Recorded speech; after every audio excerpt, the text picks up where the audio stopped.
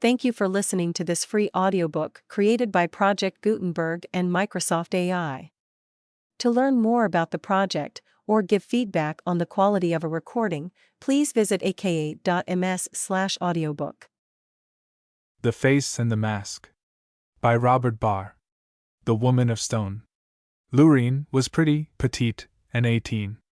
She had a nice situation at the Pharmacie de Siam, in the Rue St. Honoré. She had no one dependent upon her, and all the money she earned was her own.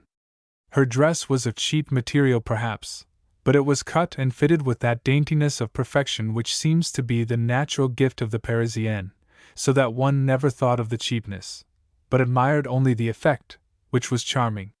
She was bookkeeper and general assistant at the pharmacy, and had a little room of her own across the Seine, in the Rue de Lille. She crossed the river twice every day, once in the morning when the sun was shining, and again at night when the radiant lights along the river's bank glittered like jewels in a long necklace. She had her little walk through the gardens of the Tuileries every morning after crossing the Pont Royal, but she did not return through the gardens in the evening, for a park in the morning is a different thing to a park at night. On her return she always walked along the Rue des Tuileries until she came to the bridge.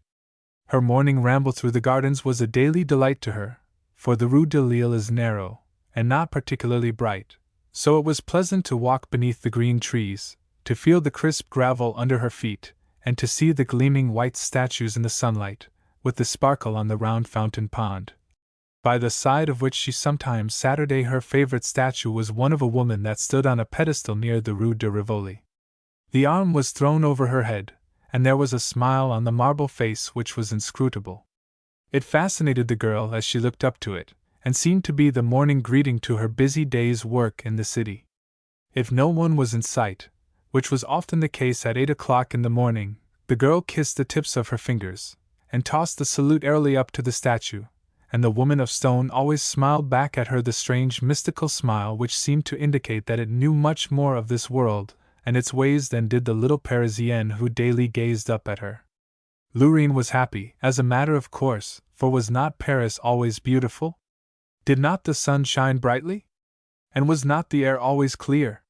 What more, then, could a young girl wish? There was one thing which was perhaps lacking, but that at last was supplied, and then there was not a happier girl in all Paris than Lurene. She almost cried it aloud to her favorite statue the next morning, for it seemed to her that the smile had broadened since she had passed it the morning before, and she felt as if the woman of stone had guessed the secret of the woman of flesh. Lurene had noticed him for several days hovering about the pharmacy, and looking in at her now and then. She saw it all, but pretended not to see. He was a handsome young fellow with curly hair, and hands long, slender, and white as if he were not accustomed to doing hard, manual labor. One night he followed her as far as the bridge, but she walked rapidly on, and he did not overtake her. He never entered the pharmacy, but lingered about as if waiting for a chance to speak with her. Lurene had no one to confide in but the woman of stone, and it seemed by her smile that she understood already, and there was no need to tell her, that the inevitable young man had come. The next night he followed her quite across the bridge, and this time Lurene did not walk so quickly. Girls in her position are not supposed to have normal introductions to their lovers, and are generally dependent upon a haphazard acquaintance, although that Lurene did not know. The young man spoke to her on the bridge, raising his hat from his black head as he did so. "Good evening," was all he said to her. She glanced sideways shyly at him, but did not answer, and the young man walked on beside her. "You come this way every night," he said. "I have been watching you. Are you offended?" "No," she answered, almost in a whisper. "Then may I walk with you to your home?" he asked. "You may walk with me as far as the corner of the Rue de Lille," she replied. "Thank you," said the young fellow, and together they walked the short distance, and there he bade her good night, after asking permission to meet her at the corner of the Rue St. Honoré, and walk home with her the next night. "You must not come to the shop," she said. "I understand," he replied, nodding his head in assent to her wishes. He told her his name was Jean Duret, and by she called him Jean, and he called her Lurene. He never haunted the pharmacy now, but waited for her at the corner, and one Sunday he took her for a little excursion on the river, which she enjoyed exceedingly. Thus time went on, and Lurene was very happy. The statue smiled its enigmatical smile, though, when the sky was overcast, there seemed to her a subtle warning in the smile. Perhaps it was because they had quarreled the night before. Jean had seemed to her harsh and unforgiving. He had asked her if she could not bring him some things from the pharmacy, and gave her a list of 3 chemicals, the names of which he had written on a paper. "You can easily get them," he had said. "They are in every pharmacy, and will never be missed." "But," said the girl in horror, "that would be stealing." The young man laughed. "How much do they pay you there?" he asked. And when she told him, he laughed again and said, "Why, bless you, if I got so little as that I would take something from the shelves every day and sell it." The girl looked at him in amazement, and he, angry at her, turned upon his heel and left her. She leaned her arms upon the parapet of the bridge, and looked down into the dark water. The river always fascinated her at night, and she often paused to look at it when crossing the bridge, shuddering as she did so. She cried a little as she thought of his abrupt departure, and wondered if she had been too harsh with him. After all, it was not very much he had asked her to do, and they did pay her so little at the pharmacy. And then perhaps her lover was poor, and needed the articles he had asked her to get. Perhaps he was ill, and had said nothing. There was a touch on her shoulder. She looked round. Jean was standing beside her, but the frown had not yet disappeared from his brow. "Give me that paper," he said abruptly. She unclosed her hand, and he picked the paper from it, and was turning away. "Stop!" she said. "I will get you what you want, but I will myself put the money in the till for what they cost." He stood there, looking at her for a moment, and then said, "Lurene, I think you are a little fool. They owe you ever so much more than that. However, I must have the things." And he gave her back the paper with the caution, "Be sure you let no one see that, and be very certain that you get the right things." He walked with her as far as the corner of the Rue de Lille. "You are not angry with me?" he asked her before they parted. "I would do anything for you," she whispered, and then he kissed her good night. She got the chemicals when the proprietor was out, and tied them up neatly, as was her habit, afterwards concealing them in the little basket in which she carried her lunch. The proprietor was a sharp-eyed old lynx, who looked well after his shop and his pretty little assistant. "Who has been getting so much chlorid of potash?" he asked, taking down the jar and looking sharply at her. The girl trembled. "It is all right," she said. "Here is the money in the till." "Of course," he said. "I did not expect you to give it away for nothing. Who bought it?" "An old man," replied the girl, trembling still, but the proprietor did not notice that. He was counting the money, and found it right. "I was wondering what he wanted with so much of it. If he comes in again, look sharply at him, and be able to describe him to me. It seems suspicious." Why it seemed suspicious Lurene did not know, but she passed an anxious time until she took the basket in her hand and went to meet her lover at the corner of the Rue des Pyramids. His first question was, "Have you brought me the things?" "Yes," she answered. "Will you take them here now?" "Not here, not here," he replied hurriedly, and then asked anxiously, "Did anyone see you take them?" "No, but the proprietor knows of the large package, for he counted the money." "What money?" asked Jean. "Why, the money for the things. You didn't think I was going to steal them, did you?" The young man laughed, and drew her into a quiet corner of the gardens of the Tuileries. "I will not have time to go with you to the Rue de Lille tonight," he said. "But you will come as usual tomorrow night?" she asked, anxiously. "Certainly, certainly," he replied, as he rapidly concealed the packages in his pockets. The next night the girl waited patiently for her lover at the corner where they were in the habit of meeting, but he did not come. She stood under the glaring light of a lamppost so that he would recognize her at once. Many people accosted her as she stood there, but she answered none, looking straight before her with clear, honest eyes, and they passed on after a moment's hesitation. At last she saw a man running rapidly down the street, and as he passed a brilliantly lighted window she recognized Jean. He came quickly towards her. Here I am, she cried, running forward. She caught him by the arm, saying, Oh, Jean, what is the matter? He shook her rudely, and shouted at her, Let me go, you fool! But she clung to him, until he raised his fist and struck her squarely in the face. Lurene staggered against the wall, and Jean ran on. A stalwart man who had spoken to Lurene a few moments before, and, not understanding her silence, stood in a doorway near watching her, sprang out when he saw the assault, and thrust his stick between the feet of the flying man, flinging him face forward on the pavement. The next instant he placed his foot upon Jean's neck, holding him down as if he were a snake. You villain! He cried. Strike a woman, would you? Jean lay there as if stunned, and two gendarmes came pantingly upon the scene. This scoundrel, said the man, has just assaulted a woman. I saw him. He has done more than that, said one of the officers grimly, as if, after all, the striking of a woman was but a trivial affair. They secured the young man, and dragged him with them. The girl came up to them and said falteringly, It is all a mistake, it was an accident. He didn't mean to do it. Oh, he didn't, and pray how do you know? Asked one of the officers. You little devil, said Jean to the girl, through his clenched teeth. It's all your fault. The officers hurried him off. I think, said one, that we should have arrested the girl. You heard what she said. Yes, said the other. But we have enough on our hands now, if the crowd find out who he is. Lurene thought of following them, but she was so stunned by the words that her lover had said to her, rather than by the blow he had given her, that she turned her steps sadly towards the Pont Royal and went to her room. The next morning she did not go through the gardens, as usual, to her work, and when she entered the Pharmacie de Siam, the proprietor cried out, Here she is, the vixen! Who would have thought it of her? You wretch, you stole my drugs to give to that villain! I did not, said Lurene stoutly.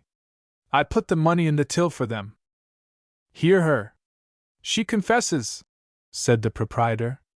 The two concealed officers stepped forward and arrested her where she stood as the accomplice of Jean Duret, who, the night before, had flung a bomb in the crowded Avenue de l'Opéra. Even the prejudiced French judges soon saw that the girl was innocent of all evil intent, and was but the victim of the scoundrel who passed by the name of Jean Duret. He was sentenced for life, she was set free. He had tried to place the blame on her, like the craven he was, to shield another woman. This was what cut Lurene to the heart. She might have tried to find an excuse for his crime, but she realized that he had never cared for her, and had but used her as his tool to get possession of the chemicals he dared not buy. In the drizzling rain she walked away from her prison, penniless, and broken in body and in spirit. She passed the little Pharmacie de Siam, not daring to enter. She walked in the rain along the Rue des Pyramids, and across the Rue de Rivoli, and into the Tuileries Gardens. She had forgotten about her stone woman, but unconsciously her steps were directed to her. She looked up at her statue with amazement, at first not recognizing it. It was no longer the statue of a smiling woman. The head was thrown back, the eyes closed. The last mortal agony was on the face. It was a ghastly monument to death. The girl was so perplexed by the change in her statue that for the moment she forgot the ruin of her own life. She saw that the smiling face was but a mask, held in place by the curving of the left arm over it. Life, she realized now, was made up of tragedy and comedy, and he who sees but the smiling face sees but the half of life. The girl hurried on to the bridge, sobbing quietly to herself, and looked down at the gray river water. The passers-by paid no attention to her. Why, she wondered, had she ever thought the river cold and cruel and merciless? It is the only home of the homeless, the only lover that does not change. She turned back to the top of the flight of steps which lead down, to the water's brink. She looked toward the Tuileries Gardens, but she could not see her statue for the trees which intervened. I, too, will be a woman of stone, she said, as she swiftly descended the steps. The chemistry of anarchy. It has been said in the London papers that the dissolution of the Soho Anarchist League was caused by want of funds. This is very far from being the case. An anarchist league has no need for funds, and so long as there is money enough to buy beer, the league is sure of continued existence. The truth about the scattering of the Soho organization was told me by a young newspaperman who was chairman at the last meeting. The young man was not an anarchist, though he had to pretend to be one in the interests of his paper, and so joined the Soho League, where he made some fiery speeches that were much applauded. At last anarchist news became a drug in the market, and the editor of the paper young Marshall Simpkins belonged to told him that he would now have to turn his attention to parliamentary work, as he would print no more anarchist news in the sheet. One might think that young Simpkins would have been glad to get rid of his anarchist work, as he had no love for the cause. He was glad to get rid of it, but he found some difficulty in sending in his resignation. The moment he spoke of resigning, the members became suspicious of him.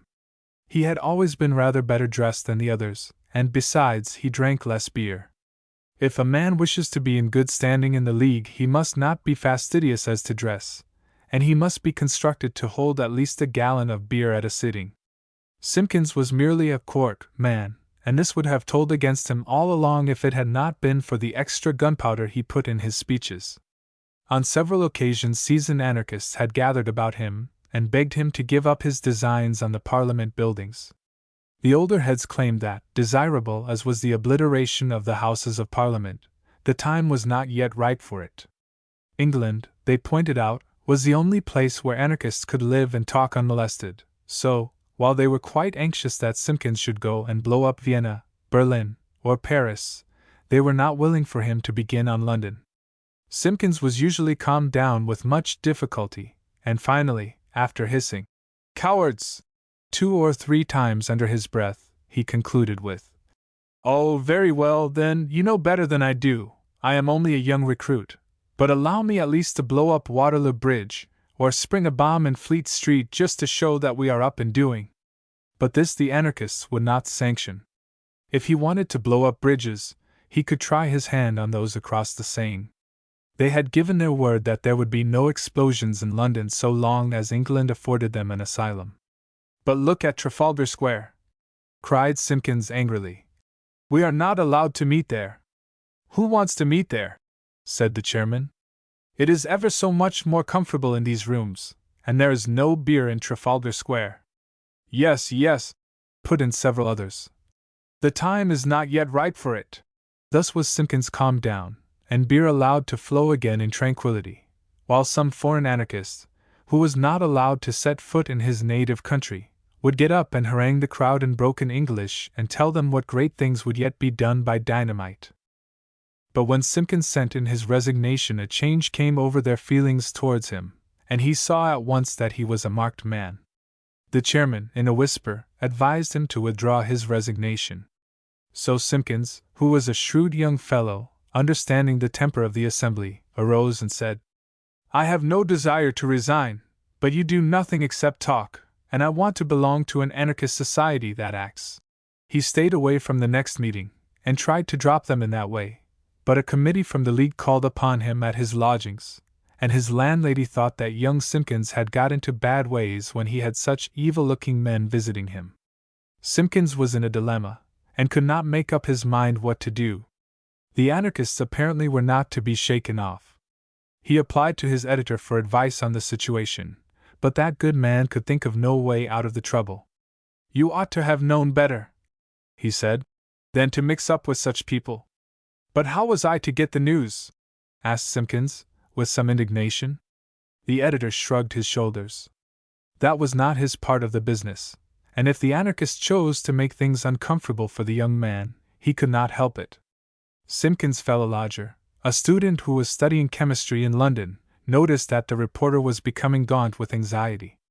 "Simpkins," said Sedlitz to him one morning, "you are haggard and careworn. What is the matter with you? Are you in love, or is it merely debt that is bothering you?" "Neither," replied Simpkins. "Then cheer up," said Sedlitz. "If one or the other is not interfering with you, anything else is easily remedied." "I am not so sure of that," rejoined Simpkins, and then he sat down and told his friend just what was troubling him. "Ah," said Sedlitz, "that accounts for it. There has been an unkempt ruffian marching up and down watching this house. They are on your track, Simpkins, my boy, and when they discover that you are a reporter, and therefore necessarily a traitor, you will be nabbed some dark night." "Well, that's encouraging," said Simpkins, with his head in his hands. "Are these anarchists brave men, and would they risk their lives in any undertaking?" asked Sedlitz. "Oh, I don't know. They talk enough, but I don't know what they would do. They are quite capable, though, of tripping me up in a dark lane." "Look here," said Sedlitz. "Suppose you let me try a plan. Let me give them a lecture on the chemistry of anarchy. It's a fascinating subject. What good would that do?" "Oh, wait till you have heard the lecture. If I don't make the hair of some of them stand on end, they are braver men than I take them to be. We have a large room in Clements Inn, where we students meet to try experiments and smoke tobacco. It is half club and half a lecture room. Now, I propose to get those anarchists in there, lock the doors, and tell them something about dynamite and other explosives. You give out that I am an anarchist from America. Tell them that the doors will be locked to prevent police interference, and that there will be a barrel of beer. You can introduce me as a man from America, where they know as much about anarchism in 10 minutes as they do here in 10 years. Tell them that I have spent my life in the study of explosives. I will have to make up a little, but you know that I am a very good amateur actor, and I don't think there will be any trouble about that. At the last you must tell them that you have an appointment, and will leave me to amuse them for a couple of hours. But I don't see what good it is all going to do, though I am desperate," said Simpkins, "and willing to try anything. I have thought some of firing a bomb off myself at an anarchist meeting." When the Friday night of meeting arrived, the large hall in Clements Inn was filled to the doors.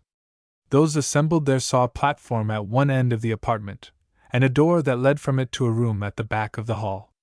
A table was on the platform, and boxes, chemical apparatus, and other scientific-looking paraphernalia were on it. At the hour of 8 young Simpkins appeared before the table alone.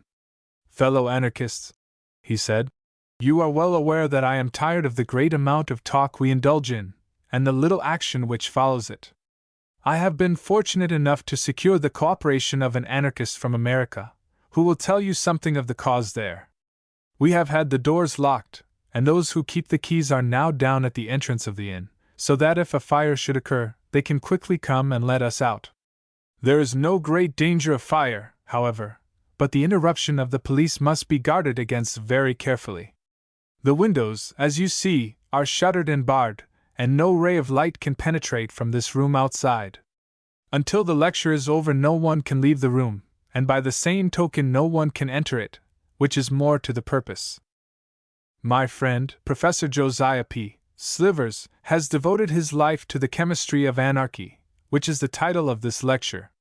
He will tell you of some important discoveries, which are now to be made known for the first time. I regret to say that the professor is not in a very good state of health, because the line of life which he has adopted has its drawbacks. His left eye has been blown away by a premature explosion during his experiments. His right leg is also permanently disabled. His left arm, as you will notice, is in a sling, having been injured by a little disaster in his workshop since he came to London. He is a man, as you will see, devoted body and soul to the cause, so I hope you will listen to him attentively. I regret that I am unable to remain with you tonight, having other duties to perform which are imperative. I will therefore, if you will permit me, leave by the back entrance after I have introduced the professor to you." At this moment the stumping of a wooden leg was heard, and those in the audience saw appear a man on crutches, with one arm in a sling and a bandage over an eye, although he beamed upon them benevolently with the other. "Fellow anarchists," said Simpkins, "allow me to introduce to you Professor Josiah P. Slivers, of the United States." The professor bowed and the audience applauded. As soon as the applause began, the professor held up his unmaimed arm and said, "Gentlemen, I beg that you will not applaud. It seems the fashion in America to address 11 sorts and conditions of men as gentlemen." The professor continued, "I have here some explosives so sensitive that the slightest vibration will cause them to go off, and I therefore ask you to listen in silence to what I have to say. I must particularly ask you also not to stamp on the floor." Before these remarks were concluded, Simpkins had slipped out by the back entrance, and somehow his desertion seemed to have a depressing effect upon the company, who looked upon the broken-up professor with eyes of wonder and apprehension. The professor drew towards him one of the boxes and opened the lid.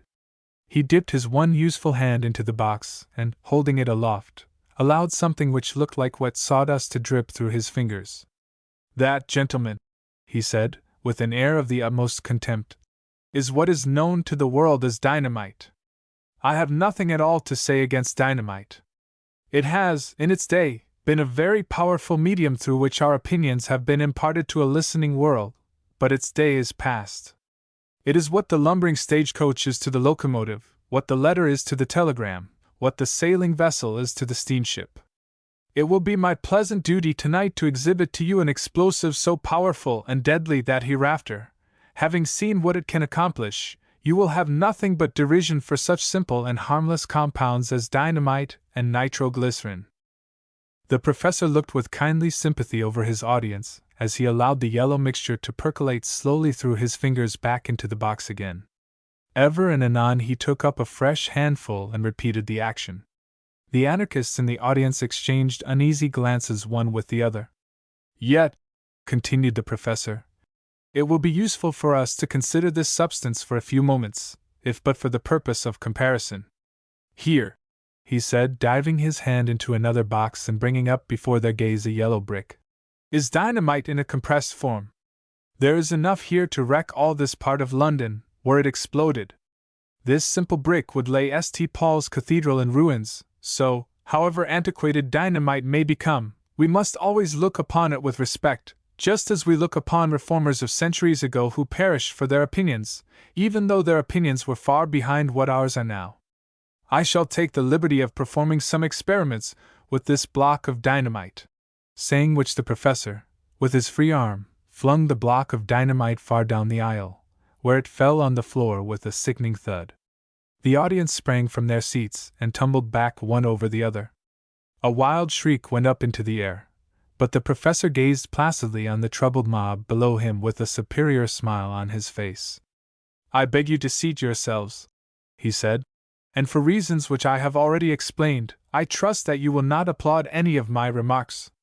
You have just now portrayed one of the popular superstitions about dynamite, and you show by your actions how necessary a lecture of this sort is in order that you may comprehend thoroughly the substance with which you have to deal. That brick is perfectly harmless, because it is frozen.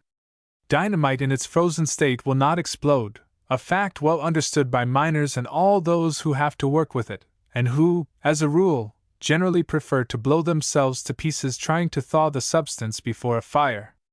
Will you kindly bring that brick back to me, before it thaws out in the heated atmosphere of this room?" One of the men stepped gingerly forward and picked up the brick, holding it far from his body, as he tiptoed up to the platform, where he laid it down carefully on the desk before the professor.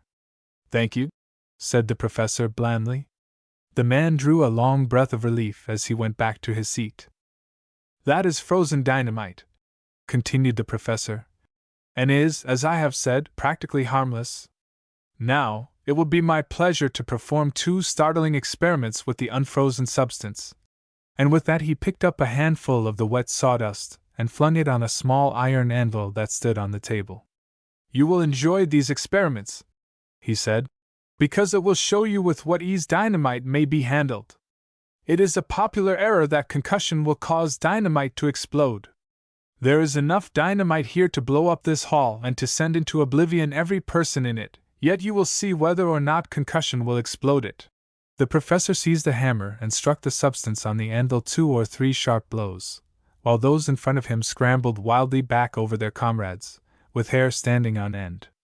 The professor ceased his pounding and gazed reproachfully at them. Then something on the anvil appeared to catch his eye. He bent over it and looked critically on the surface of the iron. Drawing himself up to his full height again, he said, "I was about to reproach you for what might have appeared to any other man as evidence of fear, but I see my mistake.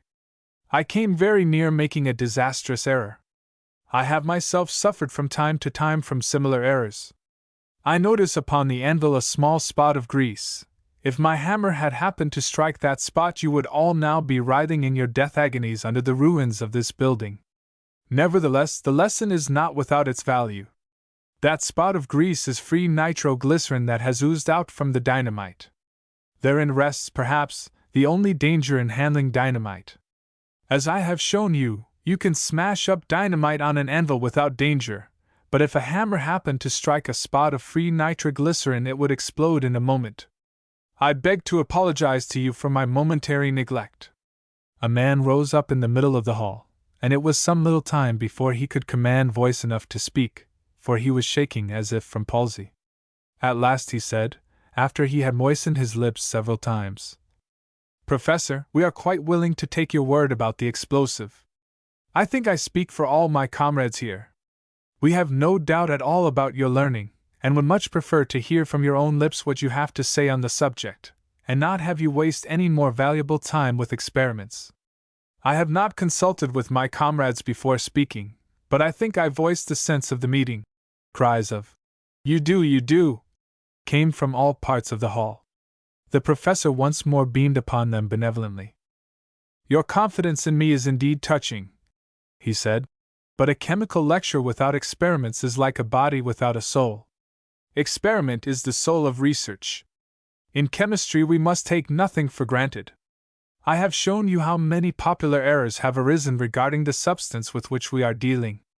It would have been impossible for these errors to have arisen if every man had experimented for himself, and although I thank you for the mark of confidence you have bestowed upon me, I cannot bring myself to deprive you of the pleasure which my experiments will afford you. There is another very common error to the effect that fire will explode dynamite. Such, gentlemen, is not the case." The professor struck a match on his trousers leg and lighted the substance on the anvil. It burnt with a pale bluish flame, and the professor gazed around triumphantly at his fellow anarchists. While the shuddering audience watched with intense fascination the pale blue flame, the professor suddenly stooped over and blew it out. Straightening himself once more, he said, "Again I must apologize to you, for again I have forgotten the small spot of grease. If the flame had reached the spot of nitroglycerin, it would have exploded, as you all know. When a man has his thoughts concentrated on one subject, he is apt to forget something else. I shall make no more experiments with dynamite. Here, John," he said to the trembling attendant, "take this box away, and move it carefully, for I see that the nitroglycerin is oozing out. Put it as tenderly down in the next room as if it were a box of eggs." As the box disappeared, there was a simultaneous long-drawn sigh of relief from the audience. "Now, gentlemen," said the professor, "we come to the subject that ought to occupy the minds of all thoughtful men." He smoothed his hair complacently with the palm of his practicable hand, and smiled genially around him. "The substance that I am about to tell you of is my own invention, and compares with dynamite as prussic acid does with new milk as a beverage." The professor dipped his fingers in his vest pocket, and drew out what looked like a box of pills. Taking one pill out, he placed it upon the anvil, and as he tiptoed back he smiled on it with a smile of infinite tenderness. "Before I begin on this subject, I want to warn you once more that if any man as much as stamps upon the floor, or moves about except on tiptoe, this substance will explode and will lay London from here to Charing Cross in one mass of indistinguishable ruins. I have spent 10 years of my life in completing this invention. And these pills, worth $1 million a box, will cure all ills to which the flesh is heir. John," he said, turning to his attendant, "bring me a basin of water." The basin of water was placed gingerly upon the table, and the professor emptied all the pills into it, picking up also the one that was on the anvil and putting it with the others. "Now," he said with a deep sigh, "we can breathe easier. A man can put one of these pills in a little vial of water, place the vial in his vest pocket, go to Trafalgar Square, take the pill from the vial, throw it in the middle of the square, and it will shatter everything within the 4-mile radius, he himself having the glorious privilege of suffering instant martyrdom for the cause. People have told me that this is a drawback to my invention, but I am inclined to differ with them. The one who uses this must make up his mind to share the fate of those around him. I claim that this is the crowning glory of my invention. It puts to instant test our interest in the great cause. John, bringing very carefully that machine with the electric wire attachment from the next room. The machine was placed upon the table. This, said the professor, holding up some invisible object between his thumb and forefinger, is the finest cambric needle. I will take upon the point of it an invisible portion of the substance I speak of. Here he carefully picked out a pill from the basin, and as carefully placed it upon the table, where he detached an infinitesimal atom of it, and held it up on the point of the needle.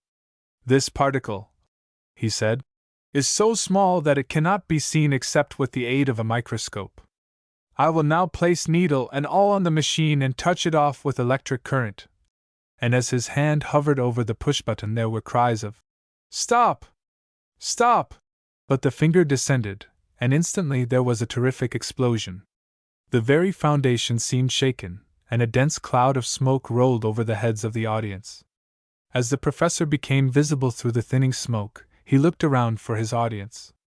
Every man was under the benches, and groans came from all parts of the hall. "I hope," said the professor in anxious tones, "that no one has been hurt. I am afraid that I took up too much of the substance on the point of the needle, but it will enable you to imagine the effect of a larger quantity. Pray seat yourselves again. This is my last experiment." As the audience again seated itself, another mutual sigh ascended to the roof. The professor drew the chairman's chair towards him and sat down, wiping his grimy brow. A man instantly arose and said, "I move a vote of thanks to Professor Slivers for the interesting." The professor raised his hand. "One moment," he said. "I have not quite finished. I have a proposal to make to you. You see that cloud of smoke hovering over our heads? In 20 minutes that smoke will percolate down through the atmosphere.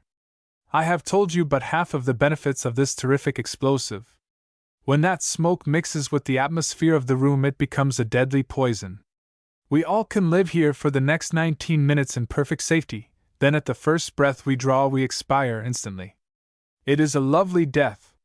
There is no pain, no contortion of the countenance, but we will be found here in the morning stark and stiff in our seats. I propose, gentlemen, that we teach London the great lesson it so much needs. No cause is without its martyrs. Let us be the martyrs of the great religion of anarchy. I have left in my room papers telling just how and why we died. At midnight these sheets will be distributed to all the newspapers of London, and tomorrow the world will ring with our heroic names. I will now put the motion. All in favor of this signify it by the usual upraising of the right hand."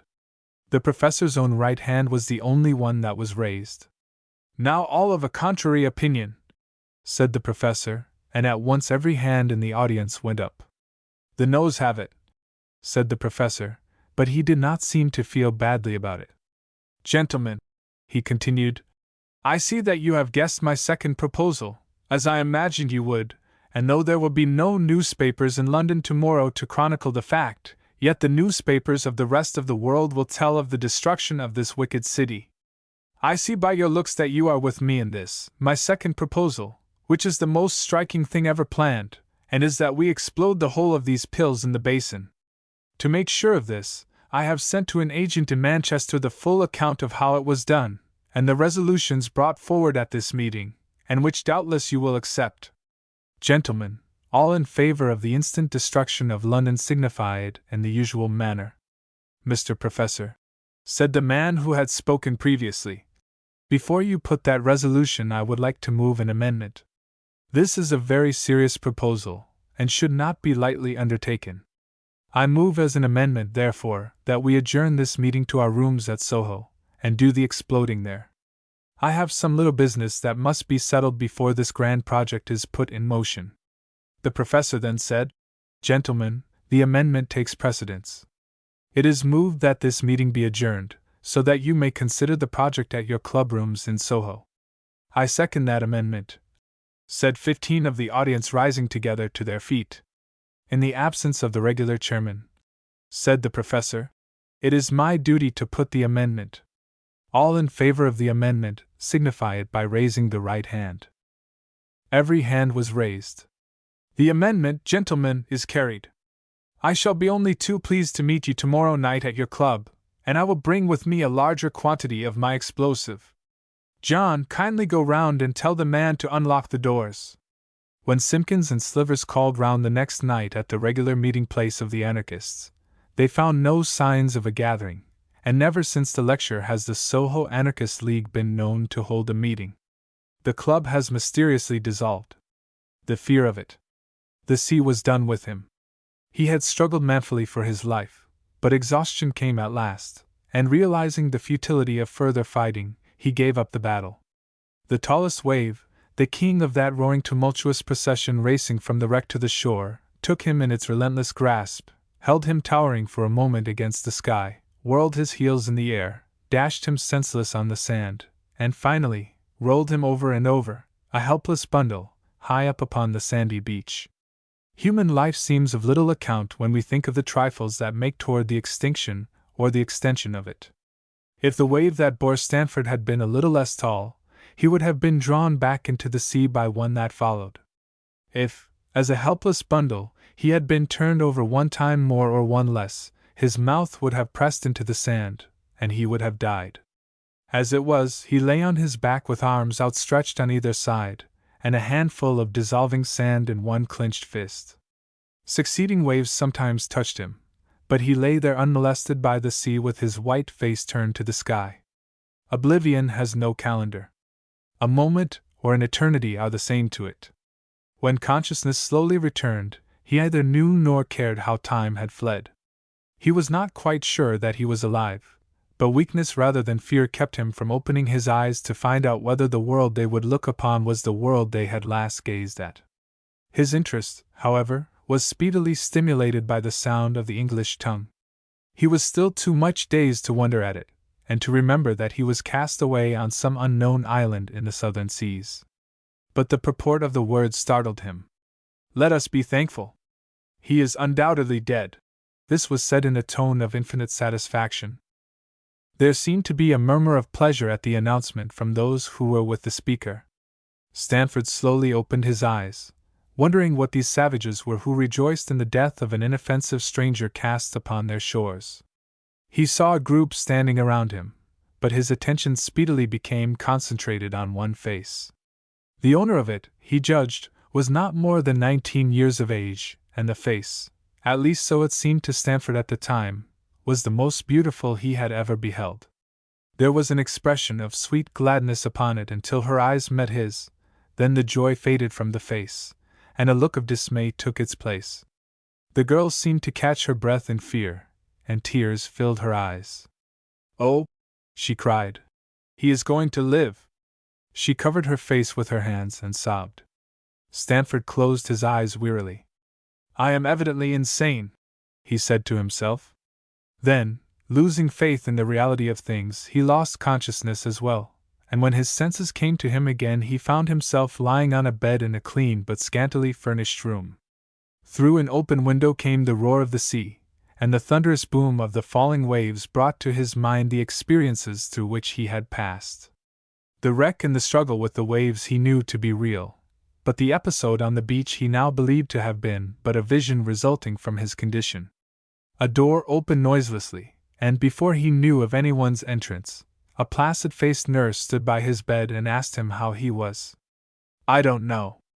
I am at least alive." The nurse sighed, and cast down her eyes. Her lips moved, but she said nothing. Stanford looked at her curiously. A fear crept over him that he was hopelessly crippled for life, and that death was considered preferable to a maimed existence. He felt wearied, though not in pain, but he knew that sometimes the more desperate the hurt, the less the victim feels it at first. Are any of my bones broken, do you know?" he asked. "No, you are bruised, but not badly hurt. You will soon recover." "Ah," said Stanford, with a sigh of relief. "By the way," he added with sudden interest, "who was that girl who stood near me as I lay on the beach?" "There were several." "No, there was but one. I mean the girl with the beautiful eyes and a halo of hair like a glorified golden crown on her head." "We speak not of our women in words like those," said the nurse severely.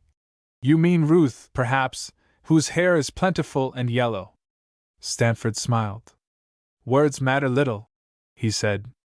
We must be temperate in speech, replied the nurse. We may be temperate without being teetotal. Plentiful and yellow, indeed! I have had a bad dream concerning those who found me. I thought that but it does not matter. She at least is not a myth. Do you happen to know if any others were saved? I am thankful to be able to say that every one was drowned. Stanford started up with horror in his eyes. The demure nurse, with sympathetic tones, bade him not excite himself. He sank back on his pillow. Leave the room, he cried feebly. Leave me, leave me! He turned his face toward the wall, while the woman left as silently as she had entered. When she was gone, Stanford slid from the bed, intending to make his way to the door and fasten it. He feared that these savages, who wished him dead, would take measures to kill him when they saw he was going to recover. As he leaned against the bed, he noticed that the door had no fastening. There was a rude latch, but neither lock nor bolt. The furniture of the room was of the most meager description, clumsily made. He staggered to the open window and looked out.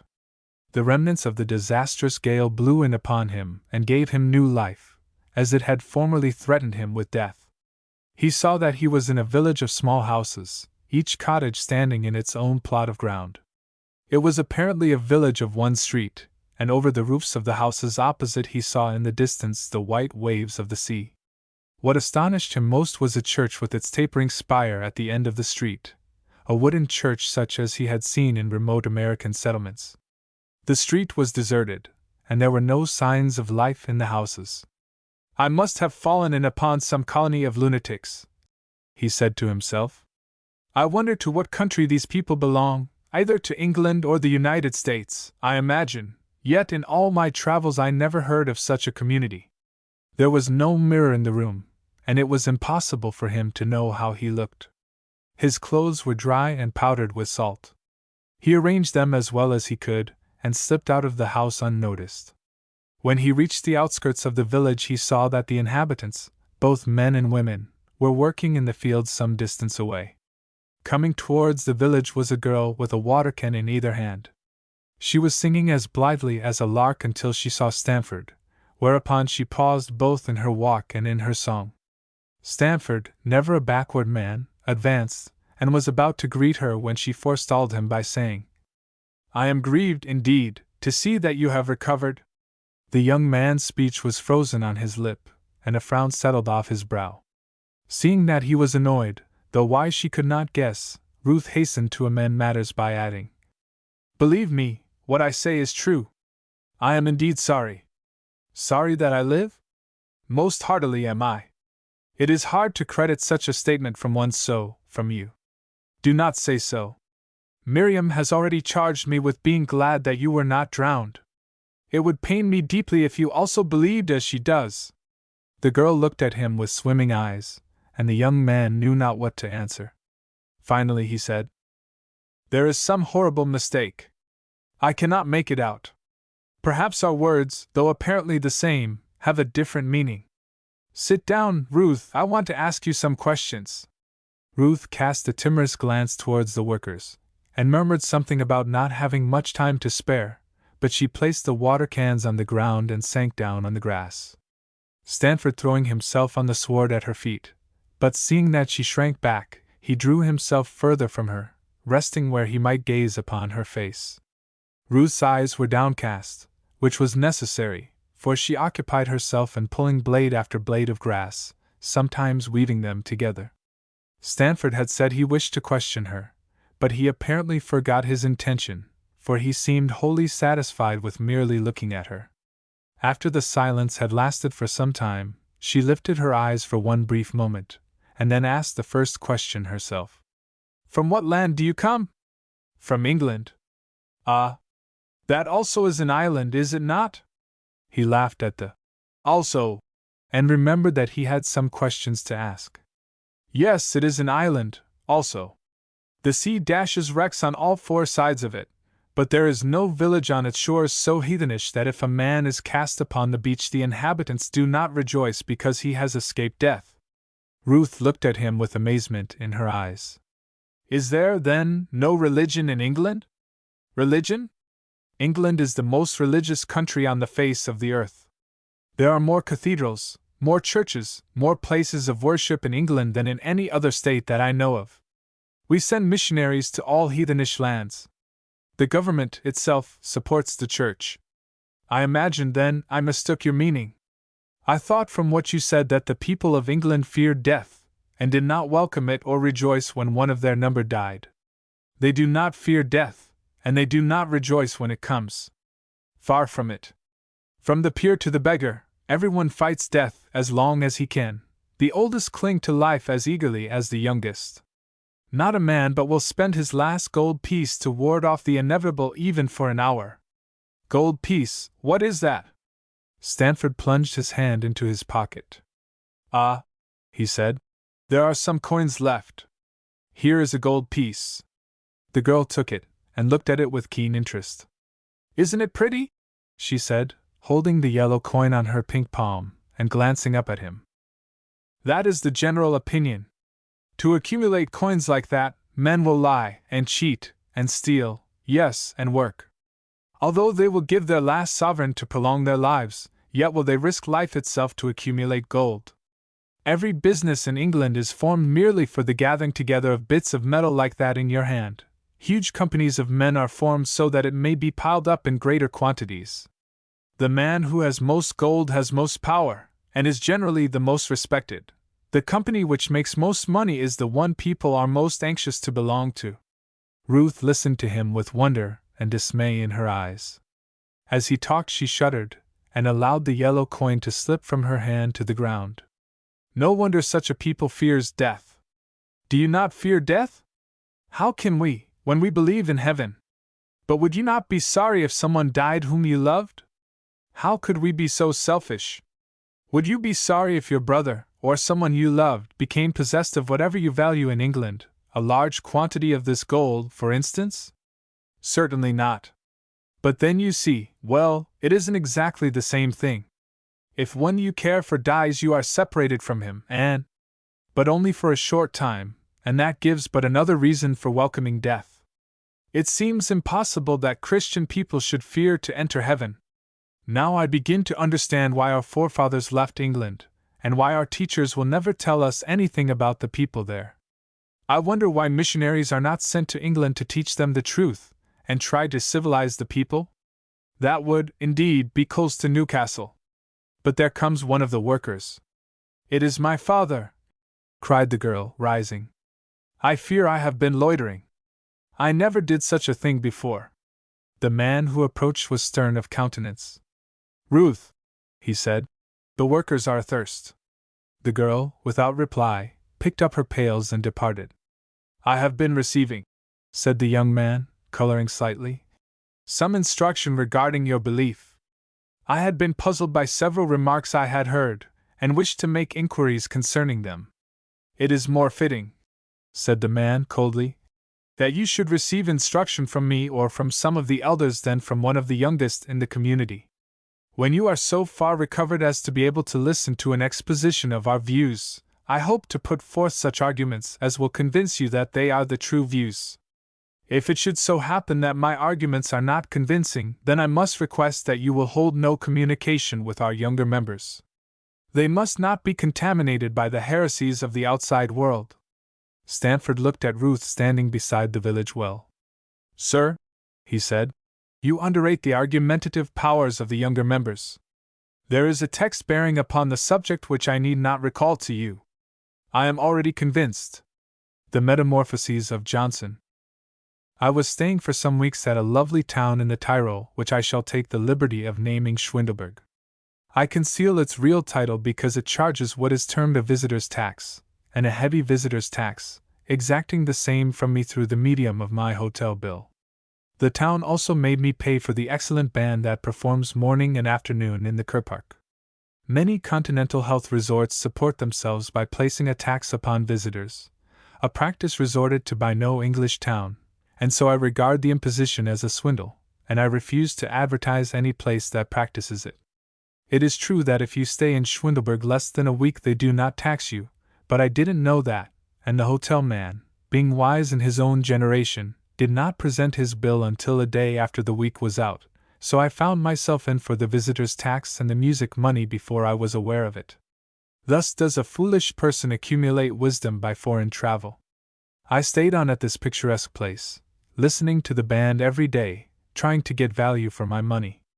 I intended to keep much to myself, having work to do, and make no acquaintances, but I fell under the fascination of Johnson, thus breaking my rule. What is the use of making a rule if you can have the pleasure of breaking it? I think the thing that first attracted me to Johnson was his utter negligence in the matter of his personal appearance. When he stepped down from the hotel bus, he looked like a semi-respectable tramp. He wore a blue woolen shirt, with no collar or necktie. He had a slouch hat, without the usual affectation of a turley's feather in it. His full beard had evidently not been trimmed for weeks, and he had one trouser leg turned up. He had no alpenstock, and that also was a merit. So I said to myself, here is a man free from the conventionalities of society. If I become acquainted with anybody, it will be with him. I found Johnson was an American from a western city named Chicago, which I had heard of, and we palled on.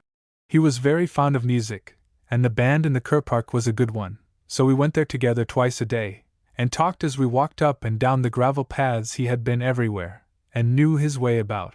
His conversation was interesting. In about a week I had come to love Johnson, and I think he rather liked me.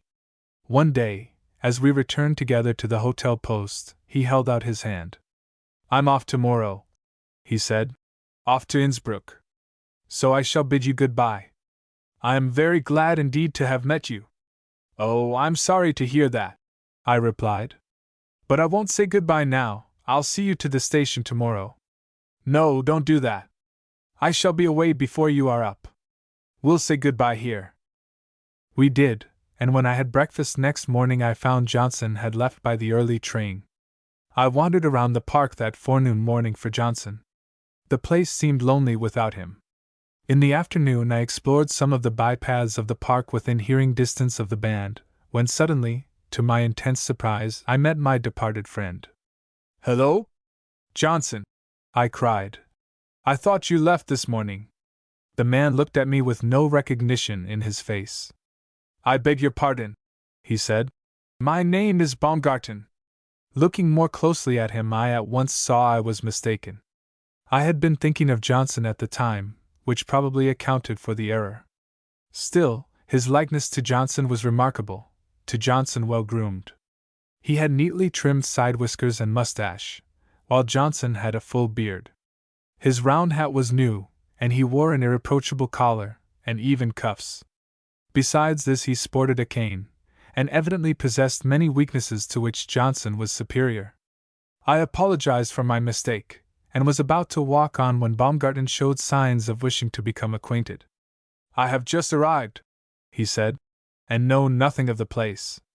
Have you been here long? About 2 weeks, I answered. Ah, then you are a resident, as it were. Are there any good ascents to be made around here? I have not been informed that there are.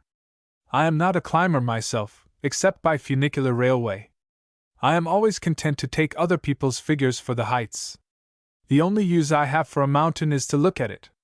Then Baumgarten launched into a very interesting account of mountain dangers he had passed through. I found him a most entertaining talker, almost as fascinating as Johnson himself. He told me he was from Hanover, but he had been educated in Great Britain, which accounted for his perfect English. What hotel are you at? He asked, as the band ceased playing. I am staying at the Post, I answered. And you? I am at the Adler.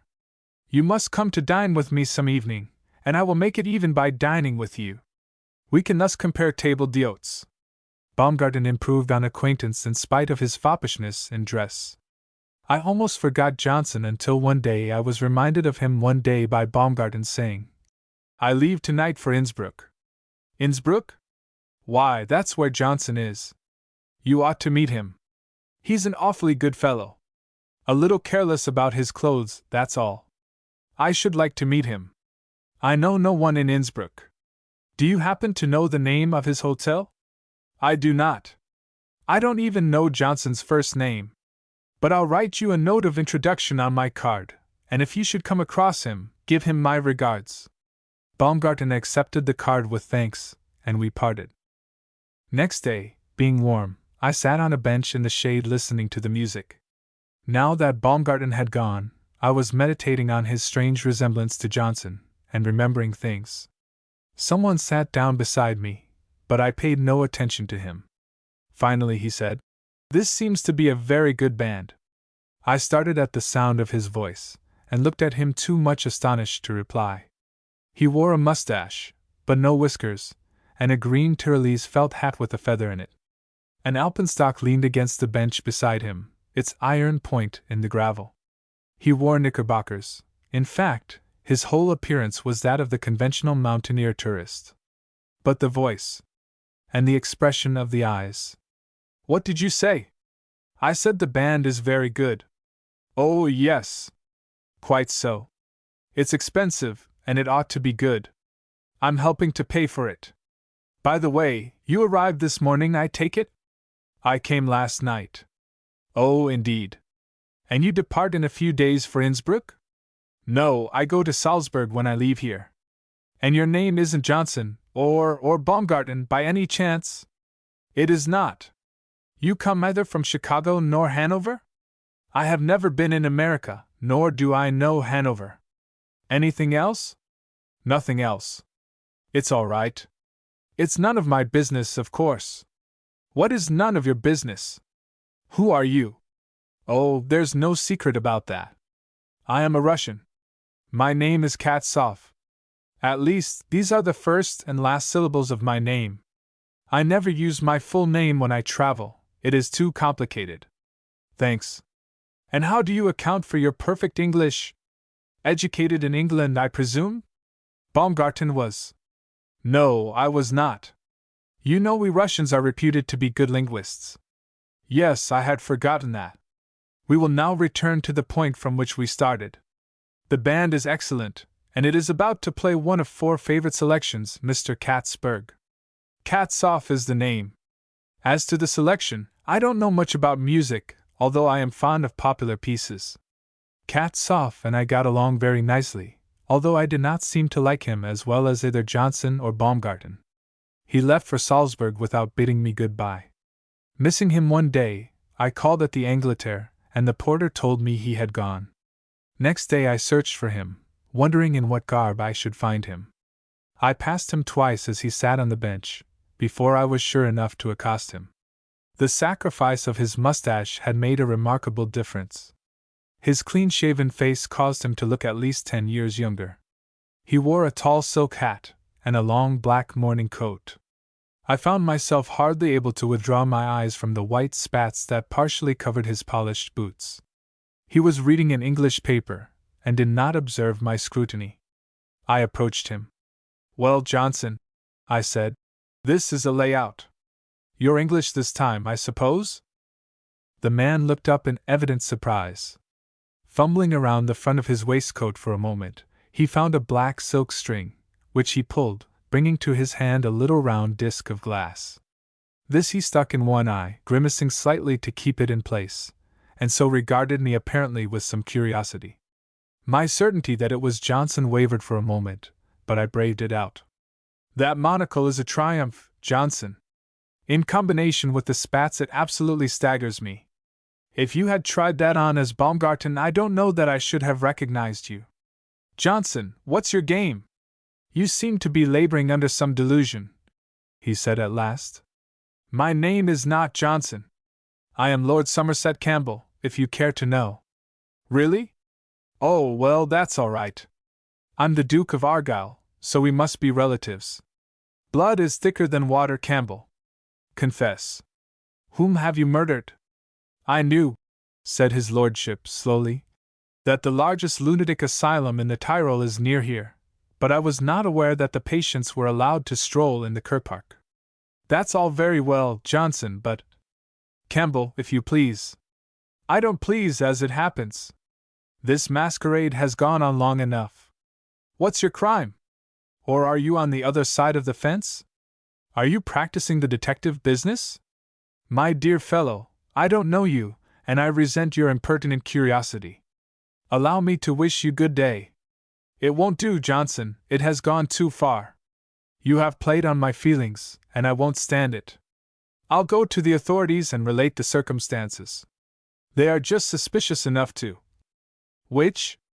The authorities or the circumstances? Asked Johnson, sitting down again. Both, my dear boy, both, and you know it. Now, Johnson, make a clean breast of it, I won't give you away. Johnson sighed, and his glass dropped from his eye. He looked around cautiously. Sit down, he said. Then you are Johnson, I cried, with some exultation. I thought you weren't very sure, began Johnson. However, it doesn't matter, but you should be above threatening a man. That was playing it low down. I see you're from Chicago. Go on. It's all on account of this accursed visitor's tax. That I declined to pay. I stay just under the week at a hotel, and then take a bus to the station, and another bus to another hotel. Of course, my mistake was getting acquainted with you. I never suspected you were going to stay here a month. But why didn't you let me know? Your misdemeanor is one I thoroughly sympathize with. I wouldn't have said anything. Johnson shook his head. I took a fellow into my confidence once before. He told it as a dead secret to a friend, and the friend thought it a good joke, and related it, always under oath that it should go no further. The authorities had me arrested before the week was out, and fined me heavily besides exacting the tax. But doesn't the bus fares, the changing, and all that amount to as much as the tax? I suppose it does. It isn't the money I object to, it's the principle of the thing. This interview was the last I ever had with Johnson. About a week later I read in the visitors' list that Lord Somerset Campbell, who had been a guest of the Victoria, the swell hotel of the place, had left Schwindelberg for Innsbruck. The reclamation of Joe Hollands. The public houses of Burwell Road, and there were many of them for the length of the street, were rather proud of Joe Hollands. He was a perfected specimen of the work a pub produces. He was probably the most persistent drunkard the road possessed, and the periodical gathering in of Joe by the police was one of the stock sights of the street. Many of the inhabitants could be taken to the station by one policeman, some required two, but Joe's average was 4. He had been heard to boast that on one occasion he had been accompanied to the station by 7 bobbies. But that was before the force had studied Joe and got him down to his correct mathematical equivalent. Now they tripped him up, a policeman taking one kicking leg and another the other, while the remaining 2 attended to the upper part of his body. Thus they carried him, followed by an admiring crowd, and watched by other envious drunkards who had to content themselves with a single officer when they went on a similar spree.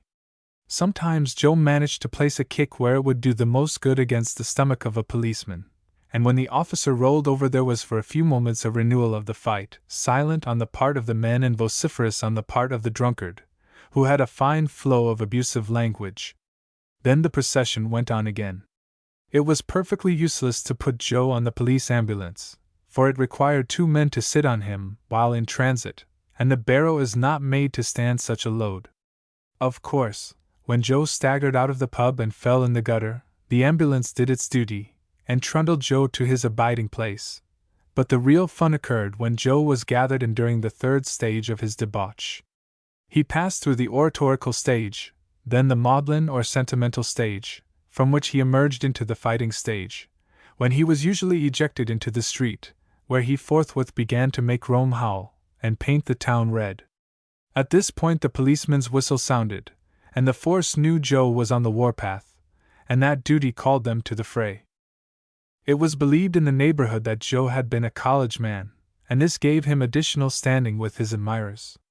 His eloquence was undoubted, after several glasses varying in number according to the strength of their contents, and a man who had heard the great political speakers of the day admitted that none of them could hold a candle to Joe when he got on the subject of the wrongs of the working man and the tyranny of the capitalist.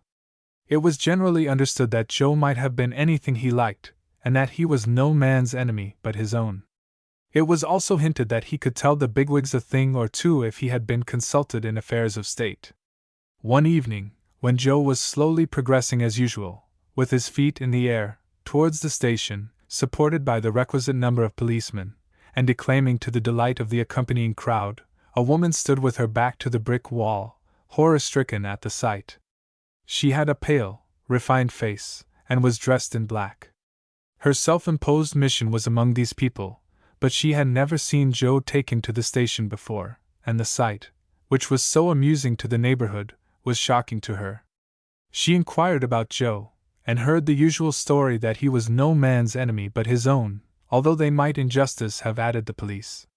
Still, a policeman was hardly looked upon as a human being in that neighborhood. Miss Johnson reported the case to the committee of the Social League, and took counsel. Then it was that the reclamation of Joe Hollins was determined on. Joe received Miss Johnson with subdued dignity, and a demeanor that delicately indicated a knowledge on his part of her superiority, and his own degradation. He knew how a lady should be treated even if he was a drunkard, as he told his cronies afterwards. Joe was perfectly willing to be reclaimed.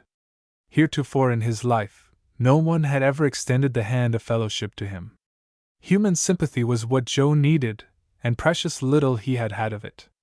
There were more kicks than halfpence in this world for a poor man. The rich did not care what became of the poor, not they, a proposition which Miss Johnson earnestly denied. It was one of the tenets of the committee that where possible the poor should help the poor. It was resolved to get Joe a decent suit of clothes and endeavor to find him a place where work would enable him to help himself. Miss Johnson went around the neighborhood and collected pence for the reclamation.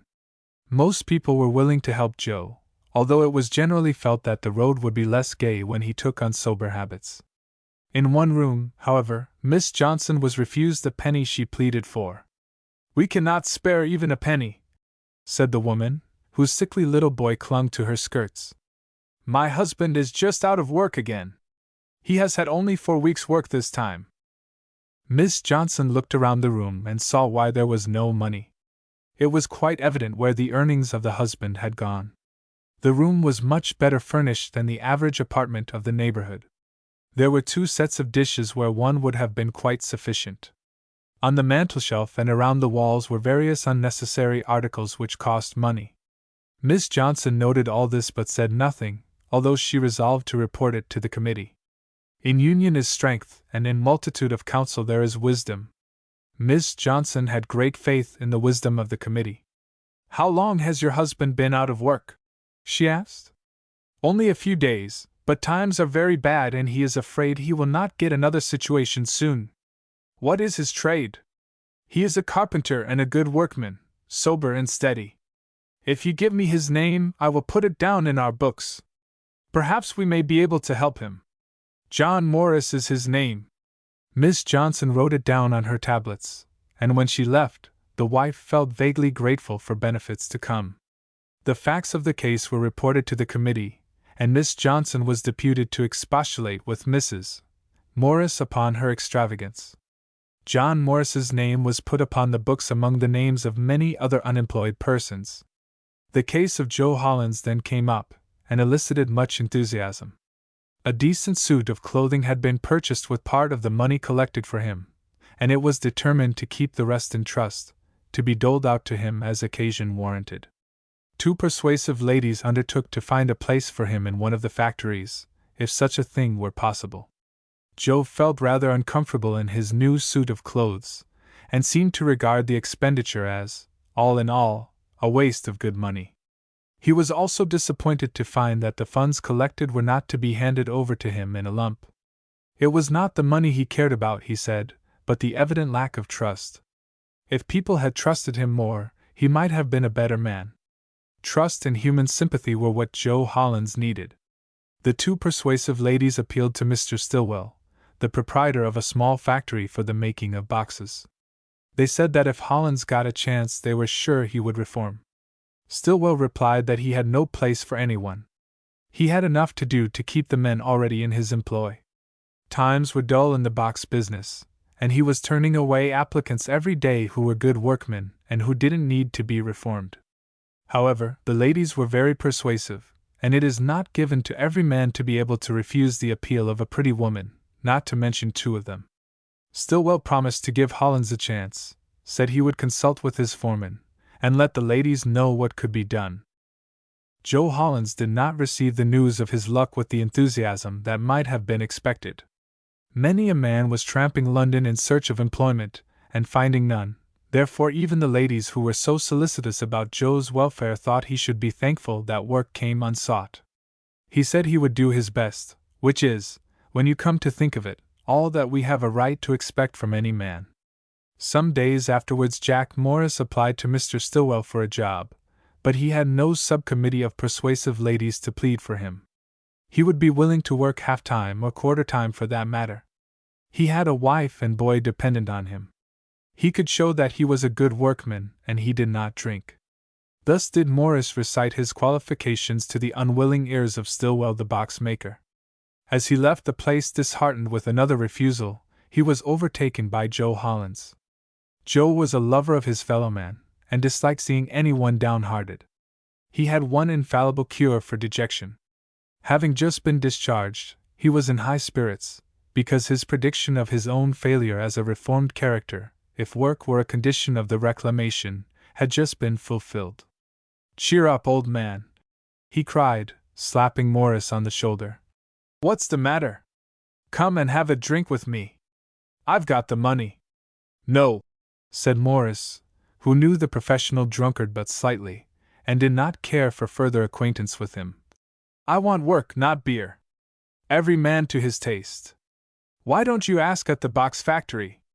You can have my job and welcome. The foreman's just discharged me. Said I wouldn't work myself, and kept the men off theirs. Thought I talked too much about capital and labor. Do you think I could get your job? Very likely. No harm in trying. If they don't take you on, come into the Red Lion, I'll be there, and have a drop. It'll cheer you up a bit." Morris appealed in vain to the foreman. They had more men now in the factory than they needed, he said. So Morris went to the Red Lion, where he found Hollins ready to welcome him. They had several glasses together, and Hollins told him of the efforts of the Social League in the reclamation line, and his doubts of their ultimate success. Hollins seemed to think the ladies of the League were deeply indebted to him for furnishing them with such a good subject for reformation. That night Joe's career reached a triumphant climax, for the 4 policemen had to appeal to the bystanders for help in the name of the law. Jack Morris went home unaided. He had not taken many glasses, but he knew he should have avoided drink altogether, for he had some experience of its power in his younger days. He was, therefore, in a quarrelsome mood, ready to blame everyone but himself. He found his wife in tears, and saw Miss Johnson sitting there, evidently very miserable. "What's all this?" asked Morris. His wife dried her eyes and said it was nothing. Miss Johnson had been giving her some advice, which she was thankful for. Morris glared at the visitor. "What have you got to do with us?" he demanded rudely. His wife caught him by the arm, but he angrily tossed aside her hand. Miss Johnson arose, fearing. "You've no business here. We want none of your advice. You get out of this." Then, impatiently to his wife, who strove to calm him. "Shut up, will you?" Miss Johnson was afraid he would strike her as she passed him going to the door, but he merely stood there, following her exit with lowering brow. The terrified lady told her experience to the sympathizing members of the committee. She had spoken to Mrs. Morris of her extravagance in buying so many things that were not necessary when her husband had work. She advised the saving of the money. Mrs. Morris had defended her apparent lavish expenditure by saying that there was no possibility of saving money. She bought useful things, and when her husband was out of work she could always get a large percentage of their cost from the pawnbroker. The pawnshop, she had tearfully explained to Miss Johnson, was the only bank of the poor. The idea of the pawnshop as a bank, and not as a place of disgrace, was new to Miss Johnson, but before anything further could be said the husband had come in. One of the committee, who knew more about the district than Miss Johnson, affirmed that there was something to say for the pawnbroker as the banker of the poor. The committee were unanimous in condemning the conduct of Morris, and it says much for the members that, in spite of the provocation one of them had received, they did not take the name of so undeserving a man from their list of the unemployed. The sad relapse of Joe Hollins next occupied the attention of the League. His fine had been paid, and he had expressed himself as deeply grieved at his own frailty. If the foreman had been less harsh with him and had given him a chance, things might have been different. It was resolved to send Joe to the seaside so that he might have an opportunity of toning up his system to resist temptation. Joe enjoyed his trip to the sea. He always liked to encounter a new body of police unaccustomed to his methods. He toned up his system so successfully the first day on the sands that he spent the night in the cells. Little by little, the portable property in the rooms of the Morrises disappeared into the pawnshop. Misfortune, as usual, did not come singly. The small boy was ill, and Morris himself seemed to be unable to resist the temptation of the Red Lion. The unhappy woman took her boy to the parish doctor, who was very busy, but he gave what attention he could to the case. He said all the boy needed was nourishing food and country air. Mrs. Morris sighed, and decided to take the little boy oftener to the park, but the way was long, and he grew weaker day by day. At last, she succeeded in interesting her husband in the little fellow's condition. He consented to take the boy to the doctor with her. "The doctor doesn't seem to mind what I say," she complained. "Perhaps he will pay attention to a man." Morris was not naturally a morose person, but continued disappointment was rapidly making him so. He said nothing, but took the boy in his arms, and, followed by his wife, went to the doctor. "This boy was here before," said the physician, which tended to show that he had paid more attention to the case than Mrs. Morris thought. "He is very much worse. You will have to take him to the country, or he will die."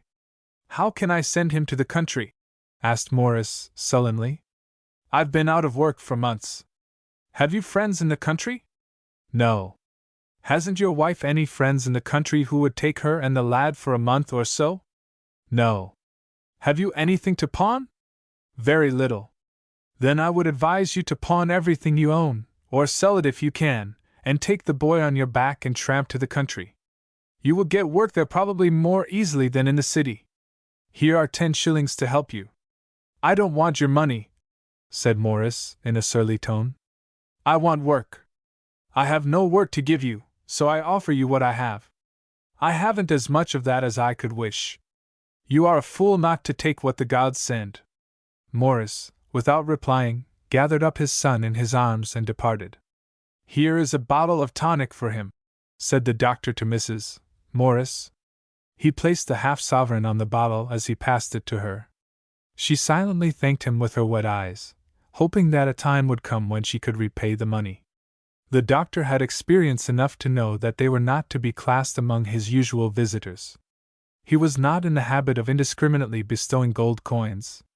It was a dreary journey, and they were a long time shaking off the octopus-like tentacles of the great city, that reached further and further into he country each year, as if it lived on consuming the green fields. Morris walked ahead with the boy on his back, and his wife followed.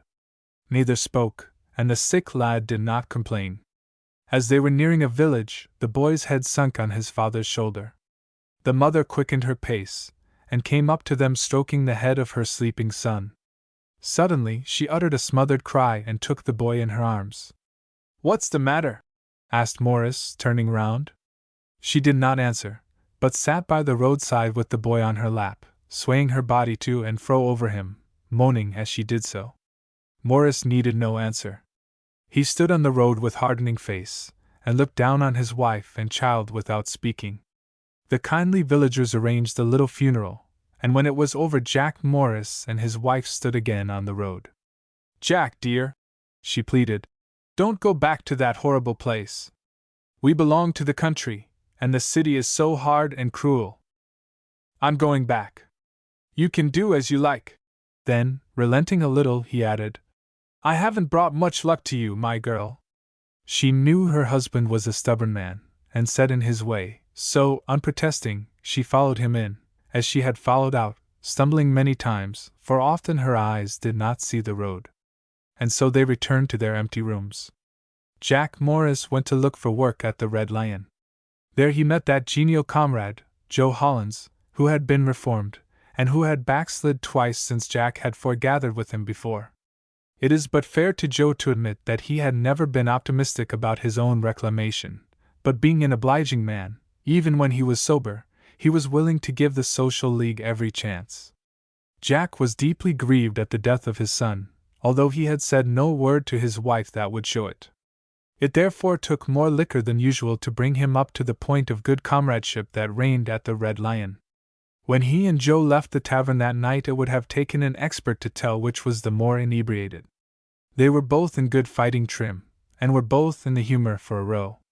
The police, who had reckoned on Joe alone, suddenly found a new element in the fight that not only upset their calculations but themselves as well. It was a glorious victory, and, as both fled down a side street, Morris urged Hollins to come along, for the representatives of law and order have the habit of getting reinforcements which often turn a victory into a most ignominious defeat. "I can't," panted Hollins. "The beggars have hurt me. Come along. I know a place where we are safe." Drunk as he was, Jack succeeded in finding the hole in the wall that allowed him to enter a vacant spot behind the box factory. There Hollins lay down with a groan, and there Morris sank beside him in a drunken sleep. The police were at last revenged, and finally, when the gray daylight brought Morris to a dazed sense of where he was, he found his companion dead beside him. He had a vague fear that he would be tried for murder, but it was not so. From the moment that Hollins, in his fall, struck his head on the curb, the Providence which looks after the drunken deserted him. But the inquest accomplished one good object. It attracted the attention of the Social League to Jack Morris, and they are now endeavoring to reclaim him. Whether they succeed or not, he was a man that was certainly once worth saving. The typewritten letter. When a man has battled with poverty all his life, fearing it as he fought it, feeling for its skinny throat to throttle it, and yet dreading all the while the coming of the time when it would gain the mastery and throttle him, when such a man is told that he is rich, it might be imagined he would receive the announcement with hilarity. When Richard Denham realized that he was wealthy, he became even more sobered than usual, and drew a long breath, as if he had been running a race and had won it. The man who brought him the news had no idea he had told Denham anything novel. He merely happened to say, "You are a rich man, Mr. Denham, and will never miss it." Denham had never before been called a rich man, and up to that moment he had not thought of himself as wealthy. He wrote out the check asked of him, and his visitor departed gratefully, leaving the merchant with something to ponder over. He was as surprised with the suddenness of the thing as if someone had left him a legacy. Yet the money was all of his own accumulating, but his struggle had been so severe, and he had been so hopeless about it, that from mere habit he exerted all his energies long after the enemy was overcome, just as the troops at New Orleans fought a fierce battle not knowing that the war was over. He had sprung from such a hopelessly poor family. Poverty had been their inheritance from generation to generation. It was the invariable legacy that father had left to son in the Denham family. All had accepted their lot with uncomplaining resignation, until Richard resolved he would at least have a fight for it. And now the fight had been won. Denham sat in his office staring at the dingy wallpaper so long that Rogers, the chief clerk, put his head in and said in a deferential voice, "Anything more tonight, Mr. Denham?" Denham started as if that question in that tone had not been asked him every night for years. "What's that? What's that?" he cried. Rogers was astonished, but too well trained to show it. "Anything more tonight, Mr. Denham?" "Ah, quite so. No, Rogers, thank you, nothing more. Good night, Mr. Denham." "Eh? Oh, yes. Good night, Rogers, good night." When Mr. Denham left his office and went out into the street, everything had an unusual appearance to him. He walked along, unheeding the direction. He looked at the fine residences and realized that he might have a fine residence if he wanted it. He saw handsome carriages. He too might set up an equipage. The satisfaction these thoughts produced was brief. Of what use would a fine house or an elegant carriage be to him? He knew no one to invite to the house or to ride with him in the carriage. He began to realize how utterly alone in the world he was. He had no friends, no acquaintances even. The running dog, with its nose to the ground, sees nothing of the surrounding scenery. He knew men in a business way, of course, and doubtless each of them had a home in the suburbs somewhere, but he could not take a businessman by the shoulders and say to him, "Invite me to your house. I am lonely. I want to know people." If he got such an invitation, he would not know what to do with himself. He was familiar with the counting room and its language, but the drawing room was an unexplored country to him, where an unknown tongue was spoken. On the road to wealth he had missed something, and it was now too late to go back for it. Only the day before, he had heard one of the clerks, who did not know he was within earshot, allude to him as the old man. He felt as young as ever he did, but the phrase, so lightly spoken, made him catch his breath. As he was now walking through the park, and away from the busy streets, he took off his hat and ran his fingers through his grizzled hair, looking at his hand when he had done so, as if the gray, like wet paint, might have come off. He thought of a girl he knew once, who perhaps would have married him if he had asked her, as he was tempted to do. But that had always been the mistake of the Denhams. They had all married young except himself, and so sunk deeper into the mire of poverty, pressed down by a rapidly increasing progeny. The girl had married a baker, he remembered. Yes, that was a long time ago. The clerk was not far wrong when he called him an old man. Suddenly, another girl arose before his mental vision, a modern girl, very different indeed to the one who married the baker. She was the only woman in the world with whom he was on speaking terms, and he knew her merely because her light and nimble fingers played the business sonata of one note on his office typewriter. Miss Gale was pretty, of course. All typewriter girls are, and it was generally understood in the office that she belonged to a good family who had come down in the world. Her somewhat independent air deepened this conviction and kept the clerks at a distance. She was a sensible girl who realized that the typewriter paid better than the piano, and accordingly turned the expertness of her white fingers to the former instrument. Richard Denham sat down upon a park bench. Why not? He asked himself. There was no reason against it except that he felt he had not the courage. Nevertheless, he formed a desperate resolution. Next day, business went on as usual. Letters were answered, and the time arrived when Miss Gale came in to see if he had any further commands that day. Denham hesitated. He felt vaguely that a business office was not the proper place for a proposal, yet he knew he would be at a disadvantage anywhere else. In the first place, he had no plausible excuse for calling upon the young woman at home, and in the second place, he knew if he once got there he would be stricken dumb. It must either be at his office or nowhere. "Sit down a moment, Miss Gale," he said at last. "I wanted to consult you about a business matter." Miss Gale seated herself, and automatically placed on her knee the shorthand writing pad ready to take down his instructions. She looked up at him expectantly. Denham, in an embarrassed manner, ran his fingers through his hair.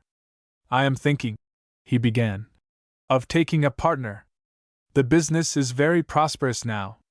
In fact, it has been so for some time." "Yes?" said Miss Gale interrogatively. "Yes.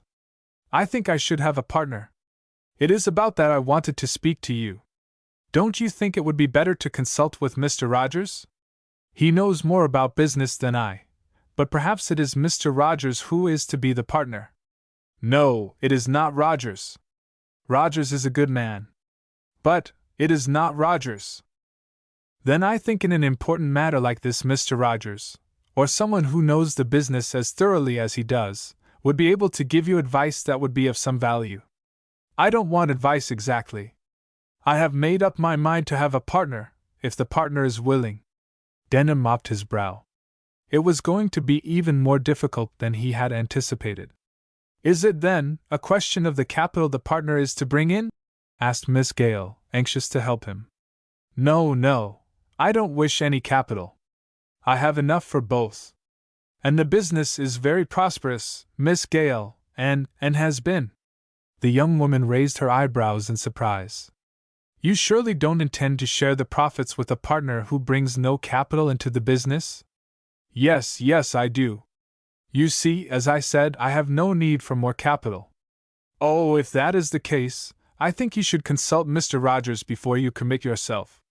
"But Rogers wouldn't understand." "I'm afraid I don't understand either." It seems to me a foolish thing to do, that is, if you want my advice.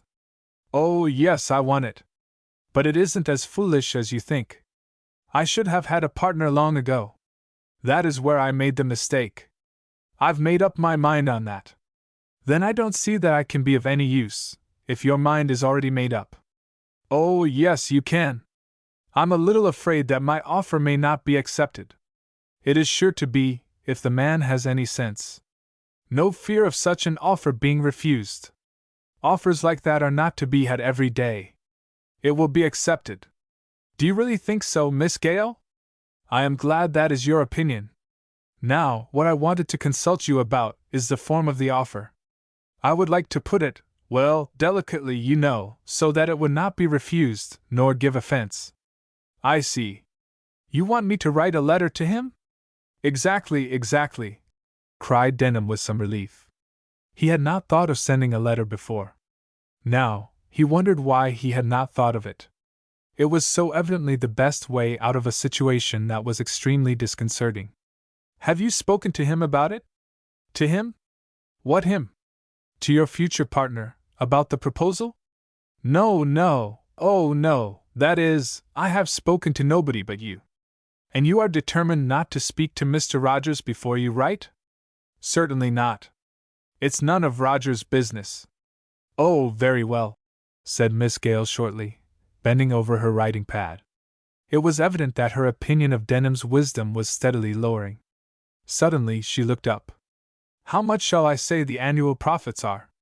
Or do you want that mentioned? I don't think I would mention that.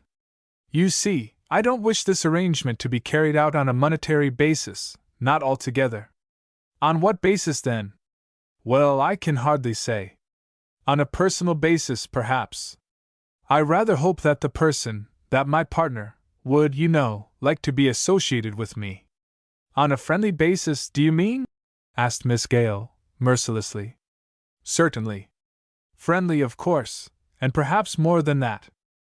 Miss Gale looked up at him with a certain hopelessness of expression.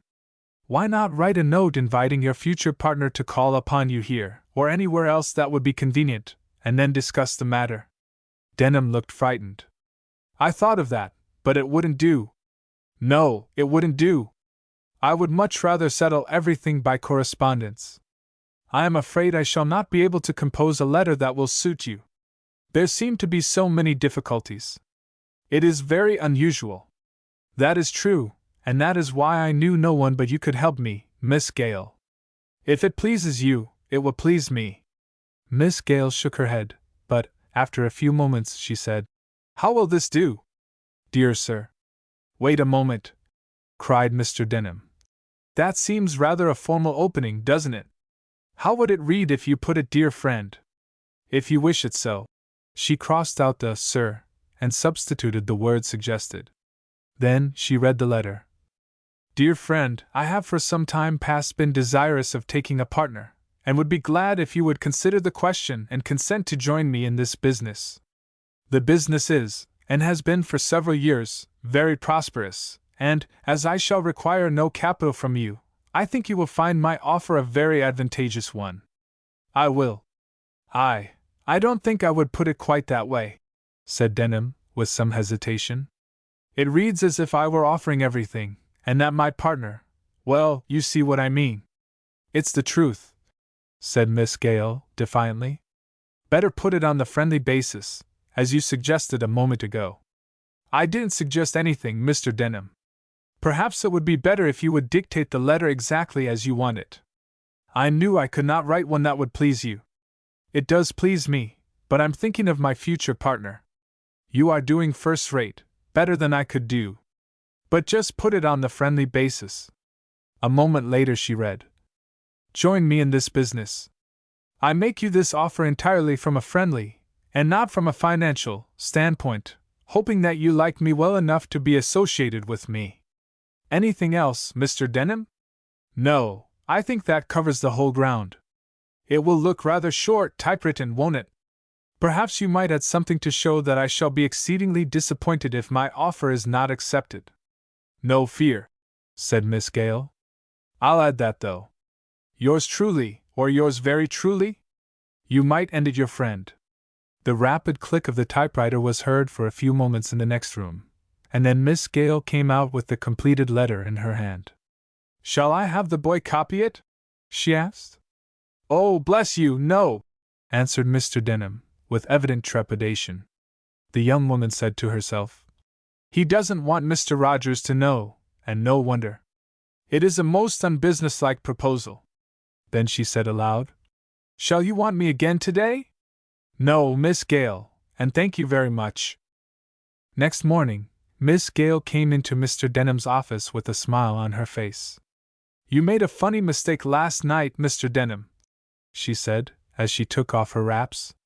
Did I? He asked, in alarm. Yes. You sent that letter to my address. I got it this morning. I opened it, for I thought it was for me, and that perhaps you did not need me today. But I saw at once that you put it in the wrong envelope. Did you want me today? It was on his tongue to say, I want you every day. But he merely held out his hand for the letter, and looked at it as if he could not account for its having gone astray. The next day Miss Gale came late, and she looked frightened. It was evident that Denham was losing his mind. She put the letter down before him and said, You addressed that to me the second time, Mr. Denham. There was a look of haggard anxiety about Denham that gave color to her suspicions. He felt that it was now or never. Then why don't you answer it, Miss Gale? He said gruffly. She backed away from him. Answer it? She repeated faintly. Certainly. If I got a letter twice, I would answer it. What do you mean? She cried, with her hand on the doorknob. Exactly what the letter says. I want you for my partner. I want to marry you, and financial considerations. Oh, cried Miss Gale, in a long-drawn, quivering sigh. She was doubtless shocked at the word he had used, and fled to her typewriting room, closing the door behind her. Richard Denham paced up and down the floor for a few moments, then rapped lightly at her door, but there was no response. He put on his hat and went out into the street. After a long and aimless walk, he found himself again at his place of business. When he went in, Rogers said to him, Miss Gale has left, sir. Has she? Yes, and she has given notice. Says she is not coming back, sir. Very well. He went into his own room and found a letter marked Personal on his desk. He tore it open and read in neatly typewritten characters, I have resigned my place as typewriter girl, having been offered a better situation. I am offered a partnership in the house of Richard Denham. I have decided to accept the position, not so much on account of its financial attractions, as because I shall be glad, on a friendly basis, to be associated with the gentleman I have named. Why did you put me to all that worry writing that idiotic letter, when a few words would have saved ever so much bother? You evidently need a partner. My mother will be pleased to meet you any time you call. You have the address, your friend. Rogers, shouted Denham joyfully. Yes, sir, answered that estimable man, putting his head into the room. Advertise for another typewriter girl, Rogers. Yes, sir, said Rogers. The doom of London. The self-conceit of the 20th century. I trust I am thankful my life has been spared until I have seen that most brilliant epoch of the world's history, the middle of the 20th century. It would be useless for any man to disparage the vast achievements of the past 50 years, and if I venture to call attention to the fact, now apparently forgotten, that the people of the 19th century succeeded in accomplishing many notable things, it must not be imagined that I intend thereby to discount in any measure the marvelous inventions of the present age. Men have always been somewhat prone to look with a certain condescension upon those who lived 50 or 100 years before them. This seems to me the especial weakness of the present age, a feeling of national self-conceit, which, when it exists, should at least be kept as much in the background as possible.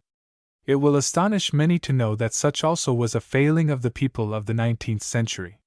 They imagine themselves living in an age of progress, and while I am not foolish enough to attempt to prove that they did anything really worth recording, yet it must be admitted by any unprejudiced man of research that their inventions were at least stepping stones to those of today. Although the telephone and telegraph, and all other electrical appliances, are now to be found only in our national museums, or in the private collections of those few men who take any interest in the doings of the last century. Nevertheless, the study of the now obsolete science of electricity led up to the recent discovery of vibratory ether, which does the work of the world so satisfactorily. The people of the 19th century were not fools, and although I am well aware that this statement will be received with scorn where it attracts any attention whatever, yet who can say that the progress of the next half-century may not be as great as that of the one now ended, and that the people of the next century may not look upon us with the same contempt which we feel toward those who lived 50 years ago. Being an old man, I am, perhaps, a laggard who dwells in the past rather than the present. Still, it seems to me that such an article as that which appeared recently in Blackwood from the talented pen of Professor Mulberry, of Oxford University, is utterly unjustifiable. Under the title of "Did the People of London Deserve Their Fate?" he endeavors to show that the simultaneous blotting out of millions of human beings was a beneficial event, the good results of which we still enjoy. According to him, Londoners were so dull-witted and stupid, so incapable of improvement, so sodden in the vice of mere money-gathering, that nothing but their total extinction would have sufficed, and that, instead of being an appalling catastrophe, the doom of London was an unmixed blessing. In spite of the unanimous approval with which this article has been received by the press, I still maintain that such writing is uncalled for, and that there is something to be said for the London of the 19th century. Why London, warned, was unprepared. The indignation I felt in first reading the article alluded to still remains with me, and it has caused me to write these words, giving some account of what I must still regard, in spite of the sneers of the present age, as the most terrible disaster that ever overtook a portion of the human race. I shall not endeavor to place before those who read any record of the achievements pertaining to the time in question.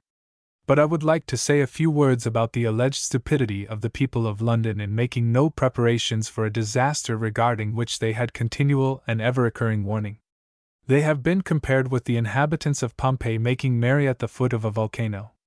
In the first place, fogs were so common in London, especially in winter, that no particular attention was paid to them.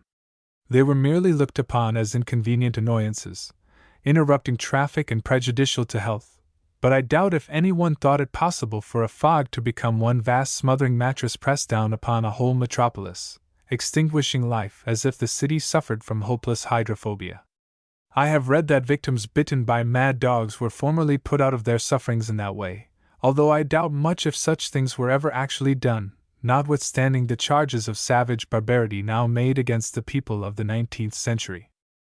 Probably, the inhabitants of Pompeii were so accustomed to the eruptions of Vesuvius that they gave no thought to the possibility of their city being destroyed by a storm of ashes and an overflow of lava.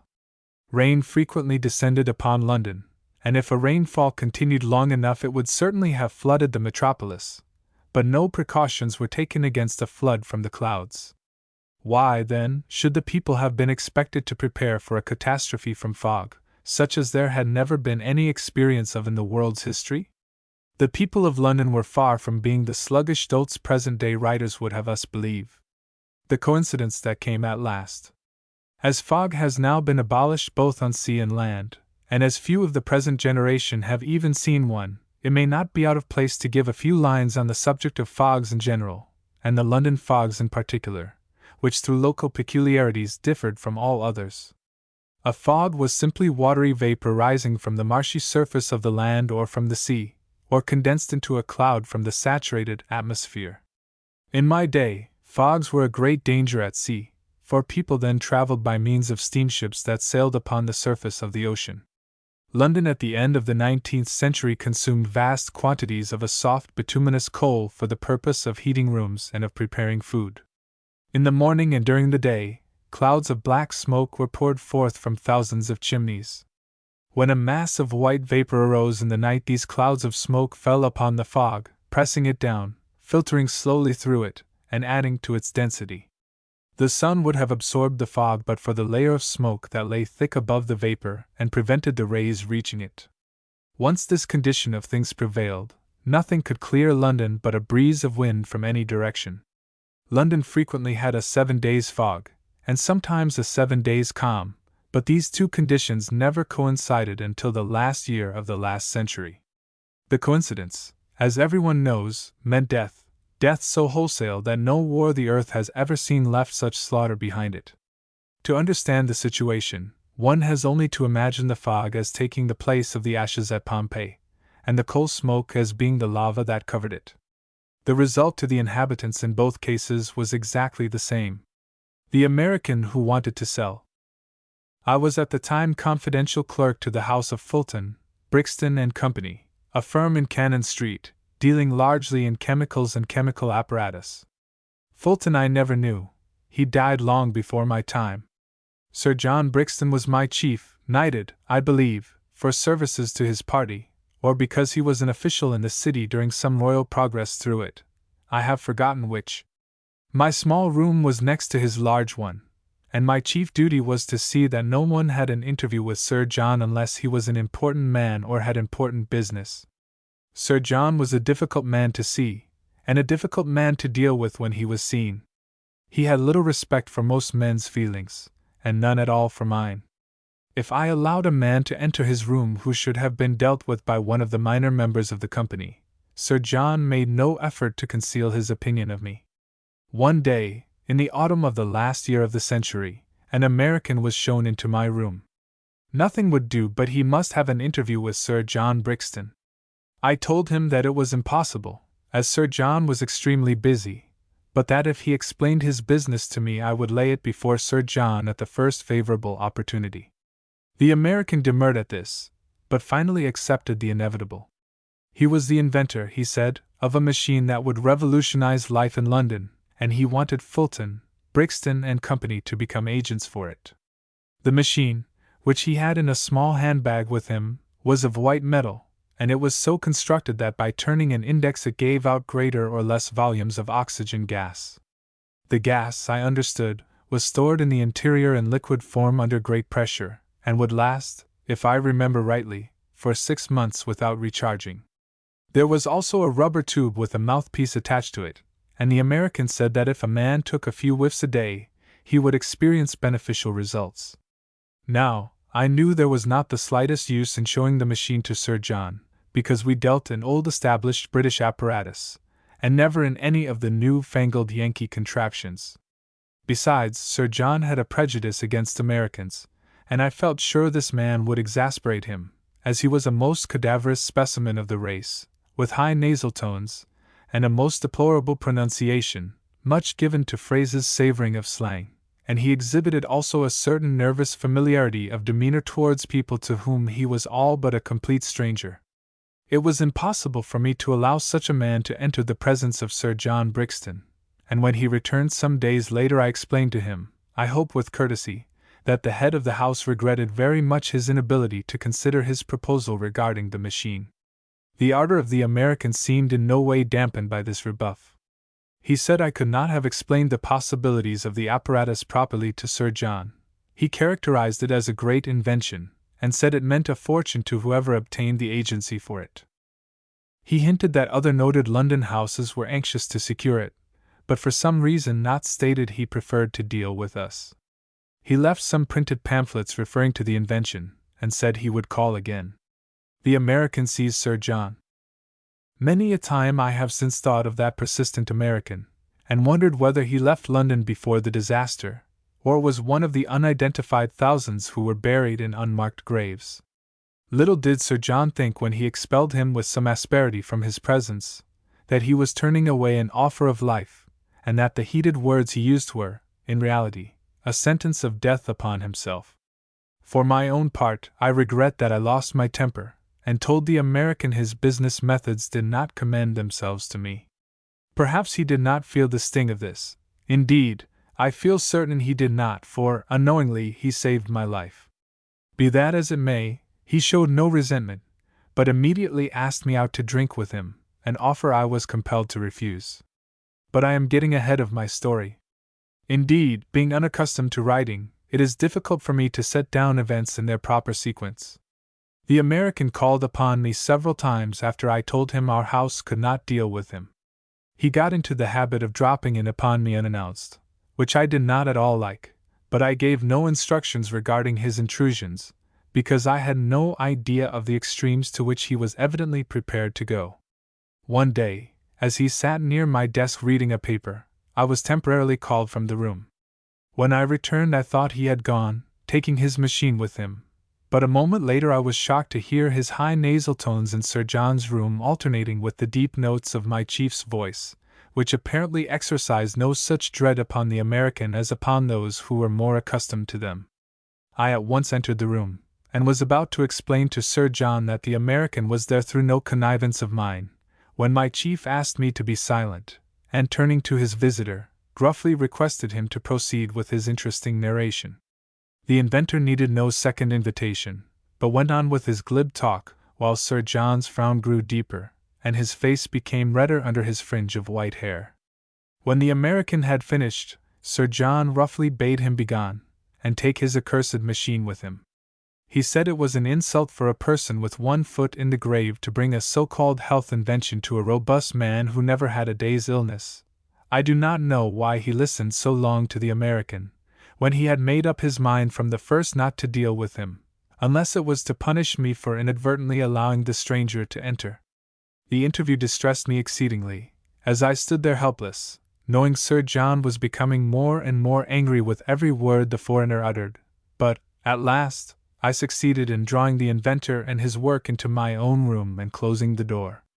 I sincerely hoped I would never see the American again, and my wish was gratified. He insisted on setting his machine going, and placing it on a shelf in my room. He asked me to slip it into Sir John's room some foggy day and note the effect. The man said he would call again, but he never did. How the smoke held down the fog! It was on a Friday that the fog came down upon us. The weather was very fine up to the middle of November that autumn. The fog did not seem to have anything unusual about it. I have seen many worse fogs than that appeared to be. As day followed day, however, the atmosphere became denser and darker, caused, I suppose, by the increasing volume of coal smoke poured out upon it. The peculiarity about those 7 days was the intense stillness of the air. We were, although we did not know it, under an airproof canopy, and were slowly but surely exhausting the life-giving oxygen around us, and replacing it by poisonous carbonic acid gas. Scientific men have since showed that a simple mathematical calculation might have told us exactly when the last atom of oxygen would have been consumed, but it is easy to be wise after the event. The body of the greatest mathematician in England was found in the Strand. He came that morning from Cambridge. During the fog there was always a marked increase in the death rate, and on this occasion the increase was no greater than usual until the 6th day. The newspapers on the morning of the 7th were full of startling statistics, but at the time of going to press the full significance of the alarming figures was not realized. The editorials of the morning papers on the 7th day contained no warning of the calamity that was so speedily to follow their appearance. I lived then at Ealing, a western suburb of London, and came every morning to Cannon Street by a certain train. I had up to the 6th day experienced no inconvenience from the fog, and this was largely due, I am convinced, to the unnoticed operations of the American machine. On the 5th and 6th days Sir John did not come to the city, but he was in his office on the 7th. The door between his room and mine was closed. Shortly after 10 o'clock I heard a cry in his room, followed by a heavy fall. I opened the door, and saw Sir John lying face downwards on the floor. Hastening towards him, I felt for the first time the deadly effect of the deoxygenized atmosphere, and before I reached him I fell first on one knee and then headlong. I realized that my senses were leaving me, and instinctively crawled back to my own room, where the oppression was at once lifted, and I stood again upon my feet, gasping. I closed the door of Sir John's room, thinking it filled with poisonous fumes, as, indeed, it was. I called loudly for help, but there was no answer. On opening the door to the main office I met again what I thought was the noxious vapor. Speedily as I closed the door, I was impressed by the intense silence of the usually busy office, and saw that some of the clerks were motionless on the floor, and others sat with their heads on their desks as if asleep. Even at this awful moment I did not realize that what I saw was common to all London, and not, as I imagined, a local disaster caused by the breaking of some carboys in our cellar. It was filled with chemicals of every kind, of whose properties I was ignorant, dealing as I did with the accountant, and not the scientific side of our business. I opened the only window in my room, and again shouted for help. The street was silent and dark in the ominously still fog, and what now froze me with horror was meeting the same deadly, stifling atmosphere that was in the rooms. In falling I brought down the window, and shut out the poisonous air. Again I revived, and slowly the true state of things began to dawn upon me. I was in an oasis of oxygen. I at once surmised that the machine on my shelf was responsible for the existence of this oasis in a vast desert of deadly gas. I took down the American's machine, fearful in moving it that I might stop its working. Taking the mouthpiece between my lips, I again entered Sir John's room, this time without feeling any ill effects. My poor master was long beyond human help. There was evidently no one alive in the building except myself. Out in the street all was silent and dark. The gas was extinguished, but here and there in shops the incandescent lights were still weirdly burning, depending, as they did, on accumulators, and not on direct engine power. I turned automatically towards Cannon Street Station, knowing my way to it even if blindfolded, stumbling over bodies prone on the pavement, and in crossing the street I ran against a motionless bus, spectral in the fog, with dead horses lying in front, and their reins dangling from the nerveless hand of a dead driver. The ghost-like passengers, equally silent, sat bolt upright, or hung over the edge boards in attitudes horribly grotesque. The train with its trail of the dead.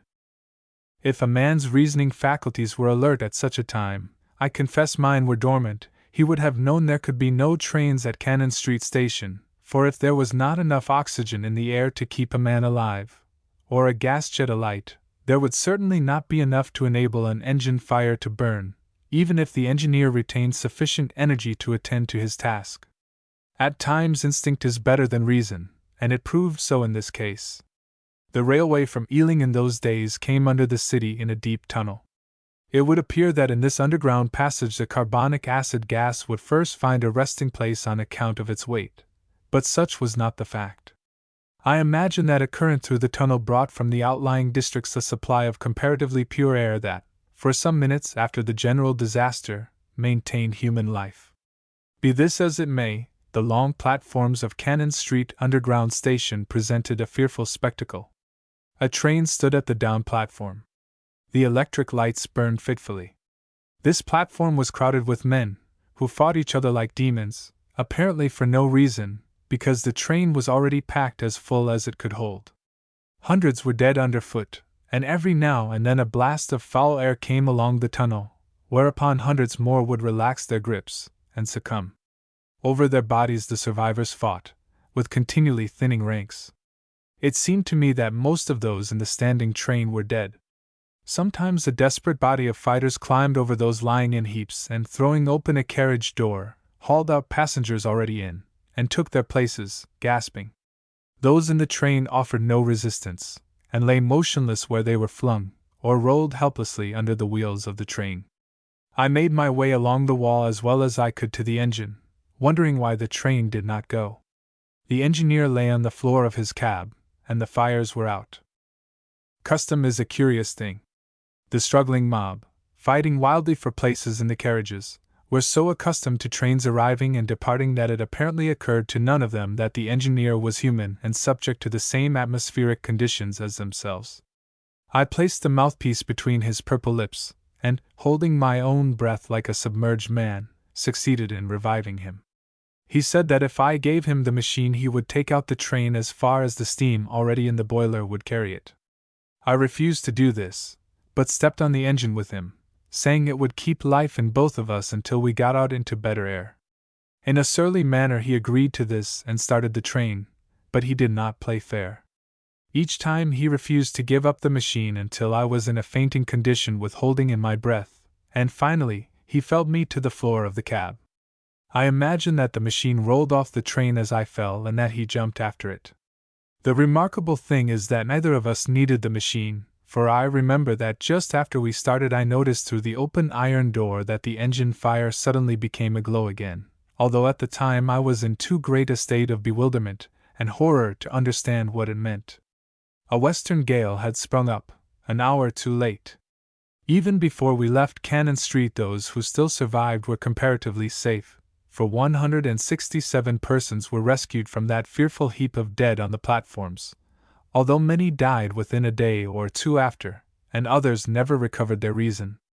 When I regained my senses after the blow dealt by the engineer, I found myself alone, and the train speeding across the Thames near Kew. I tried to stop the engine, but did not succeed. However, in experimenting, I managed to turn on the air brake, which in some degree checked the train, and lessened the impact when the crash came at Richmond terminus.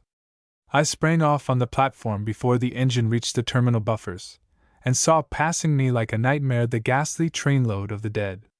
Most of the doors were swinging open, and every compartment was jammed full, although, as I afterwards learned, at each curve of the permanent way, or extra lurch of the train, bodies had fallen out all along the line. The smash at Richmond made no difference to the passengers. Besides myself, only 2 persons were taken alive from the train, and one of these, his clothes torn from his back in the struggle, was sent to an asylum, where he was never able to tell who he was, either. As far as I know, did anyone ever claim him. The predicament of de Planville. This story differs from others in having an assortment of morals. Most stories have one moral. Here are several. The moral usually appears at the end. In this case, a few are mentioned at the beginning, so that they may be looked out for as the reading progresses. First, it is well for a man, especially a young man, to attend to his own business. Second, in planning a person's life for some little distance ahead, it will be a mistake if an allowance of 10% at least is not made for that unknown quantity, woman. Third, it is beneficial to remember that one man rarely knows everything. Other morals will doubtless present themselves, and at the end a cynically inclined person may reflect upon the adage about the frying pan and the fire. Young M. de Planville of Paris enjoyed a most enviable position. He had all the money he needed, which is quite a different thing from saying he had all the money he wanted. He was well educated, and spoke 3 languages, that is, he spoke his own well and the other 2 badly, but as a man always prides himself on what he is least able to do, de Planville fancied himself a linguist. His courage in speaking English to Englishmen and German to Germans showed that he was, at least, a brave man. There was a great deal of good, and even of talent, in de Planville. This statement is made at the beginning, because everyone who knows de Planville will at once unhesitatingly contradict it.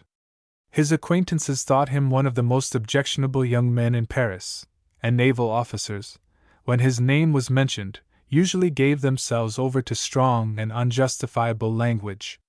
This was all on account of de Planville's position, which, although enviable, had its drawbacks.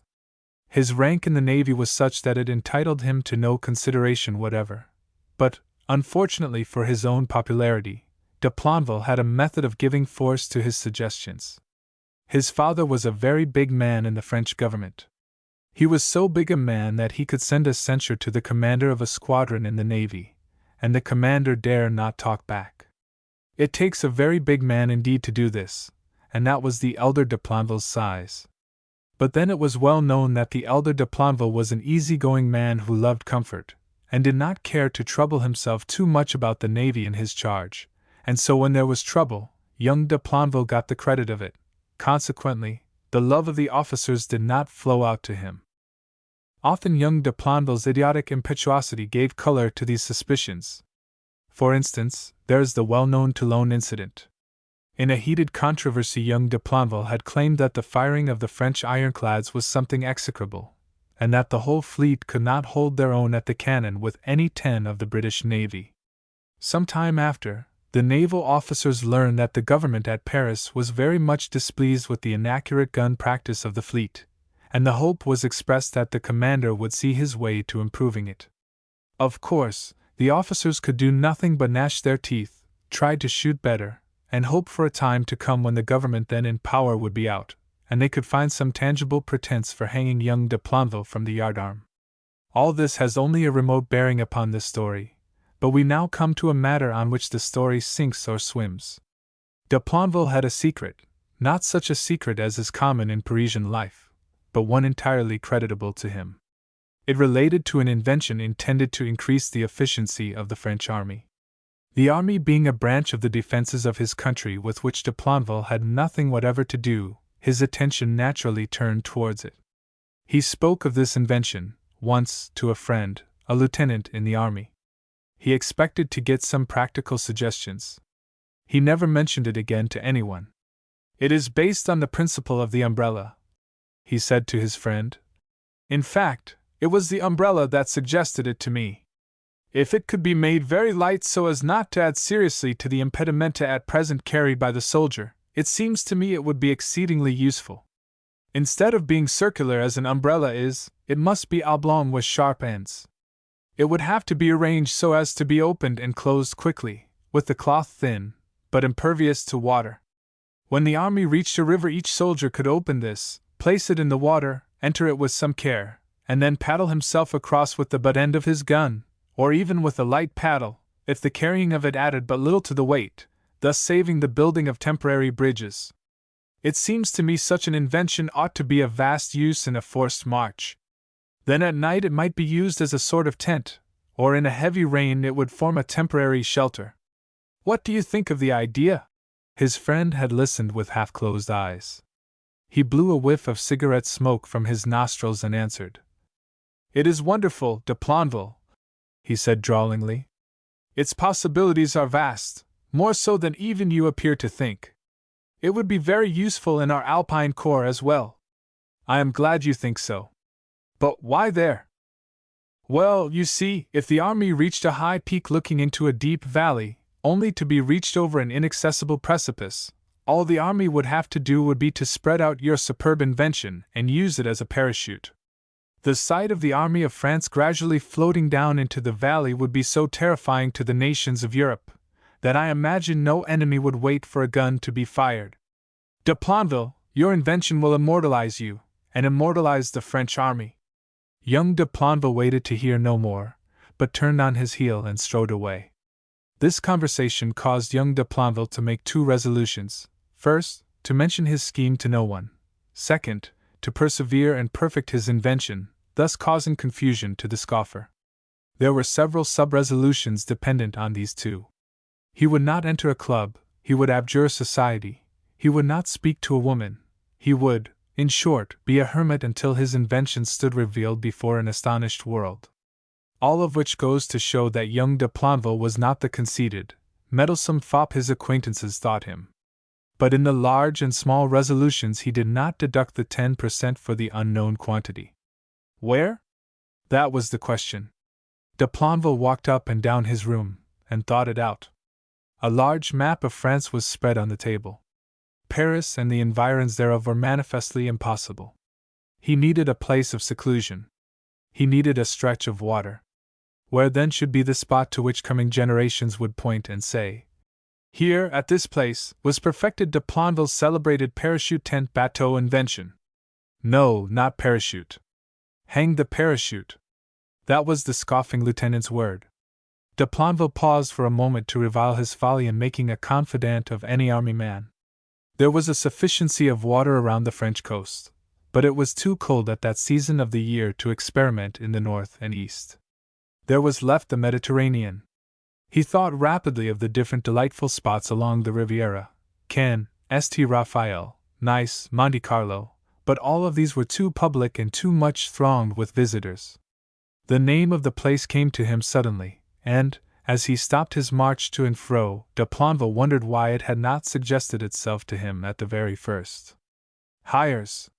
It seemed to have been planned in the Middle Ages for the perfecting of just such an invention. It was situated 2 or 3 miles back from the sea, the climate was perfect, there was no marine parade, the sea coast was lonely, and the bay sheltered by the islands. It was an ideal spot. De Planville easily secured leave of absence. Sons of fathers high up in the service of a grateful country seldom have any difficulty about a little thing like that. He purchased a ticket for that leisurely train which the French with their delicious sense of humor call the rapide, and in due time found himself with his various belongings standing on the station platform at Hyères. Few of us are as brave as we think ourselves. De Planville flinched when the supreme moment came, and perhaps that is why the gods punished him. He had resolved to go to one of the country inns at Carqueiran on the coast, but this was in a heroic mood when the lieutenant had laughed at his project. Now in a cooler moment he thought of the cuisine of Carqueiran and shuddered. There are sacrifices which no man should be called upon to endure, so the naval officer hesitated, and at last directed the porter to put his luggage on the top of the Costabel Hotel. Thus, there would be society at the hotel, it is true, but he could avoid it, while if he went to the rural tavern he could not avoid the cooking. Thus he smothered his conscience. Lunch at Costabel seemed to justify his choice of an abiding place. The surroundings of the hotel were dangerously charming to a man whose natural inclination was towards indolent enjoyment. It was a place to loaf and invite your soul, as Walt Whitman phrases it. Planville, who was there incognito, for he had temporarily dropped the strolled towards the sea in the afternoon, with the air of one who has nothing on his mind. No one to see him would have suspected he was the future Edison of France. When he reached the coast at the ruins of the ancient Roman naval station called Pomponiana, he smote his thigh with joy. He had forgotten that at this spot there had been erected a number of little wooden houses, each larger than a bathing machine and smaller than a cottage, which were used in summer by the good people of Hyères, and in winter were silently vacant. The largest of these would be exactly the place for him, and he knew he would have no difficulty in renting it for a month or two. Here, he could bring down his half-finished invention, here, work at it all day unmolested, and here test its sailing qualities with no onlookers. He walked up the road, and hailed the ancient bus which jogs along between Toulon and Hyères by way of the coast, mounted beside the driver, and speedily got information about the owner of the cottages at Pomponiana. As he expected, he had no difficulty in arranging with the proprietor for the largest of the little cottages, but he thought he detected a slight depression on the right eyelid as that person handed him the key. Had the owner suspected his purpose? He asked himself anxiously, as he drove back from the town to Costabel. Impossible. He felt, however, that he could not be too secret about his intentions. He had heard of inventors being forestalled just at the very moment of success.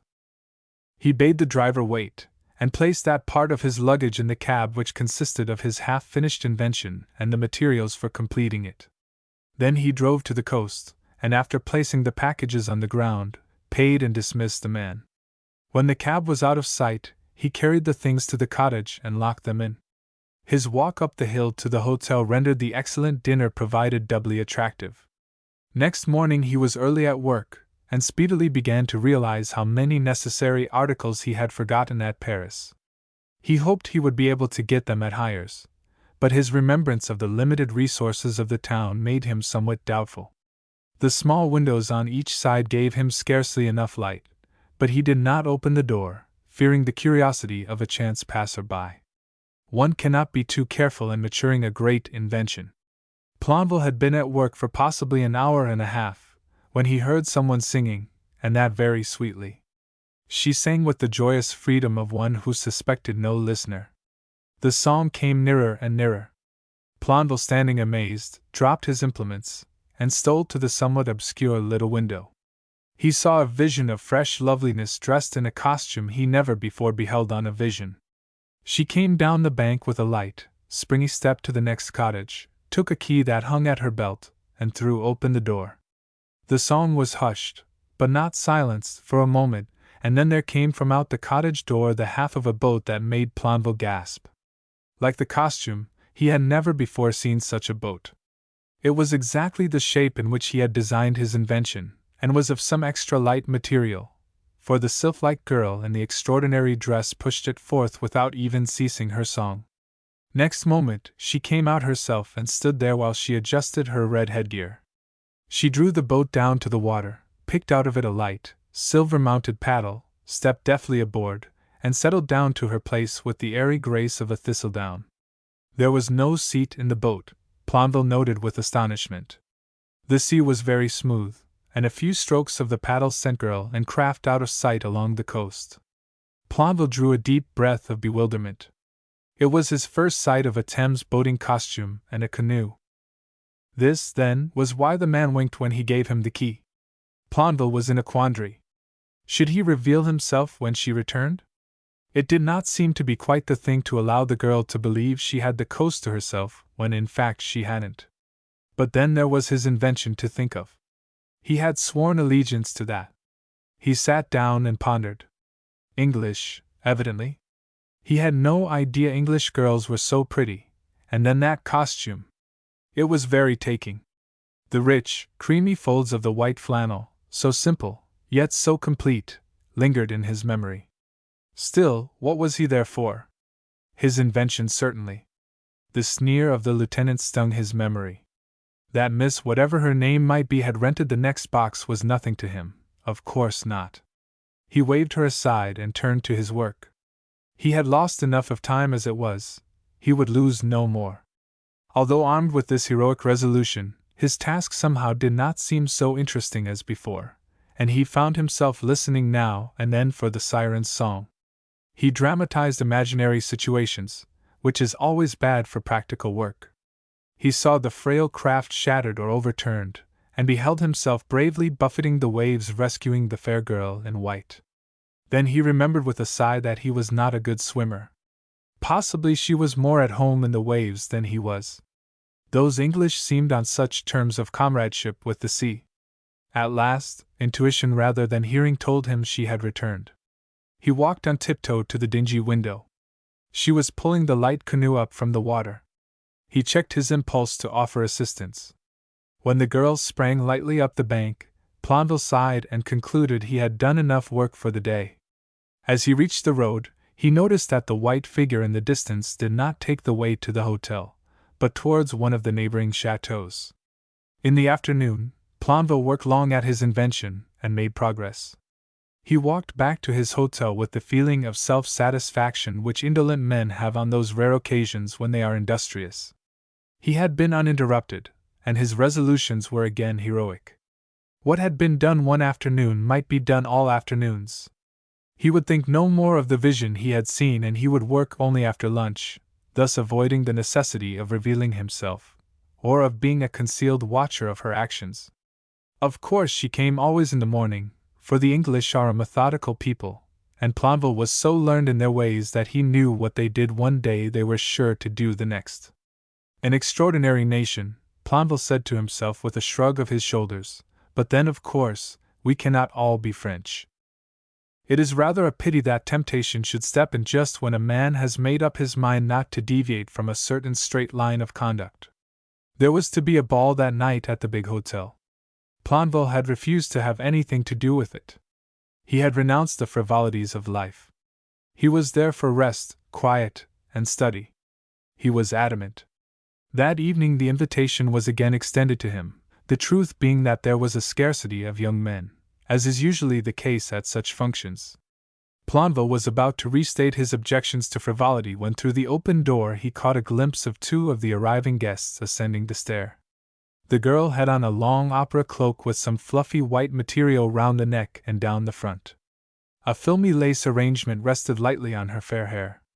It was the lady of the canoe, glorified. Plonville wavered and was lost. He rushed to his room and donned his war paint. Say what you like, evening dress improves the appearance of a man. Besides this, he had resumed the dos once more, and his back was naturally straighter. De Plonville looked well. They were speedily introduced, of course. De Plonville took care of that, and the manager of the ball was very grateful to him for coming, and for looking so nice.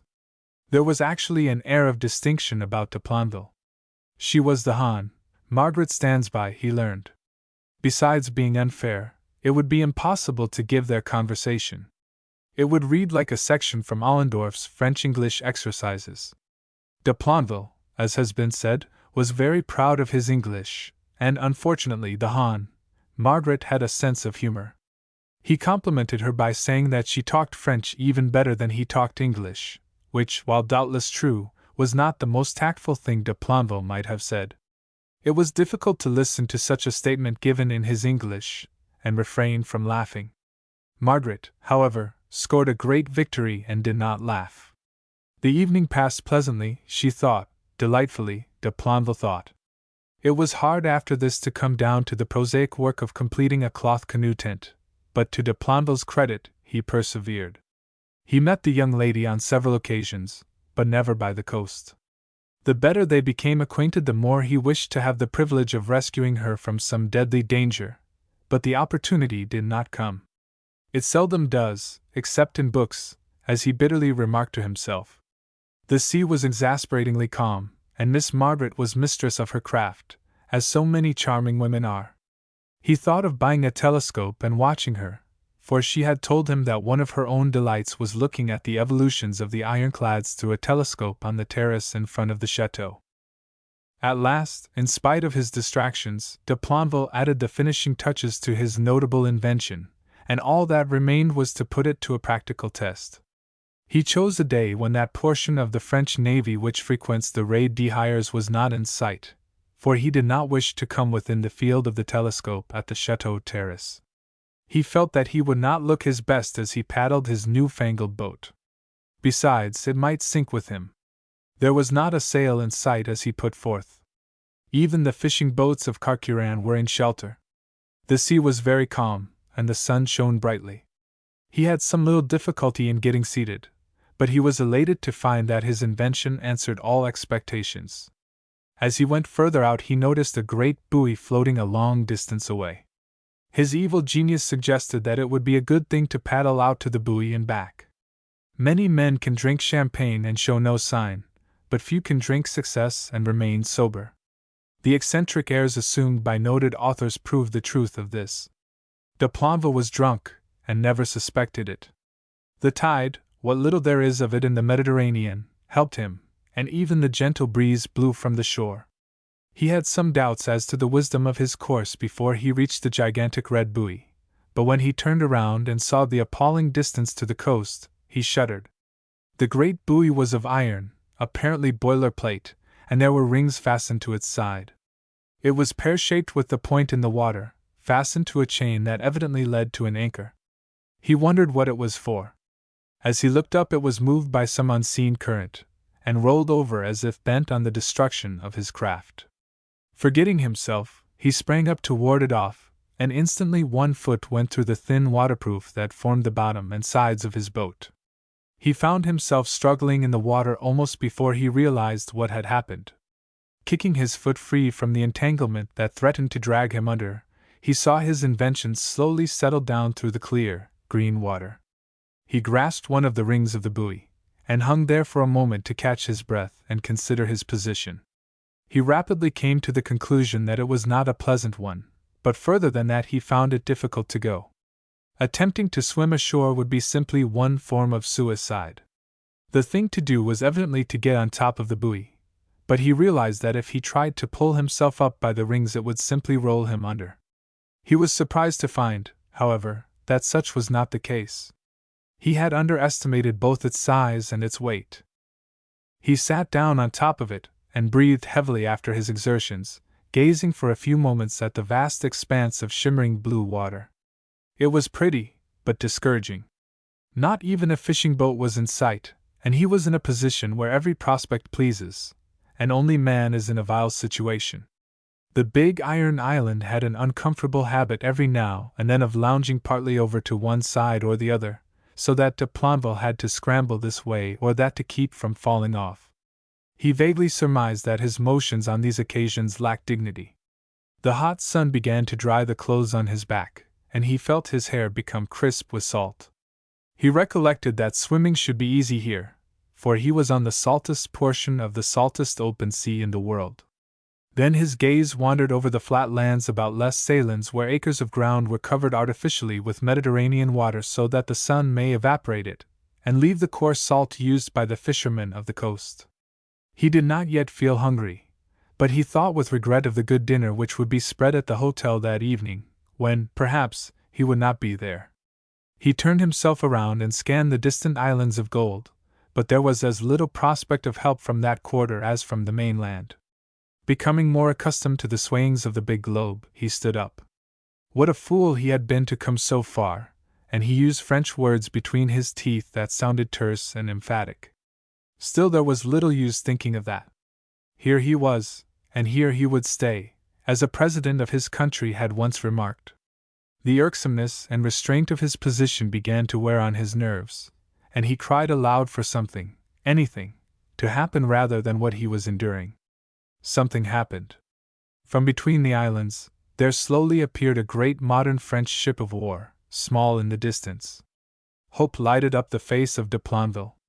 She must pass near enough to enable his signaling to be seen by the lookout. Heavens! How leisurely she moved! Then a second war vessel followed the first into view, and finally a third. The three came slowly along in stately procession. De Planville removed his coat and waved it up and down to attract attention. So intent was he upon this that he nearly lost his footing, and realizing that the men of war were still too far away, he desisted. He sat down as his excitement abated, and watched their quiet approach. Once it seemed to him they had stopped, and he leaned forward, shading his eyes with his hand, and watched them eagerly. They were just moving, that was all. Suddenly, from the black side of the foremost battleship, there rolled upward a cloud of white smoke, obscuring the funnels and the rigging, thinning out into the blue sky over the topmasts. After what seemed a long interval, the low, dull roar of a cannon reached him, followed by the echo from the high hills of the island, and later by the fainter re-echo from the mountains on the mainland. This depressed de Planville, for if the ships were out for practice, the obscuring smoke around them would make the seeing of his signaling very improbable, and then that portion of the fleet might return the way it came, leaving him in his predicament. From the second ironclad arose a similar cloud, and this time far to his left there spurted up from the sea a jet of water, waving in the air like a plume for a moment, then dropping back in a shower on the ruffled surface. The buoy was a target. As de Planville realized its use, he felt that uncomfortable creeping of the scalp which we call the hair standing on end. The third cannon sent up its cloud, and de Planville's eyes extended at what they saw. Coming directly towards him was a cannon ball, skipping over the water like a thrown pebble. His experience in the Navy, at Paris, had never taught him that such a thing was possible. He slid down flat on the buoy, till his chin rested on the iron, and awaited the shock. 100 yards from him the ball dipped into the water and disappeared. He found that he had ineffectually tried to drive his nails into the boiler plate, until his fingers' ends were sore. He stood up and waved his arms, but the first vessel fired again, and the ball came shrieking over him so low that he intuitively ducked his head. Like a pang of physical pain, the thought darted through his brain that he had instigated a censure on the bad firing of these very boats. Doubtless they saw a man on the buoy, but as no man had any business there, the knocking of him off by a cannon ball would be good proof of accuracy of aim. The investigation which followed would be a feather in the cap of the officer in charge, whatever the verdict. De Planville, with something like a sigh, more than suspected that his untimely death would not cast irretrievable gloom over the fleet. Well, a man has to die but once, and there is little use in making a fuss over the inevitable. He would meet his fate calmly and as a Frenchman should, with his face to the guns. There was a tinge of regret that there would be no one to witness his heroism. It is always pleasant on such occasions to have a war correspondent, or at least a reporter, present. It is best to be as comfortable as possible under any circumstances, so de Planville sat down on the spheroid and let his feet dangle toward the water. The great buoy for some reason floated around until it presented its side to the ships. None of the balls came so near as those first fired, perhaps because of the accumulated smoke. New features of the situation continued to present themselves to de Planville as he sat there. The firing had been going on for some time before he reflected that if a shot punctured the buoy it would fill and sink. Perhaps their orders were to fire until the buoy disappeared. There was little comfort in this suggestion. Firing had ceased for some minutes before he noticed the fact. A bank of thinning smoke rested on the water between the buoy and the ships. He saw the ironclads move ponderously around and steam through this bank, turning broadside on again in 1, 2, 3 order. He watched the evolution with his chin resting on his hands, not realizing that the moment for signaling had come. When the idea penetrated his somewhat dazed mind, he sprang to his feet, but his opportunity had gone. The smoke of the first gun rose in the air, there was a clang of iron on iron, and de Planville found himself whirling in space, then sinking in the sea. Coming breathless to the surface, he saw the buoy revolving slowly, and a deep dinge in its side seemed to slide over its top and disappear into the water, showing where the shot had struck. The second boat did not fire, and he knew that they were examining the buoy with their glasses. He swam around to the other side, intending to catch a ring and have it haul him up where he could be seen. Before he reached the place, the buoy was at rest again, and as he laboriously climbed on top more dead than alive, the second ship opened fire. He lay down at full length exhausted, and hoped if they were going to hit they would hit quick. Life was not worth having on these conditions.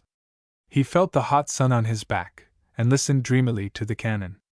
Hope was gone, and he wondered at himself for feeling a remote rather than an active interest in his fate. He thought of himself as somebody else, and felt a vague impersonal pity. He criticized the random firing, and suspected the hit was merely a fluke. When his back was dry, he rolled lazily over and lay gazing up at the cloudless sky. For greater comfort, he placed his hands beneath his head. The sky faded, and a moment's unconsciousness intervened. "This won't do," he cried, shaking himself. "If I fall asleep, I shall roll off." He sat up again, his joints stiff with his immersion, and watched the distant ironclads. He saw with languid interest a ball strike the water, take a new flight, and plunge into the sea far to the right. He thought that the vagaries of cannonballs at sea would make an interesting study. "Are you injured?" cried a clear voice behind him. "Mon Dieu!" shouted the young man in a genuine fright, as he sprang to his feet. "Oh, I beg pardon," as if a rescuer need apologize. "I thought you were de Planville." "I am de Planville." "Your hair is gray," she said in an awed whisper, then added, "and no wonder." "Mademoiselle," replied the stricken young man, placing his hand on his heart, "it is needless to deny, I do not deny, that I was frightened, but I did not think, not so much as that I regret. It is so theatrical, I am deeply sorrowful. Please say no more, but come quickly. Can you come down? Step exactly in the middle of the canoe. Be careful, it is easily upset, and sit down at once. That was very nicely done.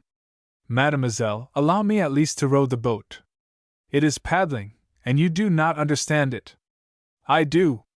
Please do not speak until we are out of range. I am horribly frightened. You are very, very brave. HSSSH. Miss Stansby wielded the double-bladed paddle in a way a Red Indian might have envied. Once she uttered a little feminine shriek as a cannon ball plunged into the water behind them, but as they got further away from the buoy, those on the ironclads appeared to notice that a boat was within range, and the firing ceased. Miss Stansby looked fixedly at the solemn young man sitting before her, then placed her paddle across the canoe, bent over it, and laughed.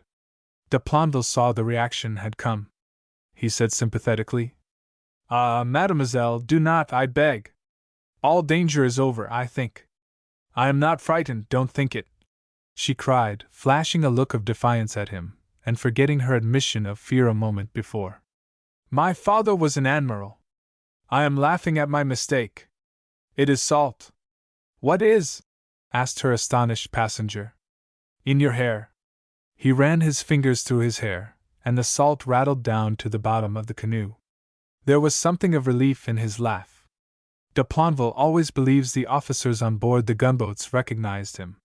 When it was known in Paris that he was to be married to the daughter of an English admiral, whom rumors said he had bravely saved from imminent peril, the army lieutenant remarked that she could never have heard him speak her language, which, as we know, is not true. A new explosive. The French Minister of War sat in his very comfortable chair in his own private yet official room, and pondered over a letter he had received. Being Minister of War, he was naturally the most mild, the most humane, and least quarrelsome man in the cabinet. A Minister of War receives many letters that, as a matter of course, he throws into his waste-basket, but this particular communication had somehow managed to rivet his attention. When a man becomes Minister of War, he learns for the first time that apparently the great majority of mankind are engaged in the manufacture or invention of rifles, gunpowders, and devices of all kinds for the destruction of the rest of the world.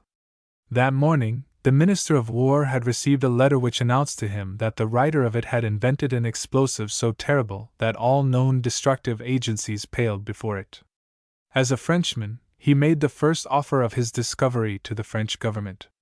It would cost the minister nothing, he said, to make a test which would corroborate his amazing claims for the substance, and the moment that test was made, any intelligent man would recognize the fact that the country which possessed the secret of this destructive compound would at once occupy an unassailable position in a contentious world.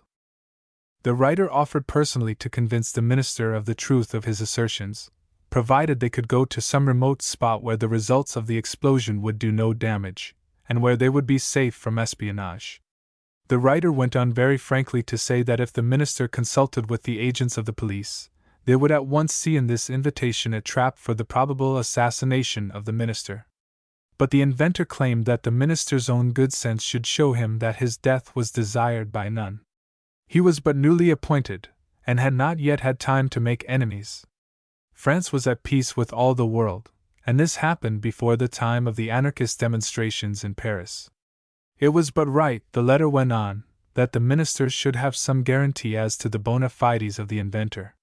He therefore gave his name and address, and said if the minister made inquiries from the police, he would find nothing stood in their books against him. He was a student, whose attention, for years, had been given to the subject of explosives.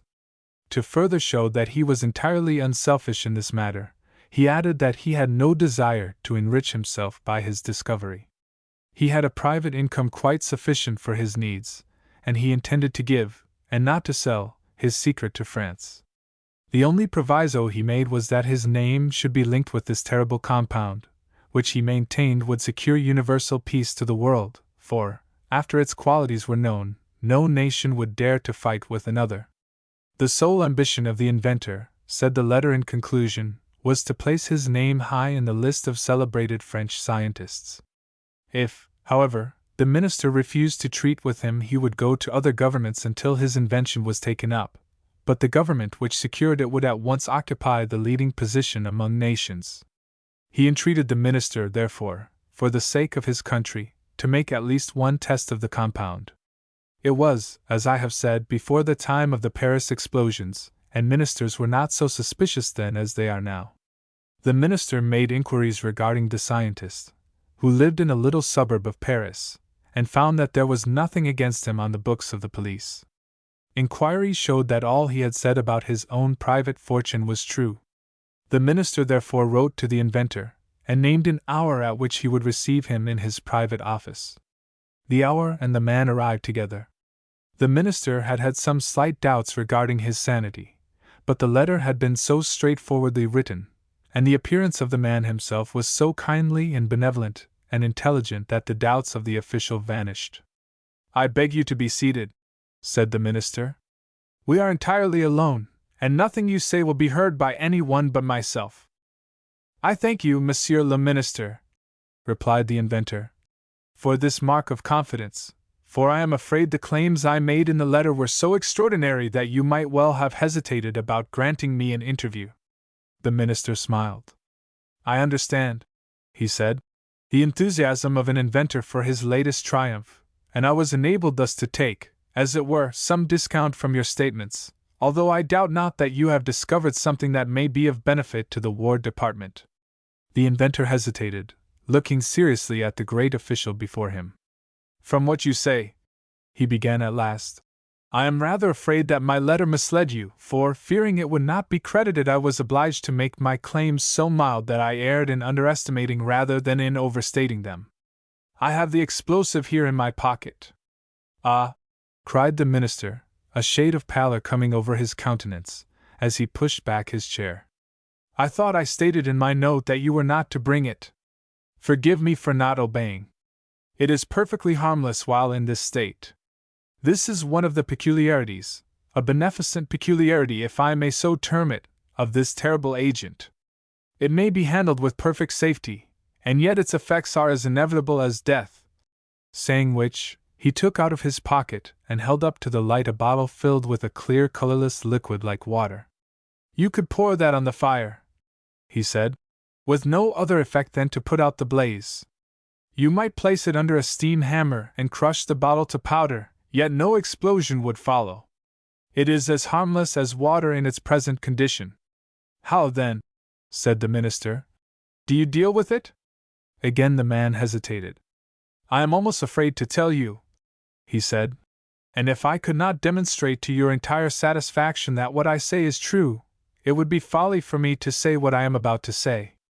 If I were to take this bottle and cut a notch in the cork, and walk with it neck downwards along the Boulevard des Italiens, allowing this fluid to fall drop by drop on the pavement, I could walk in that way in safety through every street in Paris. If it rained that day, nothing would happen. If it rained the next or for a week, nothing would happen, but the moment the sun came out and dried the moisture, the light step of a cat on any pavement over which I had passed would instantly shatter to ruins the whole of Paris. Impossible! Cried the minister, an expression of horror coming into his face. I knew you would say that. Therefore I ask you to come with me to the country, where I can prove the truth of what I allege. While I carry this bottle around with me in this apparently careless fashion, it is corked, as you see, with the utmost security. Not a drop of the fluid must be left on the outside of the cork or of the bottle. I have wiped the bottle and cork most thoroughly, and burned the cloth which I used in doing so. Fire will not cause this compound, even when dry, to explode, but the slightest touch will set it off. I have to be extremely careful in its manufacture, so that not a single drop is left unaccounted for in any place where it might evaporate. The minister, with his fingertips together and his eyes on the ceiling, mused for a few moments on the amazing statement he had heard. If what you say is true, he began at last, don't you think it would be more humane to destroy all traces of the experiments by which you discovered this substance, and to divulge the secret to no one? The devastation such a thing would cause, if it fell into unscrupulous hands, is too appalling even to contemplate. I have thought of that, said the inventor.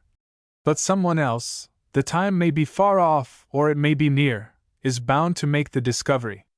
My whole ambition, as I told you in my letter, is to have my name coupled with this discovery. I wish it to be known as the Lamballe explosive. The secret would be safe with the French government. I am not so sure of that, returned the minister. Some unscrupulous man may become minister of war, and may use his knowledge to put himself in the position of dictator. An unscrupulous man in the possession of such a secret would be invincible. What you say, replied the inventor, is undoubtedly true, yet I am determined that the name of Lamballe shall go down in history coupled with the most destructive agent the world has ever known, or will know. If the government of France will build for me a large stone structure as secure as a fortress, I will keep my secret, but will fill that building with bottles like this, and then— I do not see, said the minister, that would lessen the danger, if the unscrupulous man I speak of once became possessed of the keys, and besides, the mere fact that such a secret existed would put other inventors upon the track, and someone else less benevolent than yourself would undoubtedly make the discovery. You admitted a moment ago that the chances were a future investigator would succeed in getting the right ingredients together, even without the knowledge that such an explosive existed. See what an incentive it would be to inventors all over the world, if it were known that France had in its possession such a fearful explosive. No government has ever yet been successful in keeping the secret of either a gun or a gunpowder. There is, of course, said Lamballe, much in what you say, but equally, of course, all that you say might have been said to the inventor of gunpowder, for gunpowder in its day was as wonderful as this is now. Suddenly the minister laughed aloud. I am talking seriously with you on this subject, he exclaimed, as if I really believed in it. Of course, I may say I do nothing of the kind. I think you must have hypnotized me with those calm eyes of yours into crediting your statements for even a few moments. All that I say, said the inventor quietly, can be corroborated tomorrow. Make an appointment with me in the country, and if it chances to be a calm and sunny day you will no longer doubt the evidence of your own eyes. Where do you wish the experiment to be made? Asked the minister.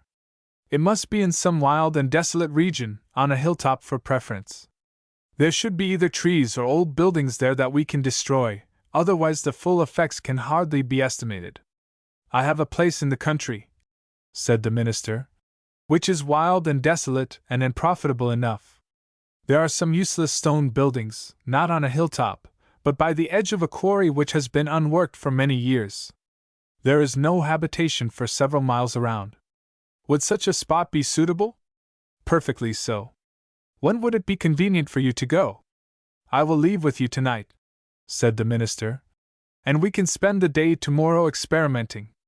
Very well, answered Lambert, rising when the minister had told him the hour and the railway station at which they should meet. That evening, when the minister drove to the railway station in time for his train, he found Lambert waiting for him, holding, by a leash, 2 sorry-looking dogs. Do you travel with such animals as these? Asked the minister. The poor brutes, said Lambert, with regret in his voice, are necessary for our experiments. They will be in atoms by this time tomorrow. The dogs were put into the railway van, and the inventor brought his portmanteau with him into the private carriage reserved for the use of the minister. The place, as the minister of war had said, was desolate enough. The stone buildings near the edge of the deserted quarry were stout and strong, although partly in ruins. I have here with me in my portmanteau, said Lambert, some hundreds of meters of electric wire. I will attach one of the dogs by this clip, which we can release from a distance by pressing an electric button. The moment the dog escapes, he will undoubtedly explode the compound. The insulated wire was run along the ground to a distant elevation. The dog was attached by the electric clip and chained to a doorpost of one of the buildings. Lambert then carefully uncorked his bottle, holding it at arm's length from his person. The minister looked on with strange interest as Lambert allowed the fluid to drip in a semicircular line around the chained dog. The inventor carefully recorked the bottle, wiped it thoroughly with a cloth he had with him, and threw the cloth into one of the deserted houses. They waited near, until the spots caused by the fluid on the stone pavement in front of the house had disappeared. By the time we reach the hill, said Lambert, it will be quite dry in this hot Sunday. As they departed towards the elevation, the forlorn dog howled mournfully, as if in premonition of his fate. I think, to make sure, said the inventor, when they reached the electrical apparatus, that we might wait for half an hour. The minister lit a cigarette and smoked silently, a strange battle going on in his mind. He found himself believing in the extraordinary claims made by the inventor, and his thought dwelt on the awful possibilities of such an explosive. Will you press the electric lever? Asked Lambert quietly. Remember that you are inaugurating a new era. The minister pressed down the key, and then, putting his field glass to his eye, he saw that the dog was released, but the animal sat there scratching its ear with its paw. Then, realizing that it was loose, it sniffed for a moment at the chain. Finally, it threw up its head and barked, although the distance was too great for them to hear any sound. The dog started in the direction the 2 men had gone, but before it had taken 3 steps, the minister was appalled to see the buildings suddenly crumble into dust, and a few moments later the thunder of the rocks falling into the deserted quarry came toward them. The whole ledge had been flung forwards into the chasm. There was no smoke, but a haze of dust hovered over the spot. My God! Cried the minister. That is awful. Yes, said Lambert quietly. I put more of the substance on the flagging than I need to have done. A few drops would have answered quite as well, but I wanted to make sure. You were very skeptical, you know. The minister looked at him. I beg of you, Lambert, never to divulge this secret to the government of France, or to any other power. Take the risk of it being discovered in the future. I implore you to reconsider your original intention. If you desire money, I will see that you get what you want from the secret funds. Lambert shrugged his shoulders. I have no desire for money, he said, but what you have seen will show you that I shall be the most famous scientist of the century. The name of Lambert will be known till the end of the world.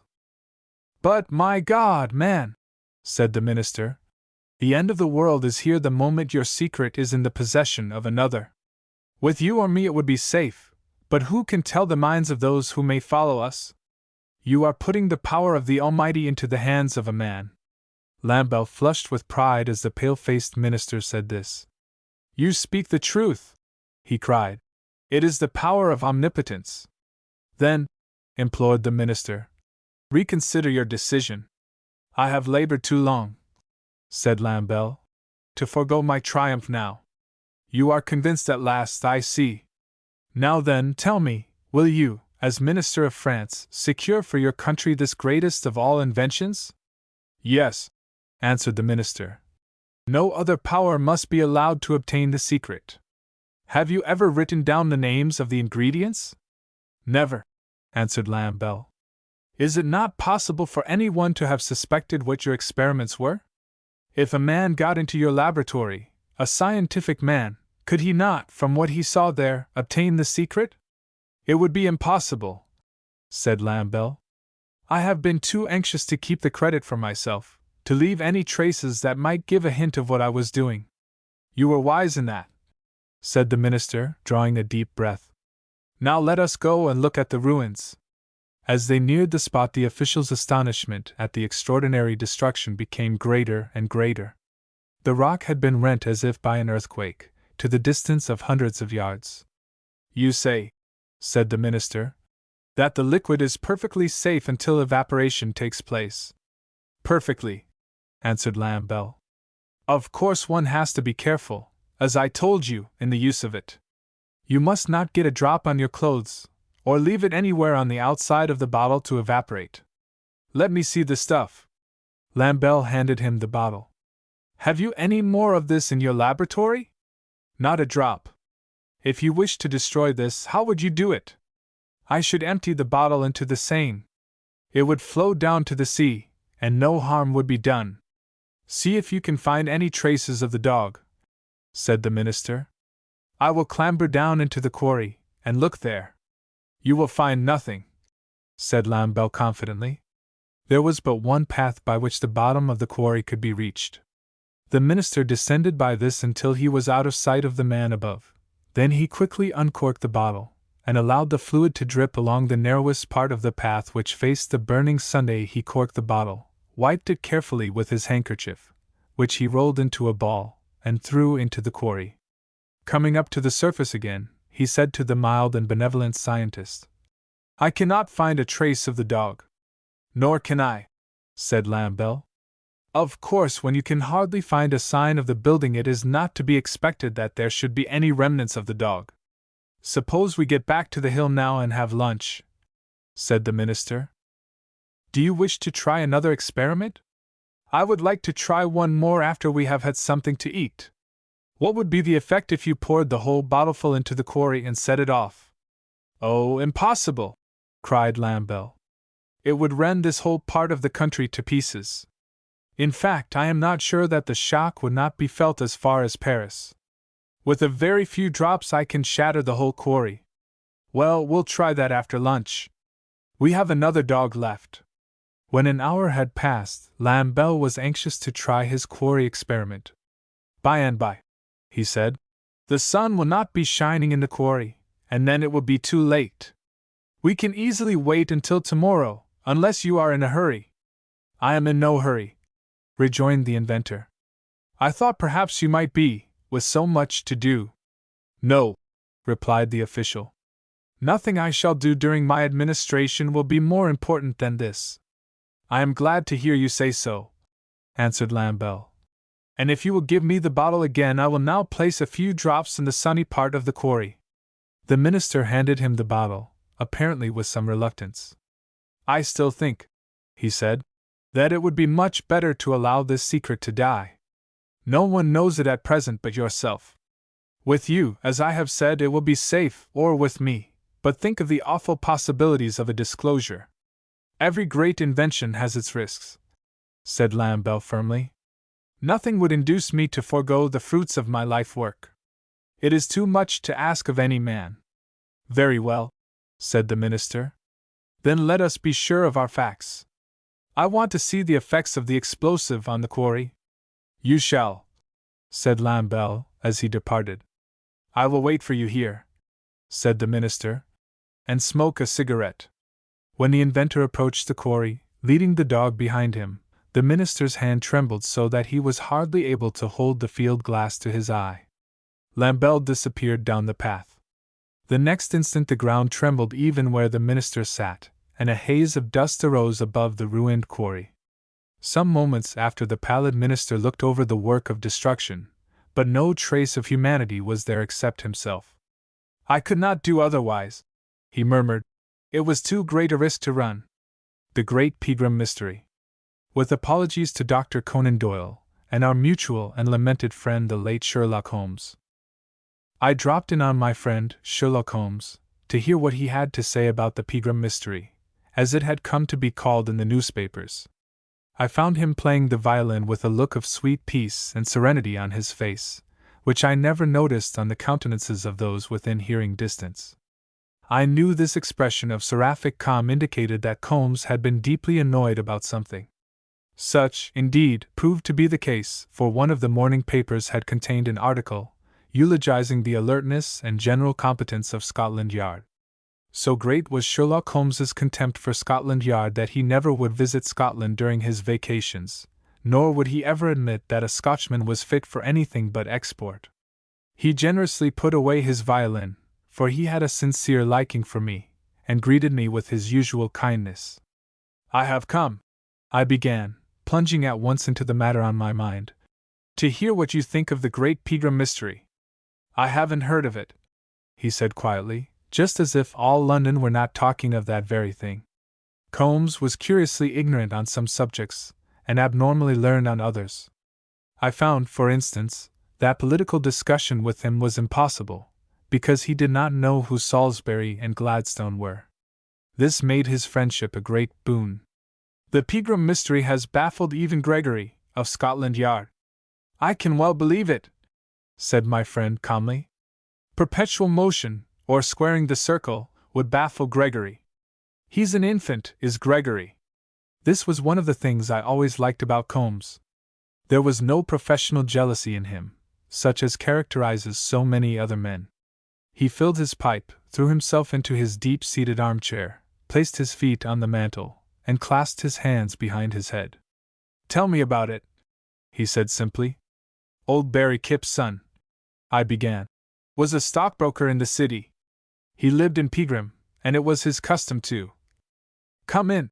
shouted Combs, without changing his position, but with a suddenness that startled me.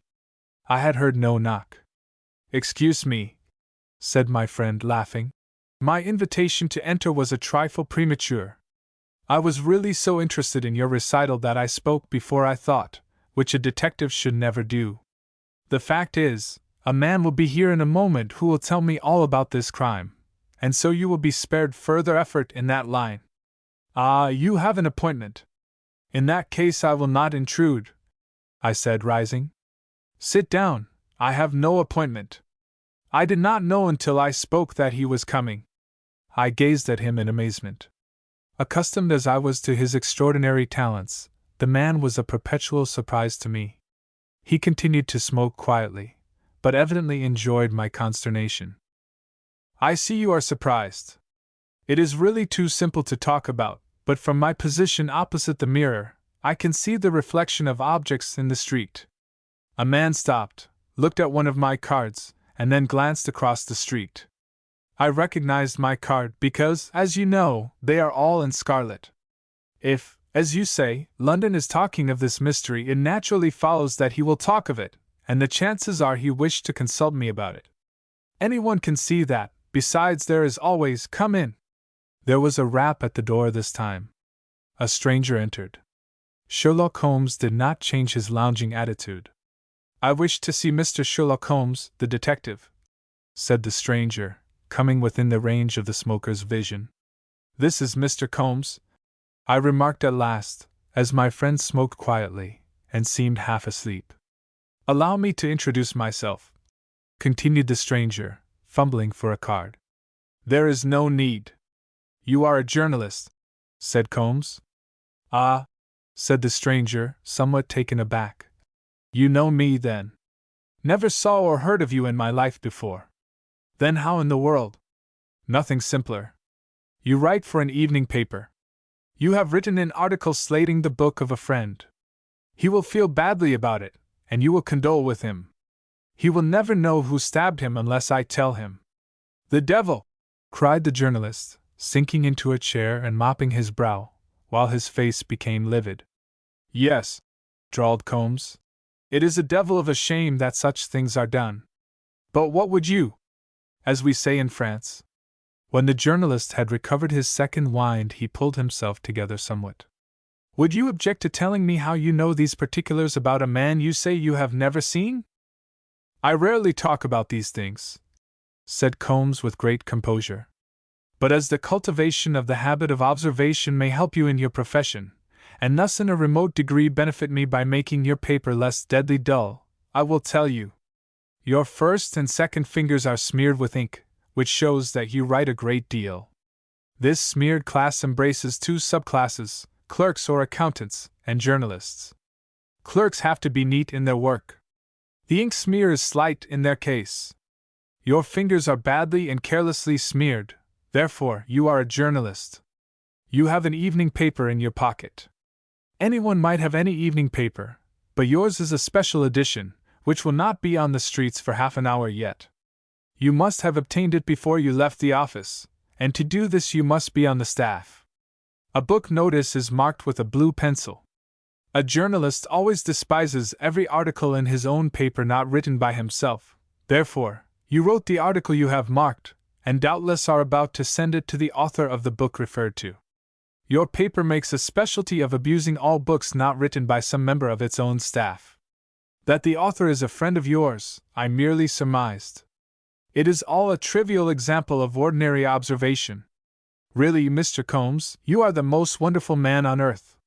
You are the equal of Gregory, by Jove you are." A frown marred the brow of my friend as he placed his pipe on the sideboard and drew his self-cocking six-shooter. "Do you mean to insult me, sir?" "I do not, I assure you. You are fit to take charge of Scotland Yard tomorrow." "I am in earnest, indeed I am, sir." "Then heaven help you," cried Combs, slowly raising his right arm. I sprang between them. "Don't shoot," I cried. "You will spoil the carpet. Besides, Sherlaw, don't you see the man means well? He actually thinks it is a compliment." "Perhaps you are right," remarked the detective, flinging his revolver carelessly beside his pipe, much to the relief of the third party. Then, turning to the journalist, he said, with his customary bland courtesy, "You wanted to see me, I think you said. What can I do for you, Mr. Wilbur Scribbings?" The journalist started. "How do you know my name?" he gasped. Combs waved his hand impatiently.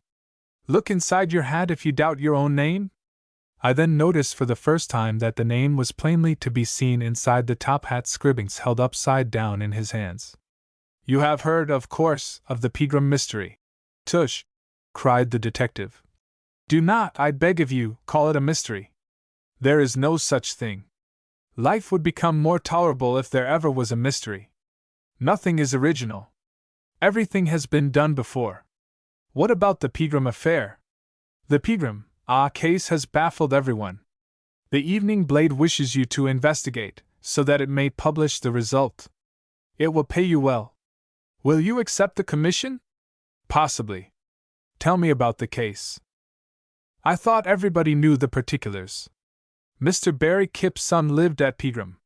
He carried a first-class season ticket between the terminus and that station. It was his custom to leave for Pegram on the 5.30 train each evening.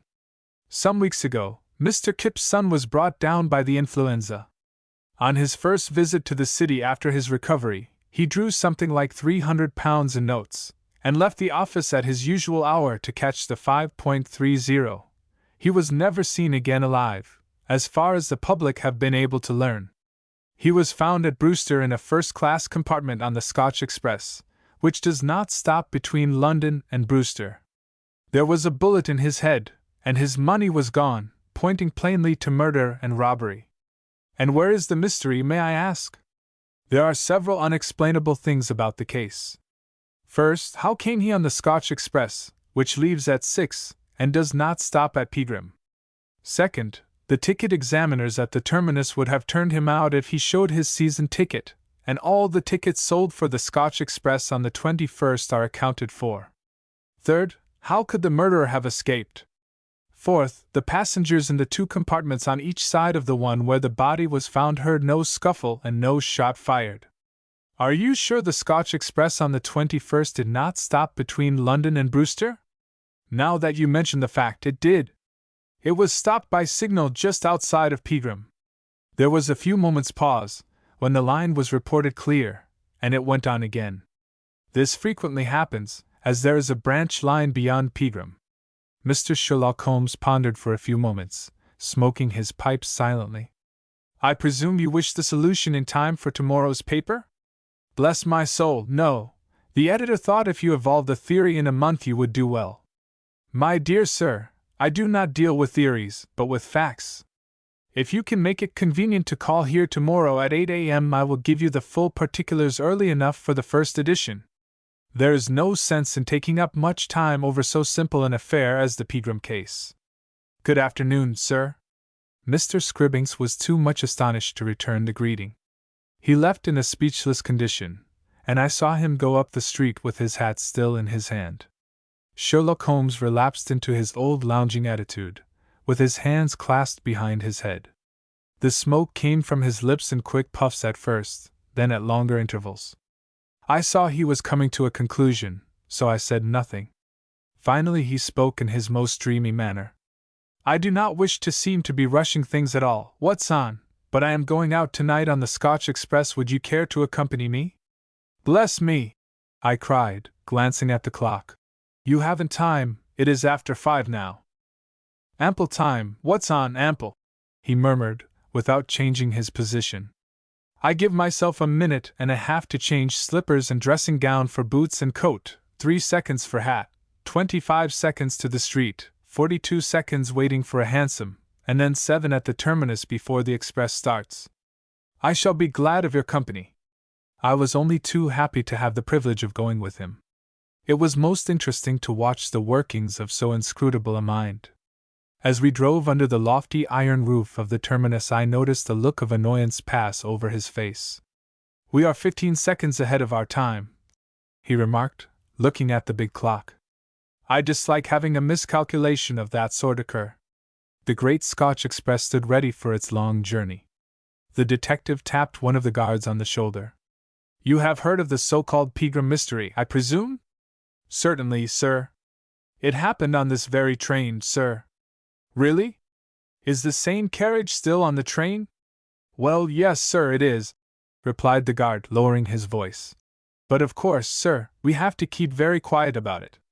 People wouldn't travel in it else, sir. Doubtless. Do you happen to know if anybody occupies the compartment in which the body was found?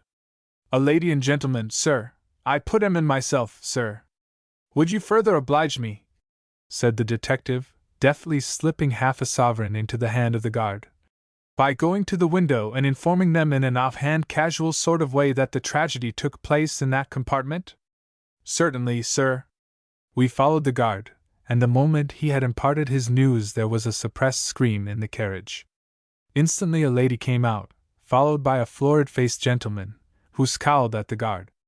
We entered the now empty compartment, and Combs said, We would like to be alone here until we reach Brewster. I'll see to that, sir, answered the guard, locking the door. When the official moved away, I asked my friend what he expected to find in the carriage that would cast any light on the case. Nothing, was his brief reply. Then why do you come? Merely to corroborate the conclusions I have already arrived at. And may I ask what those conclusions are? Certainly, replied the detective, with a touch of lassitude in his voice. I beg to call your attention first to the fact that this train stands between 2 platforms, and can be entered from either side. Any man familiar with the station for years would be aware of that fact. This shows how Mr. Kipp's son entered the train just before it started. But the door on this side is locked, I objected, trying it. Of course. But every season ticket holder carries a key. This accounts for the guard not seeing him, and for the absence of a ticket. Now let me give you some information about the influenza. The patient's temperature rises several degrees above normal, and he has a fever. When the malady has run its course, the temperature falls to 3/4 of a degree below normal. These facts are unknown to you, I imagine, because you are a doctor.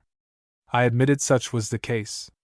Well, the consequence of this fall in temperature is that the convalescent's mind turns toward thoughts of suicide. Then is the time he should be watched by his friends.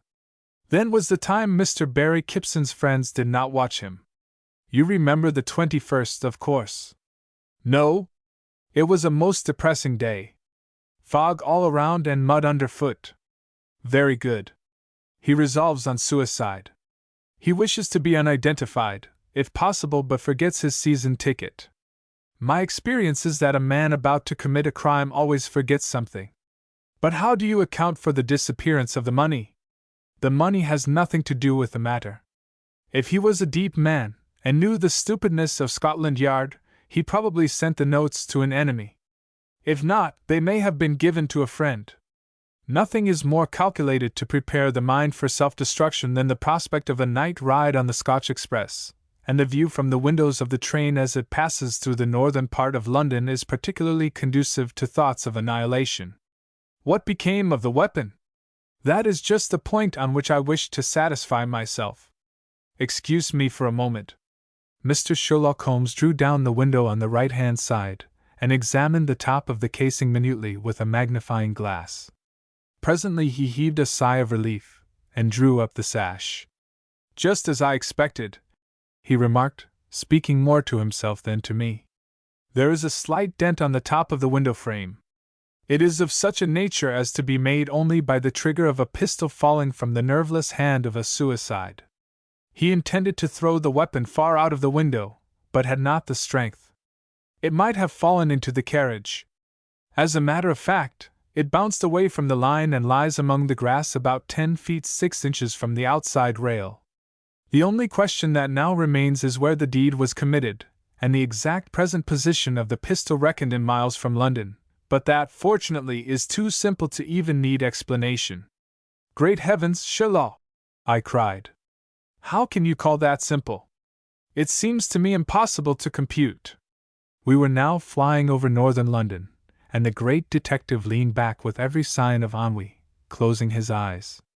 At last he spoke wearily. It is really too elementary, Watson, but I am always willing to oblige a friend. I shall be relieved, however, when you are able to work out the ABC of detection for yourself, although I shall never object to helping you with the words of more than 3 syllables. Having made up his mind to commit suicide, Kip's son naturally intended to do it before he reached Brewster, because tickets are again examined at that point. When the train began to stop at the signal near Pegram, he came to the false conclusion that it was stopping at Brewster. The fact that the shot was not heard is accounted for by the screech of the air brake, added to the noise of the train. Probably the whistle was also sounding at the same moment. The train, being a fast express, would stop as near the signal as possible. The air brake will stop a train in twice its own length. Call it 3 times in this case. Very well. At 3 times the length of this train from the signal post towards London, deducting half the length of the train, as this carriage is in the middle, you will find the pistol. Wonderful! I exclaimed. Commonplace, he murmured. At this moment the whistle sounded shrilly, and we felt the grind of the air brakes. The Pegram signal again, cried Combs, with something almost like enthusiasm. This is indeed luck. We will get out here, Watson, and test the matter. As the train stopped, we got out on the right-hand side of the line. The engine stood panting impatiently under the red light, which changed to green as I looked at it. As the train moved on with increasing speed, the detective counted the carriages, and noted down the number. It was now dark, with the thin crescent of the moon hanging in the western sky throwing a weird half-light on the shining metals. The rear lamps of the train disappeared around a curve, and the signal stood at baleful red again. The black magic of the lonesome night in that strange place impressed me, but the detective was a most practical man. He placed his back against the signal post, and paced up the line with even strides, counting his steps. I walked along the permanent way beside him silently. At last he stopped, and took a tape line from his pocket. He ran it out until the 10 feet 6 inches were unrolled, scanning the figures in the wan light of the new moon. Giving me the end, he placed his knuckles on the metals, motioning me to proceed down the embankment. I stretched out the line, and then sank my hand in the damp grass to mark the spot. "Good God!" I cried aghast. "What is this?" "It is the pistol," said Combs quietly. "It was." Journalistic London will not soon forget the sensation that was caused by the record of the investigations of Sherlock Holmes, as printed at length in the next day's Evening Blade. Would that my story ended here? Alas! Combs contemptuously turned over the pistol to Scotland Yard. The meddlesome officials, actuated, as I always hold, by jealousy, found the name of the seller upon it. They investigated. The seller testified that it had never been in the possession of Mr. Kip's son, as far as he knew. It was sold to a man whose description tallied with that of a criminal long watched by the police. He was arrested, and turned Queen's evidence in the hope of hanging his pal. It seemed that Mr. Kip's son, who was a gloomy, taciturn man, and usually came home in a compartment by himself, thus escaping observation, had been murdered in the lane leading to his house. After robbing him, the miscreants turned their thoughts towards the disposal of the body, a subject that always occupies a first-class criminal mind before the deed is done. They agreed to place it on the line, and have it mangled by the Scotch Express, then nearly due. Before they got the body halfway up the embankment, the express came along and stopped. The guard got out and walked along the other side to speak with the engineer. The thought of putting the body into an empty first-class carriage instantly occurred to the murderers. They opened the door with the deceased's key. It is supposed that the pistol dropped when they were hoisting the body in the carriage. The Queen's evidence dodge didn't work, and Scotland Yard ignobly insulted my friend Sherlock Holmes by sending him a pass to see the villains hanged. Death cometh soon or late. It was Alec Robbins who named the invalid the living skeleton, and probably remorse for having thus given him a title so descriptively accurate caused him to make friends with the living skeleton, a man who seemed to have no friends. Robbins never forgot their first conversation. It happened in this way. It was the habit of the living skeleton to leave his hotel every morning promptly at 10 o'clock, if the sun was shining, and to shuffle rather than walk down the gravel street to the Avenue of Palms. There, picking out a seat on which the sun shone, the living skeleton would sit down and seem to wait patiently for someone who never came. He wore a shawl around his neck and a soft cloth cap on his skull. Every bone in his face stood out against the skin, for there seemed to be no flesh, and his clothes hung as loosely upon him as they would have upon a skeleton. It required no second glance at the living skeleton to know that the remainder of his life was numbered by days or hours, and not by weeks or months. He didn't seem to have energy enough even to read, and so it was that Robbins sat down one day on the bench beside him, and said sympathetically, "I hope you are feeling better today." The skeleton turned towards him, laughed a low, noiseless, mirthless laugh for a moment, and then said, in a hollow, far-away voice that had no lungs behind it, "I am done with feeling either better or worse." "Oh, I trust it is not so bad as that," said Robbins. "The climate is doing you good down here, is it not?" Again the skeleton laughed silently, and Robbins began to feel uneasy. The skeleton's eyes were large and bright, and they fastened themselves upon Robbins in a way that increased that gentleman's uneasiness, and made him think that perhaps the skeleton knew he had so named him. "I have no more interest in climate," said the skeleton. "I merely seem to live because I have been in the habit of living for some years. I presume that is it, because my lungs are entirely gone. Why I can talk or why I can breathe is a mystery to me. You are perfectly certain you can hear me?" "Oh, I hear you quite distinctly," said Robbins. "Well, if it wasn't that people tell me that they can hear me, I wouldn't believe I was really speaking, because, you see, I have nothing to speak with. Isn't it Shakespeare who says something about when the brains are out the man is dead? Well, I have seen some men who make me think Shakespeare was wrong in his diagnosis, but it is generally supposed that when the lungs are gone a man is dead. To tell the truth, I am dead, practically. You know the old American story about the man who walked around to save funeral expenses.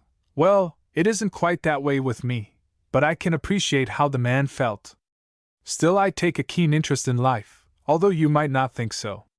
You see, I haven't much time left. I am going to die at 8 o'clock on the 30th of April. 8 o'clock at night, not in the morning, just after table d'hôte. You are going to what? Cried Robbins in astonishment. I'm going to die that day. You see, I have got things to such a fine point that I can die any time I want to. I could die right here, now, if I wished. If you have any mortal interest in the matter, I'll do it, and show you what I say is true. I don't mind much, you know, although I had fixed April the 30th as the limit. It wouldn't matter a bit for me to go off now, if it would be of any interest to you. I beg you, said Robbins, very much alarmed, not to try any experiments on my account. I am quite willing to believe anything you say about the matter. Of course you ought to know. Yes, I do know, answered the living skeleton sadly. Of course I have had my struggle with hope and fear, but that is all past now, as you may well understand. The reason that I have fixed the date for April 30th is this. You see, I have only a certain amount of money. I do not know why I should make any secret of it. I have exactly 240 francs today, over and above another 100 francs which I have set aside for another purpose. I am paying 8 francs a day at the Golden Dragon. That will keep me just 30 days, and then I intend to die. The skeleton laughed again, without sound, and Robbins moved uneasily on the seat. I don't see, he said finally, what there is to laugh about in that condition of affairs. I don't suppose there is very much, but there is something else that I consider very laughable, and that I will tell you if you will keep it a secret. You see, the Golden Dragon himself, I always call our innkeeper the Golden Dragon, just as you call me, the living skeleton. Oh, I beg your pardon, stammered Robbins. It really doesn't matter at all. You are perfectly right, and I think it a very apt term. Well, the old Golden Dragon makes a great deal of his money by robbing the dead. You didn't know that, did you? You thought it was the living who supported him, and goodness knows he robs them when he has a chance. Well, you are very much mistaken. When a man dies in the Golden Dragon, he, or his friends rather, have to pay very sweetly for it. The dragon charges them for refurnishing the room. Every stick of furniture is charged for, all the wallpaper, and so on. I suppose it is perfectly right to charge something, but the dragon is not content with what is right. He knows he has finally lost a customer, and so he makes all he can out of him. The furniture so paid for is not replaced, and the walls are not papered again, but the dragon doesn't abate a penny of his bill on that account. Now, I have inquired of the furnishing man, on the street back of the hotel, and he has written on his card just the cost of mattress, sheets, pillows, and all that sort of thing, and the amount comes to about 50 francs. I have put in an envelope a 50-franc note, and with it the card of the furniture man. I have written a letter to the hotel keeper, telling him just what the things will cost that he needs, and have referred the dragon to the card of the furniture man who has given me the figures. This envelope I have addressed to the dragon, and he will find it when I am dead. This is the joke that Old Man Death and myself have put up on our host, and my only regret is that I shall not be able to enjoy a look at the dragon's countenance as he reads my last letter to him. Another sum of money I have put away, in good hands where he won't have a chance to get it, for my funeral expenses, and then you see I am through with the world. I have nobody to leave that I need worry about, or who would either take care of me or feel sorry for me if I needed care or sympathy, which I do not. So that is why I laugh, and that is why I come down and sit upon this bench, in the sunshine, and enjoy the posthumous joke. Robbins did not appear to see the humor of the situation quite as strongly as the living skeleton did. At different times after, when they met, he had offered the skeleton more money if he wanted it, so that he might prolong his life a little, but the skeleton always refused. A sort of friendship sprang up between Robbins and the living skeleton, at least, as much of a friendship as can exist between the living and the dead, for Robbins was a muscular young fellow who did not need to live at the Riviera on account of his health, but merely because he detested an English winter. Besides this, it may be added, although it really is nobody's business, that a nice girl and her parents lived in this particular part of the south of France. One day Robbins took a little excursion in a carriage to Toulon. He had invited the nice girl to go with him, but on that particular day she could not go. There was some big charity function on hand, and one necessary part of the affair was the wheedling of money out of people's pockets, so the nice girl had undertaken to do part of the wheedling. She was very good at it, and she rather prided herself upon it, but then she was a very nice girl, pretty as well, and so people found it difficult to refuse her. On the evening of the day there was to be a ball at the principal hotel of the place, also in connection with this very desirable charity. Robbins had reluctantly gone to Toulon alone, but you may depend upon it he was back in time for the ball. "Well," he said to the nice girl when he met her, "what luck collecting today?" "Oh, the greatest luck," she replied enthusiastically. "And whom do you think I got the most money from?" "I am sure I haven't the slightest idea. That old English Duke, he certainly has money enough." "No, not from him at all. The very last person you would expect it from, your friend, the living skeleton." "What?" cried Robbins, in alarm. "Oh, I found him on the bench where he usually sits, in the Avenue of the Palms. I told him all about the charity, and how useful it was, and how necessary, and how we all ought to give as much as we could towards it, and he smiled and smiled at me in that curious way of his. 'Yes,' he said in a whisper, 'I believe the charity should be supported by everyone.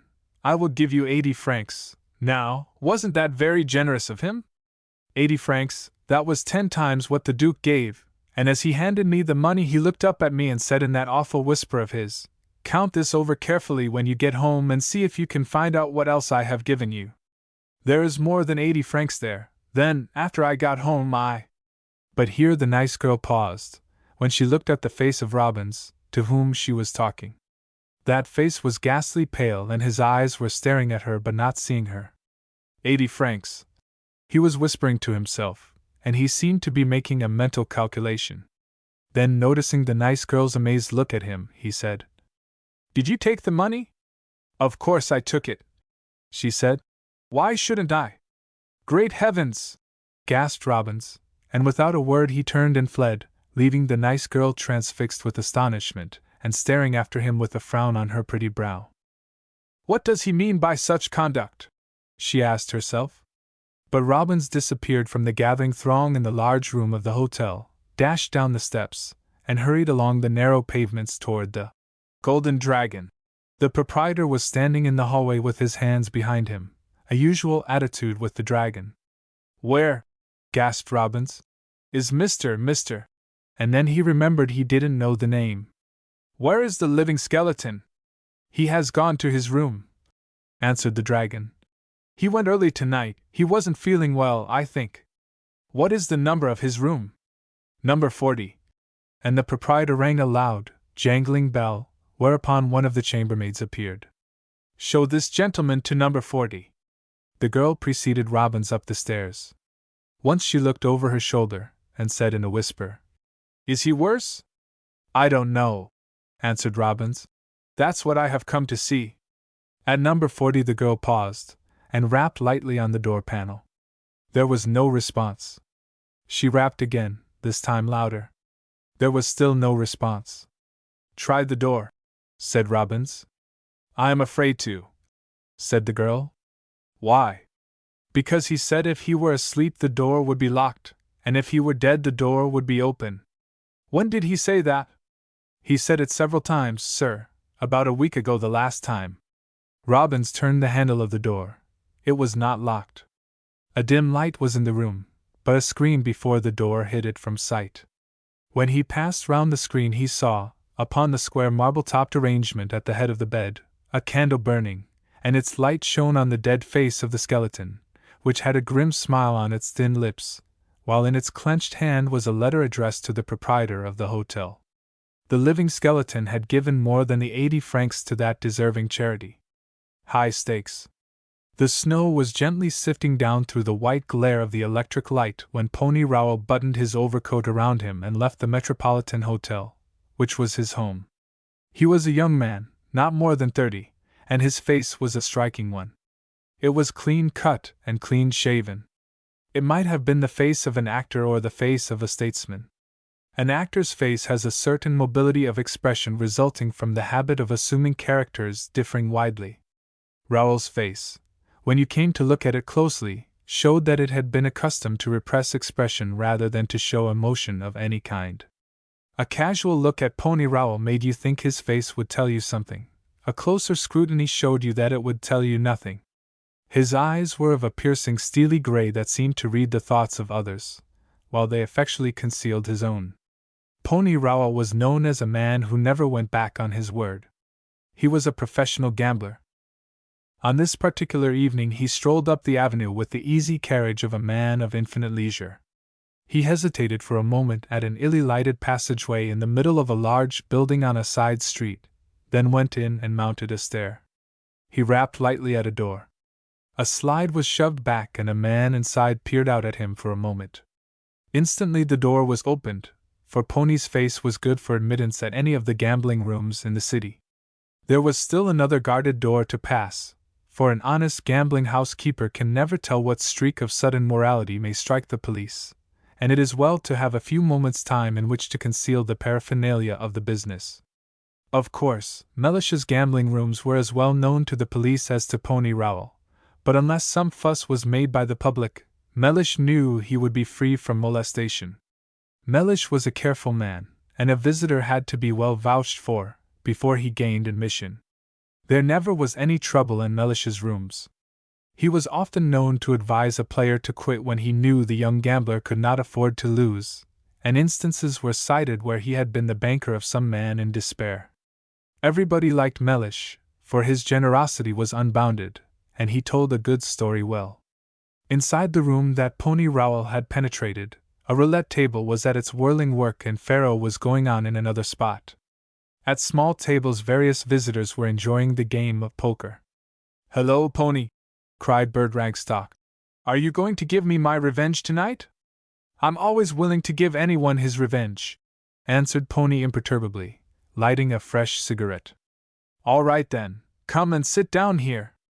I'm not going to play just yet. I want to look on for a while." "Nonsense. I've been waiting for you ever so long already. Sit down. You ought to know by this time, Bert, that when I say a thing I mean it. I won't touch a card till the clock begins to strike 12, then I'm with ye." "Pshaw, Pony, you ought to be above that sort of thing. That's superstition, Raoul. You're too cool a man to mind when you touch a card. Come on." "That's all right. At midnight I said to myself, and at midnight it shall be or not at all." The old gamblers in the place nodded approval of this resolution. It was all right enough for Bert Ragstock to sneer at superstition, because he was not a real gambler.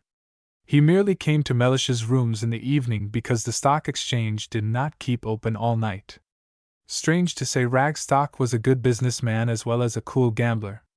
He bemoaned the fate that made him so rich that gambling had not the exhilarating effect on him which it would have had if he had been playing in desperation. When the clock began to chime midnight, Pony Raoul took up the pack and began to shuffle. "Now, old man," he said, "I'm going in to win. I'm after big game tonight." "Right you are," cried Bert, with enthusiasm. "I'll stand by you as long as the spots stay on the cards." In the grey morning, when most of the others had left, and even Mellish himself was yawning, they were still at it. The professional gambler had won a large sum of money, the largest sum he ever possessed. Yet there was no gleam of triumph in his keen eyes. Bert might have been winning for all the emotion his face showed. They were a well-matched pair, and they enjoyed playing with each other. "There!" cried Pony at last. "Haven't you had enough? Luck's against you. I wouldn't run my head any longer against a brick wall, if I were you." "My dear Pony, how often have I told you there is no such thing as luck? But to tell the truth, I'm tired and I'm going home. The revenge is postponed. When do I meet the enemy again?" Pony Raoul shuffled the cards idly for a few moments without replying or raising his eyes. At last he said, "The next time I play you, Bert, it will be for high stakes." "Good heavens, aren't you satisfied with the stakes we played for tonight?" "No, I want to play you for a stake that will make even your hair stand on end." "Will you do it?" "Certainly." "When?" "That I can't tell just yet. I have a big scheme on hand. I am to see a man today about it. All I want to know is that you promise to play. Pony, this is mysterious.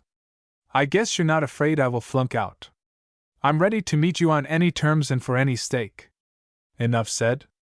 I'll let you know some of the particulars as soon as I find out all I want myself. Good night. Good night to you, rather, said Bert, as Mellish helped him on with his overcoat. You've won the pile, robbing a poor man of his hard-earned gains. Oh, the poor man does not need the money as badly as I do. Besides, I'm going to give you a chance to win it all back again and more. When Ragstock had left, Pony still sat by the table absent-mindedly shuffling the cards. If I were you, said Mellish, laying his hand on his shoulder, I would put that pile in the bank and quit. The Faro Bank? Asked Pony, looking up with a smile. No, I'd quit the business altogether if I were you. I'm going to myself.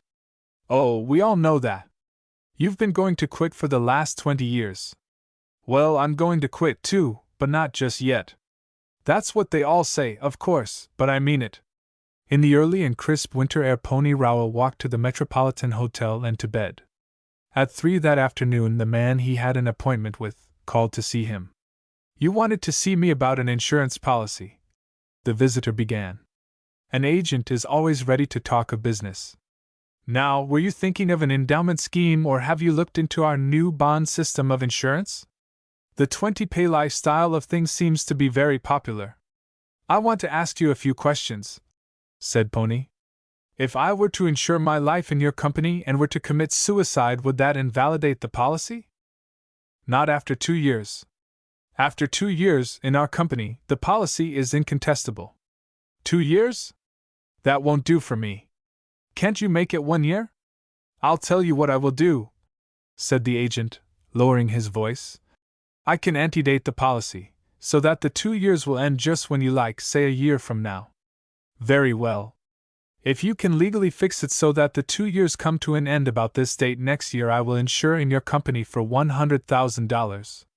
The agent opened his eyes when the amount was mentioned. I don't want endowments or bonds, but the cheapest form of life insurance you have, and straight life is what you want.